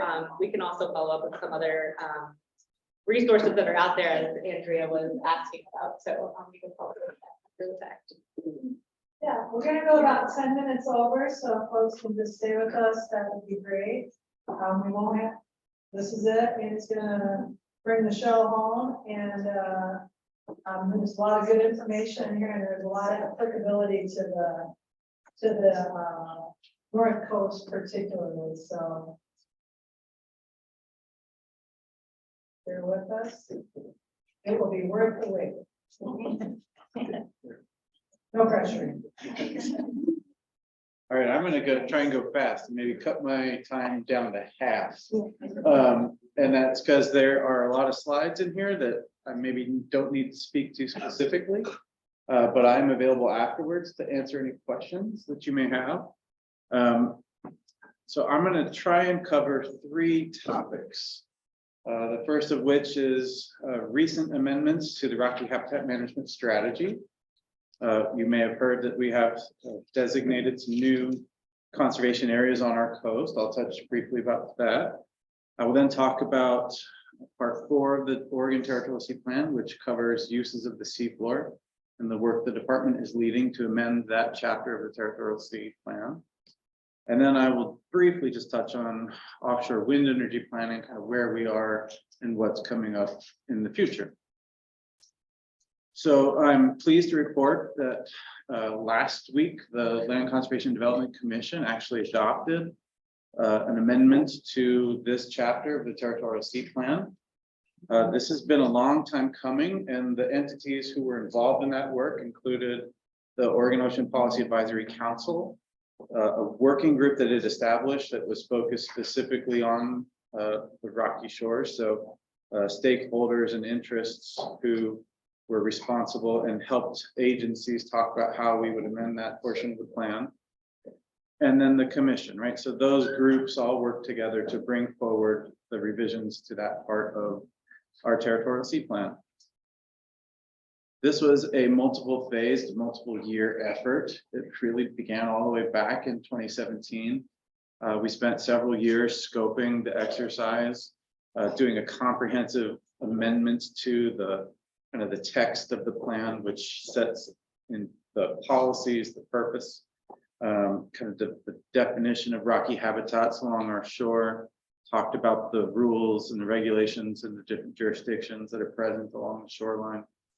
The second phase of work was really focused around the creation of a community-based proposal process that allowed communities up and down the coast to interact with our most recent inventory of information and think about where new sites for Rocky management designation would occur. And then the last phase was actually the conduct of that proposal process, and by which, you know, the state received proposals and then moved forward on the review and consideration and then potential adoption of those proposals. So as I mentioned, there were a number of proposals that were submitted by communities, 12 to be exact. You know, the Ocean Policy Advisory Council, through their initial review process, said 4 of these are not what we want, so they kind of stopped there. There were 2 that were ready, right, kind of when that work was completed to move forward, but there was this subset of 6 additional sites that required further work by the agencies. So that included additional consultation and workshops that were hosted to sort through issues associated with those sites. And all 6 of those sites were recommended to move forward. And they include a marine conservation area at Ecole Point, a marine garden at Chapman Point, which was a companion proposal. So the group that proposed these 2 areas were thinking about how the public would interact and potentially benefit from these 2 sites together as a companion set of proposals. There was a Cape Lookout Marine Conservation Area, which was proposed, and that's really right around the rocky shores of Cape. Marine conservation area at Fogarty Creek, which is a pretty small little conservation area extending from kind of the middle of the Fogarty Creek Cove up to Fishing Rock. The Cape Foulweather Marine Conservation Area, which kind of is a big broad area at the base of Cape Foulweather, covering kind of rocky habitats in that portion. And then on the south coast, there was a site at Black Hawk Point. I do have slides, and there's an ArcGIS online story map that highlights each of these places and the proposals that were used to get there. And I'm not going to go through these now because there's no time for me to do so, but this information is available all online. You can actually view my presentation to the commission where I go into it in some detail, but there's also additional resources where you can go back to view the discussions and the workshops that occurred at each one of these community locations, where the recommended new management kind of rules were configured by each community specific to the needs of those places. So all of these marine conservation areas, while they are similar, they're not exactly the same. So if you think about the analogy of apples to oranges, this is more like apples to apples. It's more like Fuji to Honeycrisp or Pink Ladies, right? They're all just slightly tuned differently. And it's really exciting to see these marine conservation areas move forward after a number of years of work and engagement with communities. They really did put a lot of time and effort. There were over, thousands of hours of engagement that came from community members that were part of this process. So the state is really happy that we were able to help that process move forward, and these communities can build some ownership and stewardship of these locations. Moving on now to part 4 of the Territorial Sea Plan. Again, this is a part that covers the uses of the seafloor. The most common use that we're talking about here is fiber optic cables. Right, so the picture up at the top is actually 3 cables that are all cased in one, but usually these are about the size of a large garden hose. So not a big piece of infrastructure, but we were directed by the legislature in 2021 to kind of do a review of our comprehensive permitting process and come up with recommendations for improvements to that. So again, the Ocean Policy Advisory Council is the entity that was charged with creating the first recommendations. They've established a working group. We've met 6 times to date. Marcus Chatfield, who's online remotely, has been coordinating this effort, and we are moving towards completion of this effort. Our last working group meeting is May 10th. I don't think that's next Wednesday, but 2 weeks from. So it's coming up soon. A recommendation from that working group will be forwarded to the Ocean Policy Advisory Council. That's scheduled to meet on May 23rd. And then the recommendations from OPAC will go to the commission when the commission has time on their schedule for me to get this in front of them. So a similar kind of stakeholder process. We've pulled everybody, all the interests who need to be there, into the big picture. And we're using that to identify changes and improvements to this portion of the plan. A couple of big improvements to date have been funding 2 studies, one of which was a best practices study about the cable industry in general. This was produced by Ryan Wapshall. He's actually a native Oregonian, lives in Bend, but he's a contractor for cable companies all around the world, helps the site and plan cable routes. And there are a lot of submarine cables around the world. The map on the upper right, those lines that are hard to see are kind of the routes that cross the world's ocean and provide connectivity for all of our data that is transmitted around the Earth. And those lines are much thicker. Obviously, they're limited on a map scale. So, the actual infrastructure does not take up that much geography, but to represent it here. But there are, 13 cables that land on Oregon shores. They provide economic benefit to the state through having like good data connectivity to the rest of the world. And the report that he produced is very comprehensive. It describes a process by which cable companies would think about their existing network, how they want to build redundancy in that network, how they plan additional nodes, additional routes around the world. Talks about all the different challenges that may come to play as they're thinking about planning. So the spatial planning goes associated with understanding hazards, obstructions, kinds of fishing activity, vessel traffic. Probably the #1 disruption of the cable industry is damage through disturbance of fishing anchors or fishing gear that catches a cable and then can break that cable. Companies can splice cables together, but that's a time-consuming and very expensive process. So in Oregon, there's a requirement that cables are buried to the maximum extent practicable, and that reduces the risk for companies to their infrastructure, but it also allows compatible uses of the ocean because you can still fish in these places where the infrastructure exists. So this is a great report, provides an overall background to the broad picture of how the cable industry functions and that it can inform kind of how state reviews proposals for new cables. The second report is a report that Jonathan mentioned earlier today, a geological assessment of Oregon's coast for the purpose of understanding cable crossings of the ocean shore. It's a great report that includes a lot of details about, again, the hazards, geological hazards that cables may be associated with, talks about the geological terrains that exist on the Oregon ocean shore, and then produces a map that can describe relative difficulty of actually drilling cable under the shore out into the ocean, which is the preferred best practice for the installation of cables so that the ocean shore is not disrupted. And you can find more information about this at the Oregon Ocean Information website. We post all of our working group meeting materials and documents there. So if you want to follow along, you're welcome to join our meetings. All of our meetings are conducted with remote participation available, so you don't have to travel if you want to sit and listen. All right, take a little bit of a breather. Laurel, yeah, you have your hand raised. Saying cables, like fiber optic cables, but it also includes other types of conduit. Yes, thank you. Power cables, fiber optic or pipelines.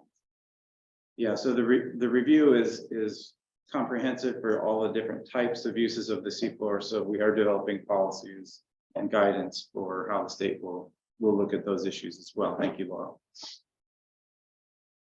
So the last topic is offshore wind energy planning and or development. This is probably a topic many of you are familiar with. But just a reminder, this like the Rocky Shores or cable planning is really focused on goal 19, the ocean resource uses. That's because the state owns the seabed out in the territorial sea. And as such, we steward that for the purpose of all Oregonians for public benefit. And the touchstone is really that as we think about new uses of the ocean, are trying to give a higher priority for the protection of renewable marine resources. And that's really defined as the living marine organisms in the system that maintains those, rather than a non-renewable ocean resources. So even though marine renewable energy development may be renewable, it's still a development and not the function of the ocean in providing natural resources for the state. And we have been through this exercise before. We did develop a chapter of our territorial sea plan that was focused on, at that time, hydrokinetic or wave energy development.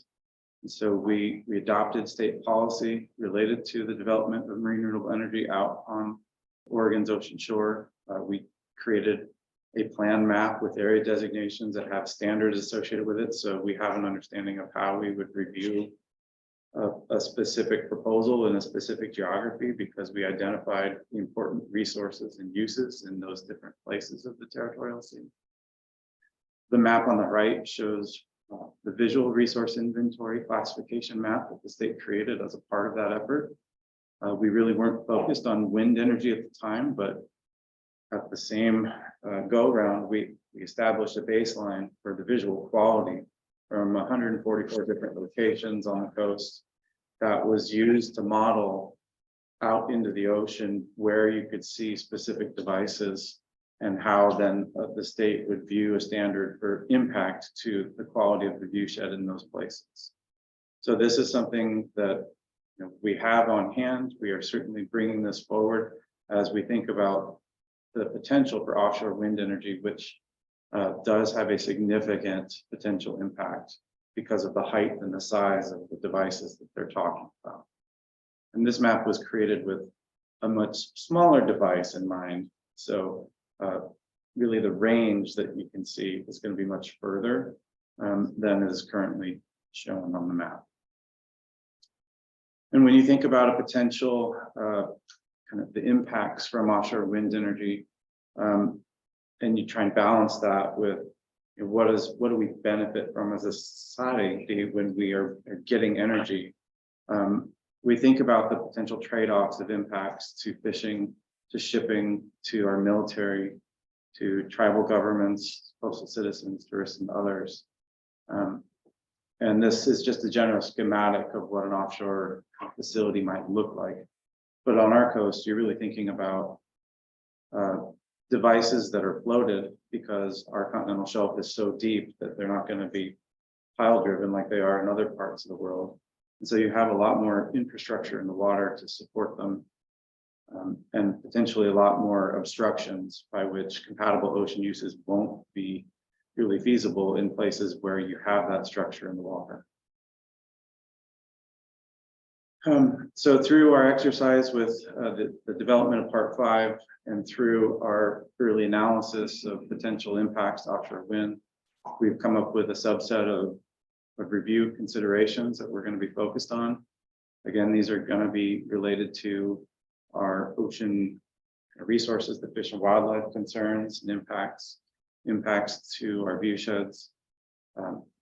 In areas where there's proposed elements of a project that come onto shore, they're going to have to be consistent with city, county policies.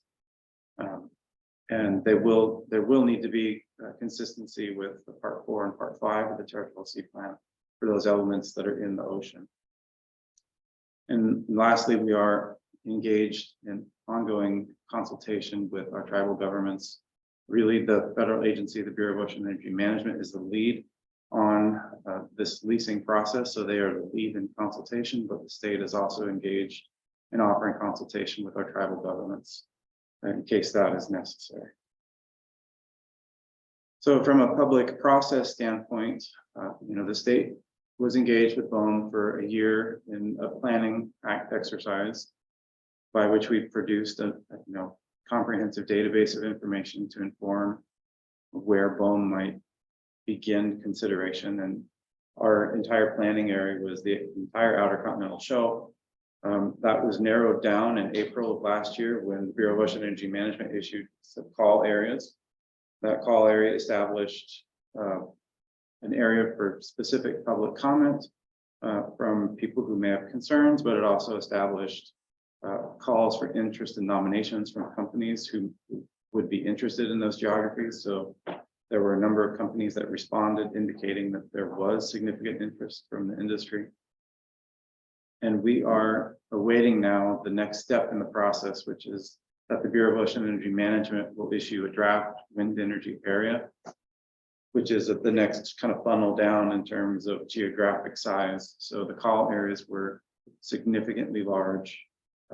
The state and BOEM were envisioning that those would be narrowed considerably in this area identification process.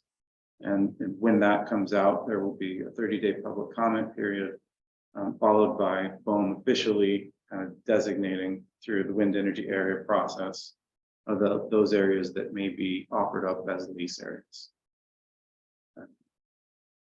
And again, we're talking about a number of years before there's any steel in the water. So a lease for a company doesn't allow development. It just allows them to study the site, characterize the site for the purposes of development. The next step in the process after they have a lease is that a private company will build a construction operations plan, which is when the state would learn about all the different elements of a project that would be proposed. And that's where really the federal consistency process would compare the potential impacts to ocean resources and uses relative to the state's policies. So we're a long way off before anything being in the water, but we are close to the point in time where there's a geographic kind of selection that's locked in place. Because as soon as leases are issued, those are the places where that development would occur. And I think when you hear about this process externally, that's the step that provides the most angst right now for people, is that there could potentially be areas that are kind of locked in for this development. And that could mean that, after a period of time where planning occurs, these sites are occupied for 25 to 30 years with potential offshore facilities. And you have a quick question for you. Yep. There's a lot of folks who may be up in the North Coast, there are communities that have an interest for work north of us in Washington State. And I know a lot of some of the local leaders hear concern from those folks about what could happen north of the Columbia River.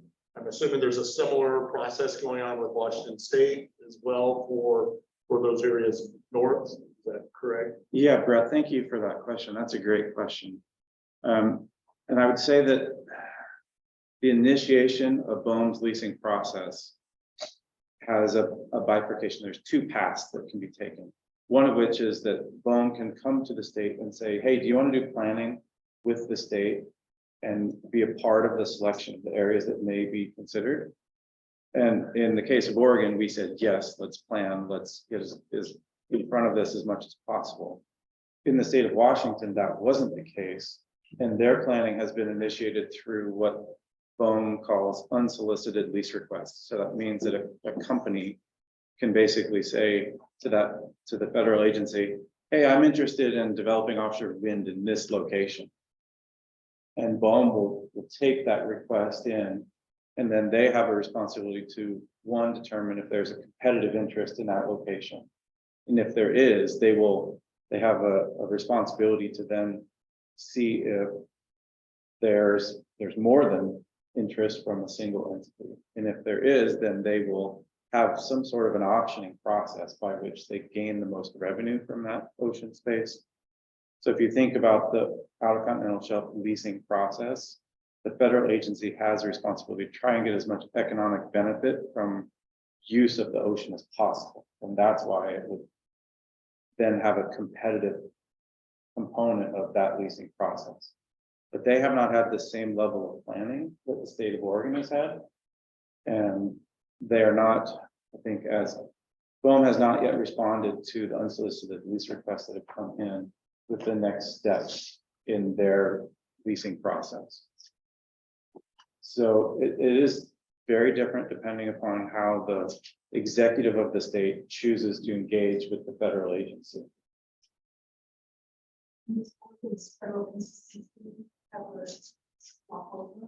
So the question was, does Oregon's federal consistency go beyond state lines? Maybe is a better way to think about that. Well, I don't know, SWAT sounds really technical. Yeah. We have considered whether or not we would identify impacts to Oregon users from potential developments outside of Oregon state waters. That's a complex question that I don't think we've answered yet, although it's certainly possible that we could engage in and comment on developments in California or Washington because of impacts to Oregon's communities. Great. Question on the map, show the two areas, one by two bay, one by properties. So those two general areas, is that at part, or is there potential for open up another round of applications? Yeah, I don't know if everyone heard that question online, but the question was, are the two call areas that Oregon has under consideration now the final kind of options? And the answer is no. BOEM could certainly come back after those areas are leased if there's additional demand from the industry and ask BOEM and ask the state, where else might we develop? So it really is an industry-driven process. And the intent and the potential development is driven by continued industry interest in additional lease areas. So if Oregon leases space on the Outer Continental Shelf and those become fully occupied, BOEM has come to the state and said, we're happy to do another planning process with you, by which we would then jointly select new call areas, which would be the preferred route other than kind of allowing a company to do the unsolicited lease request where they pinpoint someplace on the map and say, we want to be here, and they tell us if that'll work. So, and my personal opinion on this is that it's not going to be the end. I think the initial target for this process was viewed as 3 gigawatts because that was part of a planning goal that was established with the passage of House Bill 3375 in the 2021 session, and that had a 3 gigawatt by 2030 number included in it, although it was unclear whether or not that was a development cap, a target, or a planning goal target. So it was ambiguous as to what that 3 gigawatts meant to begin with. BOEM interpreted that as the state would like to see 3 gigawatts out of these first 2 call areas. And we will see what they come up with from an area identification standpoint. But I didn't have any other slides. There's the resource here for the folks to look at. And Laurel, you have a comment or question? The comment for folks just to be looking for, BOEM is in the process of doing a visualization modeling effort for the 2 different call areas. They select where they work with various parties, including our community and tribal partners to identify, they won't get 6 to choose from, but 6 locations from which they'll model hypothetical wind farms. To look for those products. Assuming that somebody from the fiscal program can set that out with you once that's available here.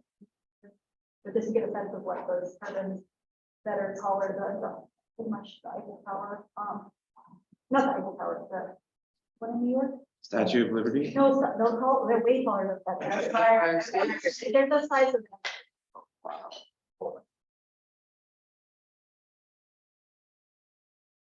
Thank you. I didn't have any other, are there any questions? Oh, I'm just interested. So is there with these proposed sites, given Oregon's climate and deep water, is there precedent for installation of these types of devices in environments like around the world? Yeah, Jonathan, great question. The deepest I'm aware that a floating offshore wind turbine has been tethered and worked for a couple of years was in about 300 meters of water depth. The areas that we are considering is closer to 1,300 meters of water depth. So if you think about the significant technological challenges going from 3 to 1,300 meters, that's significant. There's also a significant jump in costs because the materials required would be significantly more, especially for like the big chains that would be used for anchoring the devices. So it's going to be a significant technological challenge, and I'm very happy that the state of California is leading the way on this, because I'd love to see some of the devices survive the climate in the Pacific Ocean before they're developed in Oregon. The NOVA last night on OPE showed some of the testing that was for offshore devices. Well, there have been floating offshore oil and gas developments around the world that have been in place for years. So the platform technology, which has really been adopted from the oil and gas industry and applied to offshore wind, is more mature than one might think. So these are structures that have already been proven in significant ocean conditions. It's the combination of a giant turbine with that floating structure that may be new, right? So you have a long arm lever on floating structure. How is that going to work? What is the maintenance requirements of that going to be? There's a lot of questions and I think a lot of learning that's going to happen if these things become a reality. Can you just say one more time? You just mentioned chains, but they're not actually integrated. How did they move? So the floating devices will have to be anchored. Yeah. Yeah, and there will be a circle of occupation that's associated with that. Just the Yeah. offshore, reason I asked offshore oil rigs. I don't know cars. Interesting. They're like steered by style. Yes. Right. Wow. Well, everything I've heard is mentioned that these would be anchored and tethered to the seafloor. Yeah. there any more questions for Andy?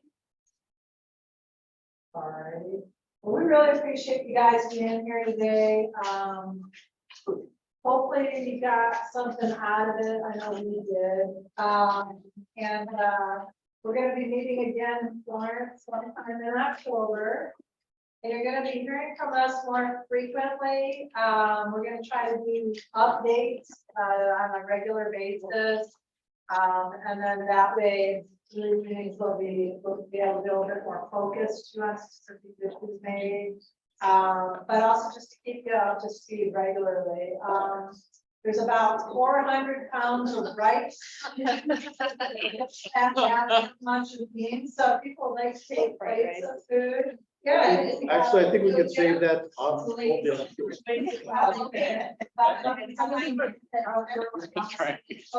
And one more thing before you walk out the door, if you haven't signed in, please do. We need to have that for our records. Thank you, everyone.